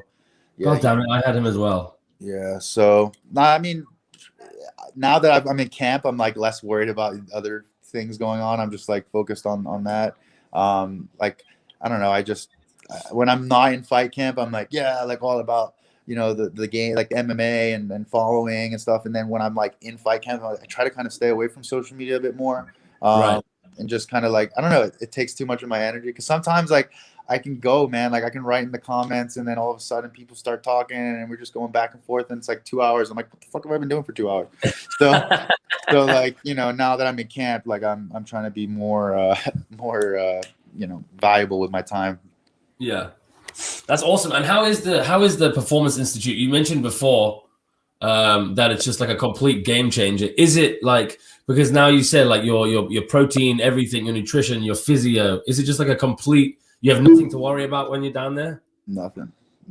That's it. It's like, I don't pay a dime. I save a ton of money. Like, I mean, you have to understand, like going throughout my career before this point, every physio was paid for, out of pocket. Every meal I paid for was out of pocket. All supplements out of pocket, gear, training stuff, all out of pocket. You gotta pay for that shit. And but being in the UFC now, it's like I just go to a building. I pick up my 3 meals. I got an injury, I'm sore, or I'm tight. I go there, they take care of me. If I want to do my strength and conditioning there, I can do it too. If I get hurt, they take care of me. If I need to train, I got a place to go train. There's a lot of things. If I need to go chill and relax, I can just go chill and relax, go sleep there if I wanted to. Just go like take a nap, just anything, go eat, go grab a drink, go have a coffee. Like it's one of those places. And it's a blessing. That's the whole point that the UFC wanted to give you that advantage as a UFC athlete, because they want the best for you when you go out there and fight. They want you to make weight. They want you to be in the best shape. They want you to be as strong and as powerful as possible. And the PI can elevate that extremely. It sounds exactly like Penny's Bay quarantine camp. Yeah. Definitely. In what way do you think a fight camp is different to Penny's Bay quarantine camp? I think where you're at right now, you're facing tougher opponents. You're not. They're going to be probably tasering you if you try to leave the building. So I don't have to face that. Fortunately, I just got like crazy people like Sean Strickland coming after me in sparring, but. But no, it's a pretty regular day. I wake up, I stretch, I have my coffee, I go to Syndicate. I usually get my pro practice in there, whether it be a wrestling day, sparring day, whatever day it is, and then I have strength and conditioning. in the evening, and then I'll probably, or like midday, and then I'll do like hit my pads with my pad man mat at the crib or at the park or wherever. You know, I always like to have different environments where I train, just to have a different look. I get kind of bored of seeing the same thing and the same people every day, so I try to mix it up. I like going to the mountains one day, and then we'll go to a park, and then we'll go to like the PI, you know. So it's always like just keeping it kind of fresh. And being in Nevada is awesome because you got really good altitude. You can go to the mountains and get up to 7,000 feet in 45-minute drive. So, you know, there's snow up there. It's like, it's crazy. So the environment of being in Vegas on top of the PI and everything is just perfect for my profession. Do you have any like, I know guys like Brock Lesnar do some crazy shit where they like tie trees to their back and run up a road. Do you have any weird ass training thing, or are you just like pretty by the book, or your basic gym work and your pads and stuff? Do you have anything insane that people would be like, what the fuck? Like, I mean, my strength and conditioning is definitely unique because my strength and conditioning coach, Lorenzo Pavlica, he's with his company's Primetime Performance One. I mean, the guy's a scientist. He knows exactly how to train fighters. You know, he's a very intelligent guy. So working with him I've worked with strength and conditioning coaches, multiple sports at very high levels, but you have to work with someone that understands your sport. I can sit and do bench press 20 times and do 20 pull-ups. Does not relate at all to my sport. I'm never going to have to bench press someone 20 times, and I never have to do a pull-up in a fight. It's just never going to happen. Yeah. So you have to train everything that is relative to the movements that you make in a fight. That is the common sense move right there. You're like, okay, that makes sense, right? You know, let's do what you do in a fight, but let's make you stronger, make you faster, make you move better. So it was a no-brainer. I'm not sure if you're familiar with Roxanne Modafferi. She's a UFC fighter, the Happy Warrior. She's someone that I met when I came out to Vegas, and I had my knee surgery. And when COVID hit, I wasn't sure how I would go about doing my rehab because I didn't have access to gym or anything like that. So I messaged Roxy and asked her to introduce me to Lorenzo. And in doing so, because Lorenzo has his own home gym, I don't know if you guys have seen some of my stories where I train out of. It's so that's his house, that's his backyard, and I got introduced to him. And, I got introduced to him, and you know, we hit it off, and he helped me get back on the road to recovery with the knee, and then surpass that with my strength and conditioning to get ready for my first fight in Dubai, and then secondly with my UFC debut. But you know, it was you know, getting ready for the debut. We went up to Mount Potosi, and you know, it was freaking snowing like crazy. Like, we were literally in Las Vegas. It was like normal day, like clear skies, like, and then we drove like 25 minutes, and it was like full on like pissing snow, and I was like, what the fuck? And he's like, all right, run up that mountain. I'm like, oh shit. Yeah, I'm like, okay. I was like wearing shorts and shit. I was not even properly dressed for this. I had like you know, shoes that have like holes in them, so my feet were wet like automatically. But I ran like it was a 5 mile up and 5 mile down. Oof, so, that sounds horrendous. Oh, it's horrendous. But bro, running in the snow is so much better than running in the heat. So that's at least my opinion. And I had COVID at the time, so my lungs were really clearing out from that. So I found when I got done running those mountains, I was in such good shape. And I don't know how many people are running those mountains, but that's one of my advantages is my cardio. I really truly believe when I get in my fights, I have good cardio. And you know, going on these like ultra runs and doing crazy stuff is kind of what Lorenzo's most well known for. Right. You know, he's coached like high school wrestling teams and baseball teams that I know the individuals personally that they tell me that he's a crazy guy, and you know, he puts them through some of the best workouts ever, and they were state champs, and they were absolute animals. So guy knows what he's doing, and I'm just excited to go out on April 10th because we've been together a year now, so we're just like leveling up all the time, and I'm just getting bigger, better, and stronger. When I showed up with the UFC, I was 10 pounds underweight for my weight class. They said I could gain 10 pounds of muscle. That's what they told me. So I told Lorenzo that, and he's like, let's fucking go. So that's what we've been doing. 10 pounds of muscle. Holy shit. Yeah. So that's, I mean, when I got into the UFC, I was hollow. Like, I was hollow. You know what I mean? Now I'm starting to fill out that hollowness. Like I feel really filled out. Like I feel light and explosive, but I'm heavier and stronger. So it's perfect. And when I get in there on April 10, I think it's going to show, because the way I move and the way I hit is just it's going to be a problem. I really truly believe it's going to be a problem for a lot of people, and I'm excited to do it. Dude, I'm so pumped for it. And like when you're walking out, because you used to go by the White Lotus. What do you have a new nickname? Do you have do you still go by that? What's the deal now? No, I mean, I kind of music and like, what's your tune as well? Is it always the same tune you come out to? What's your deal with that? I've had like a different song for every fight. Okay. It's just kind of like the mood I'm in. My last fight, I don't know if you guys even got to hear my walkout song. It was very like kind of different. The Heat Is On by yeah, we did see that. Dude, when you were walking off your last fight, I was literally losing my shit in my house. It was like 5 to 6 in the morning, and I was just like, I can't believe I'm awake, but like, yes. Yeah, man, it was cool. That was insane. Yeah, it was cool. I mean, like, for the music, it changes. The Heat Is On is I have a backstory to that. My dad, I don't know if you know this, but my dad was a world champion high diver. Yes, I did know that. And he used to perform at Ocean Park. So when I was growing up, Did he used to get set on fire? Yes. Yes. Oh my God. You remember the song? The Heat Is On. That was him jumping from Glenn Frey from Beverly Hills Cop. Pardon me? Glenn Frey from Beverly Hills Cop. That's a fucking great song. Yeah, dog. And so I was God, your dad was the fire guy. That's insane. I can't believe I didn't know that. I will send you the photo on WhatsApp after, okay? Like I have, it's from like 1995, Ocean Park, dog. Like that was him doing that. And I'm like, bro, the heat's on. I'm fucking making my UFC debut. What a sick song, you know? So I was like, that's for my dad, you know? So, but I don't know what my next song is. I'm still thinking about it. I have a couple ideas, but yeah. And what's the deal with your nickname? Do you automatically get a nickname? And also, what was it like standing in the octagon with Bruce Buffer announcing your name? Was that like boom? It was cool to like fist bump him, you know, like that was always like something I visualized doing, so it was like very natural. Yeah, I mean the nickname, I think I changed it just for kind of like I don't want to offend any snowflakes.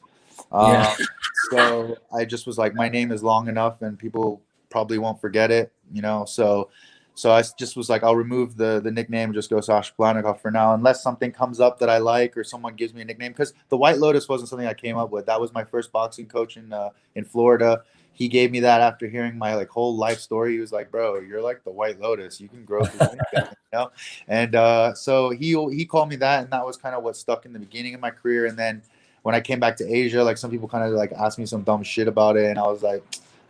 And if I have to go and like fight at a bigger level, I don't want to have, like I said, snowflakes being butthurt over something that doesn't even make sense.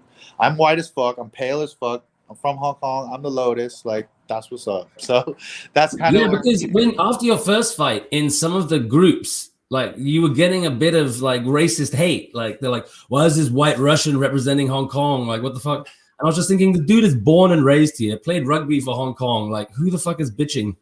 Why aren't people just proud that the white guy from Hong Kong is representing? Like, well, yeah, they're like, oh, where's the Chinese guy then? And I'm like, whoa, yeah, Chinese guy has his chance. He just doesn't fucking want to work. That's it. Like, what? Yeah, that blew my mind. Why does it matter? Like, about that? Say that again. I don't know who would be pissed off. Like, surely you'd just be pumped that someone's representing Hong Kong. I mean, that's badass. That's what you hope for, but unfortunately, there are a lot of haters in this world, and I mean, it's at the end of the day, if they're not successful and they see people being successful, they'll find hate. You know, I've had that my whole life. You know, even through rugby, dude. Like when I was going through, like, because we were a bunch of white guys playing rugby for Hong Kong, and when we go on tour, they're like, none of you are Chinese. And we're like, actually, there's a couple. There's a couple. We have some. Yeah, we have Legion and Benny Mac. We have tokens. Don't worry. But yeah, I mean, it's just like it's ignorance, and like what people don't know or understand, they will immediately take as a threat. So that's another thing that I really appreciate being on this platform is I can educate. A lot of people don't know about Hong Kong. Most people I talk to in America, I say I'm from Hong Kong, they're like, oh, is that like next to Japan? And I'm like, You know, like how much retarded shit can you go over without being able to say, look, man, I want to educate people, then let them know that this is where Hong Kong is. This is a place that has international people from all over the world. And instead of just people asking if you eat rice, and you're like, yeah, no shit. Do you? Like, yeah, I mean, it's just like that atypical stereotype, like, oh, like are there car crashes all the time there? And I'm like, you know, it's just like the dumbest shit. And I'm like, bro, like if you just kind of ignore the ignorance you have and just open your mind a little bit and just see like what you see in your backyard in maybe Vegas or Mississippi or Alabama, you're getting all over the world. It's just people are culturally a little different, and if you have a little bit of information and knowledge, it'll help a lot.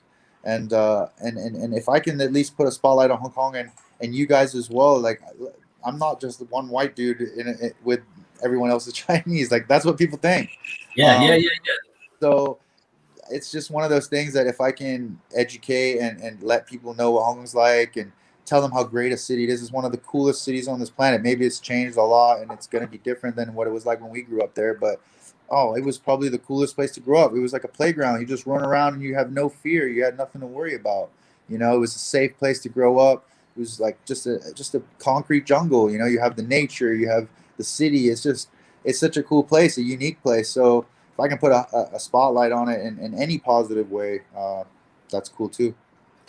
What are some of the probably at the minute for sure the biggest athlete in Hong Kong at the minute representing, which is epic. Say that again. I kind of missed it. What you said? I said you're basically the biggest athlete coming out of Hong Kong right now. I mean, like you're in the UFC, you're representing. You're out there. I mean, especially at the minute there's basically no sport going on. So to have someone like you out there in the UFC and you're pretty active on your social media and shit, like I think it's only going to get bigger for you, especially over here. You're going to end up like when you get off the plane, there's going to be everyone, oh my God. I wish, dog. I doubt it. Bro, I mean, I wish I got a little bit more recognition. Obviously, like the expat community is big and involved in my support system. And you know, like the SCMP have backed me from day one. And but I really would love some local love, man. Like, you know, something like Apple Daily or something, you know, something sports related from the locals would be awesome, because I mean, look, they're always going to have that. They're always going to be like, he's not Chinese, you know, but it doesn't matter. Like I grew up, like I went to. You're old school. You're an OG, man. I mean, born and raised. What more can you want? I was born in Matilda Hospital, dog. Like, you know, like I didn't choose that. So, you know, I wish, I mean, again, it's just my first fight, and you know, Hong Kong, they only like success.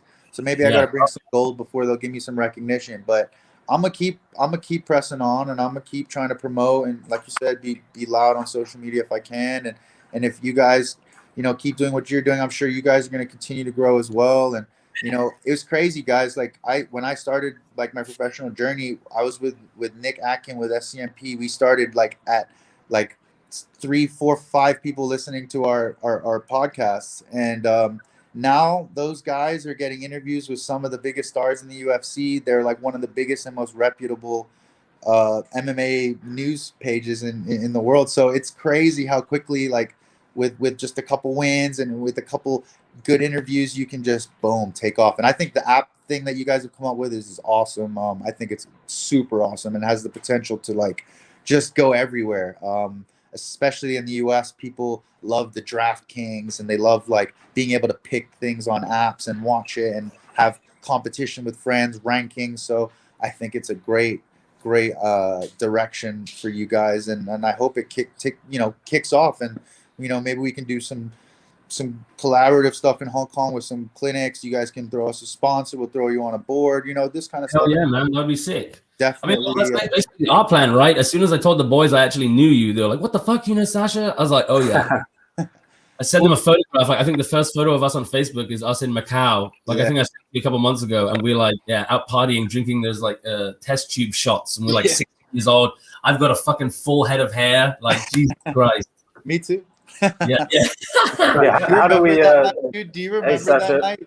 Bobo? I remember that night. I remember how that night ended. Yeah. That was We're hilarious. going to come back to that story in just 1 second, but just to draw your attention to the fights right now, we got Leon Edwards walking out now. Sasha, this is your weight class, right? So break down this fight for us. What's going to happen? What are each of their paths to victory? So Leon, he's well-rounded, man. He's got good hands. He's got good wrestling. He's long, very thin in the waist.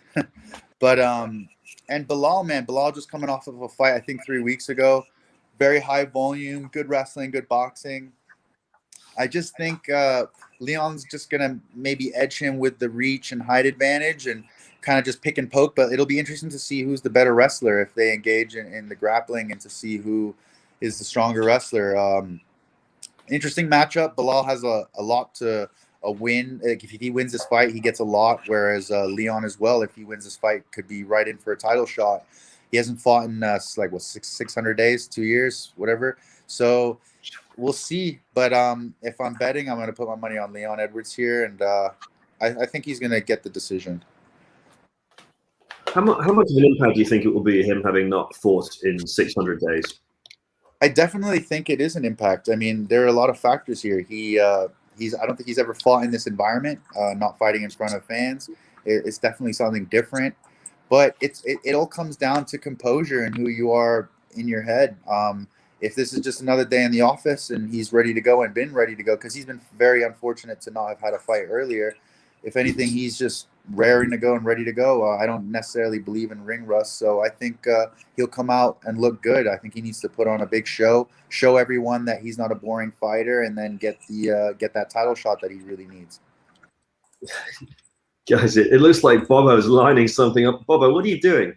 So, Sasha, you know about my rumblers, right? So at the end of each UFC pay-per-view, whoever's bottom of the list between me, Mikey, and James has to do a glovey, which is a rumbler out of a boxing glove. So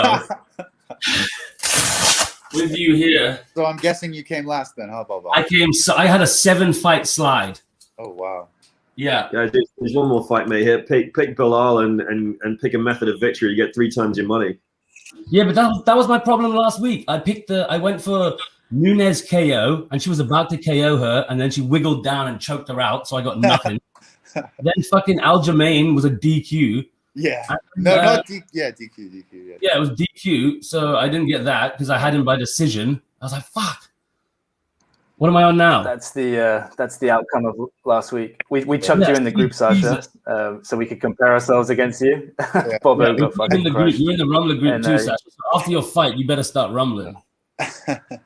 But right now, I will do it with you here. So, over here. I see. I like the innovation here from a shoey. Now you got a glovey. Yeah. All right. We like to mix things up, you know. Yeah.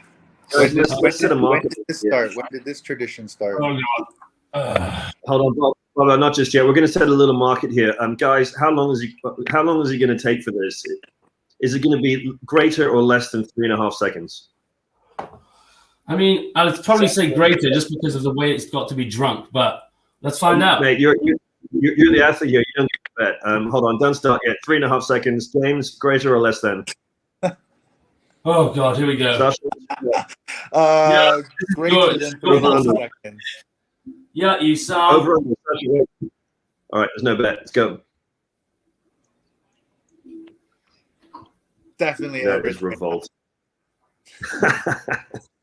Was he always that slow? How much beer did you put in that? Is that a 16-ounce glove? Jesus. Oh, done. Oh, that's fucking horrible. That's a used glove. That's from training as well. Oh, God. Oh, yummy. James, you missed it, but it was comfortably over. Oh. There you go.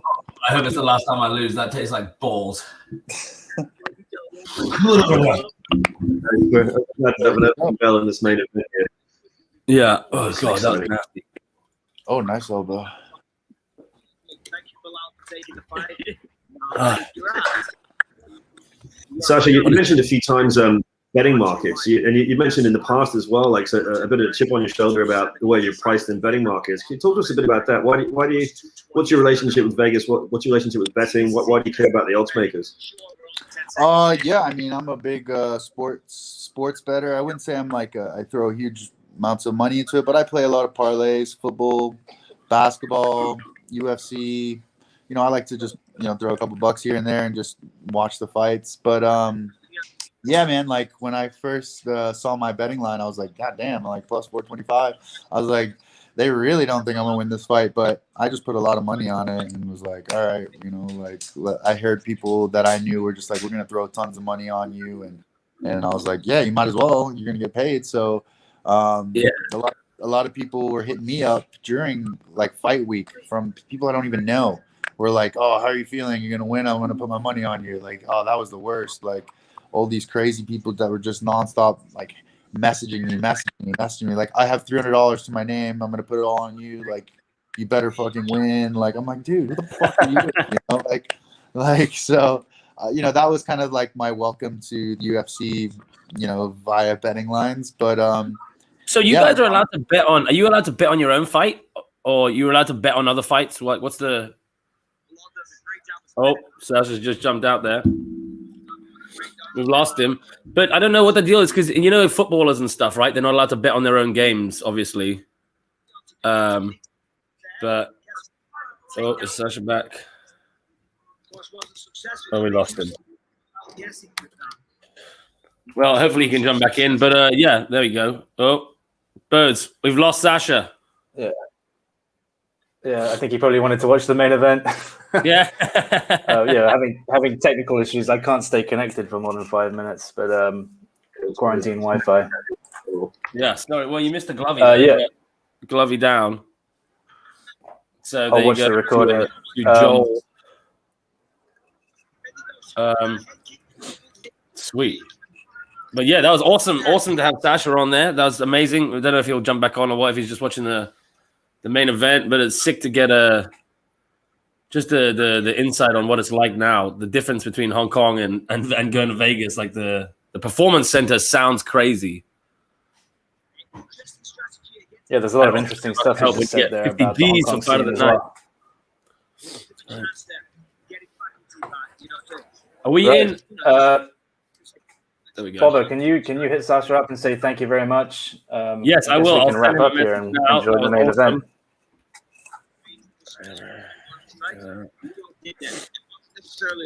You guys, I'm gonna drop off as well because my Wi-Fi is really spotty, and I'm gonna watch this fight.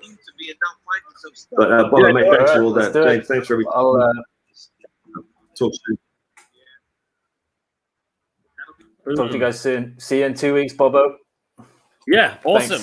Enjoy the fight. Thank you, Sasha, for jumping on. Hopefully we can speak to him again soon, and we'll definitely, obviously, be watching live for his fight on April 10th. But yeah, good sesh. Enjoy the main event. Catch you guys soon. Peace. I'm cut. See you, man. Bye. Bye. Peace.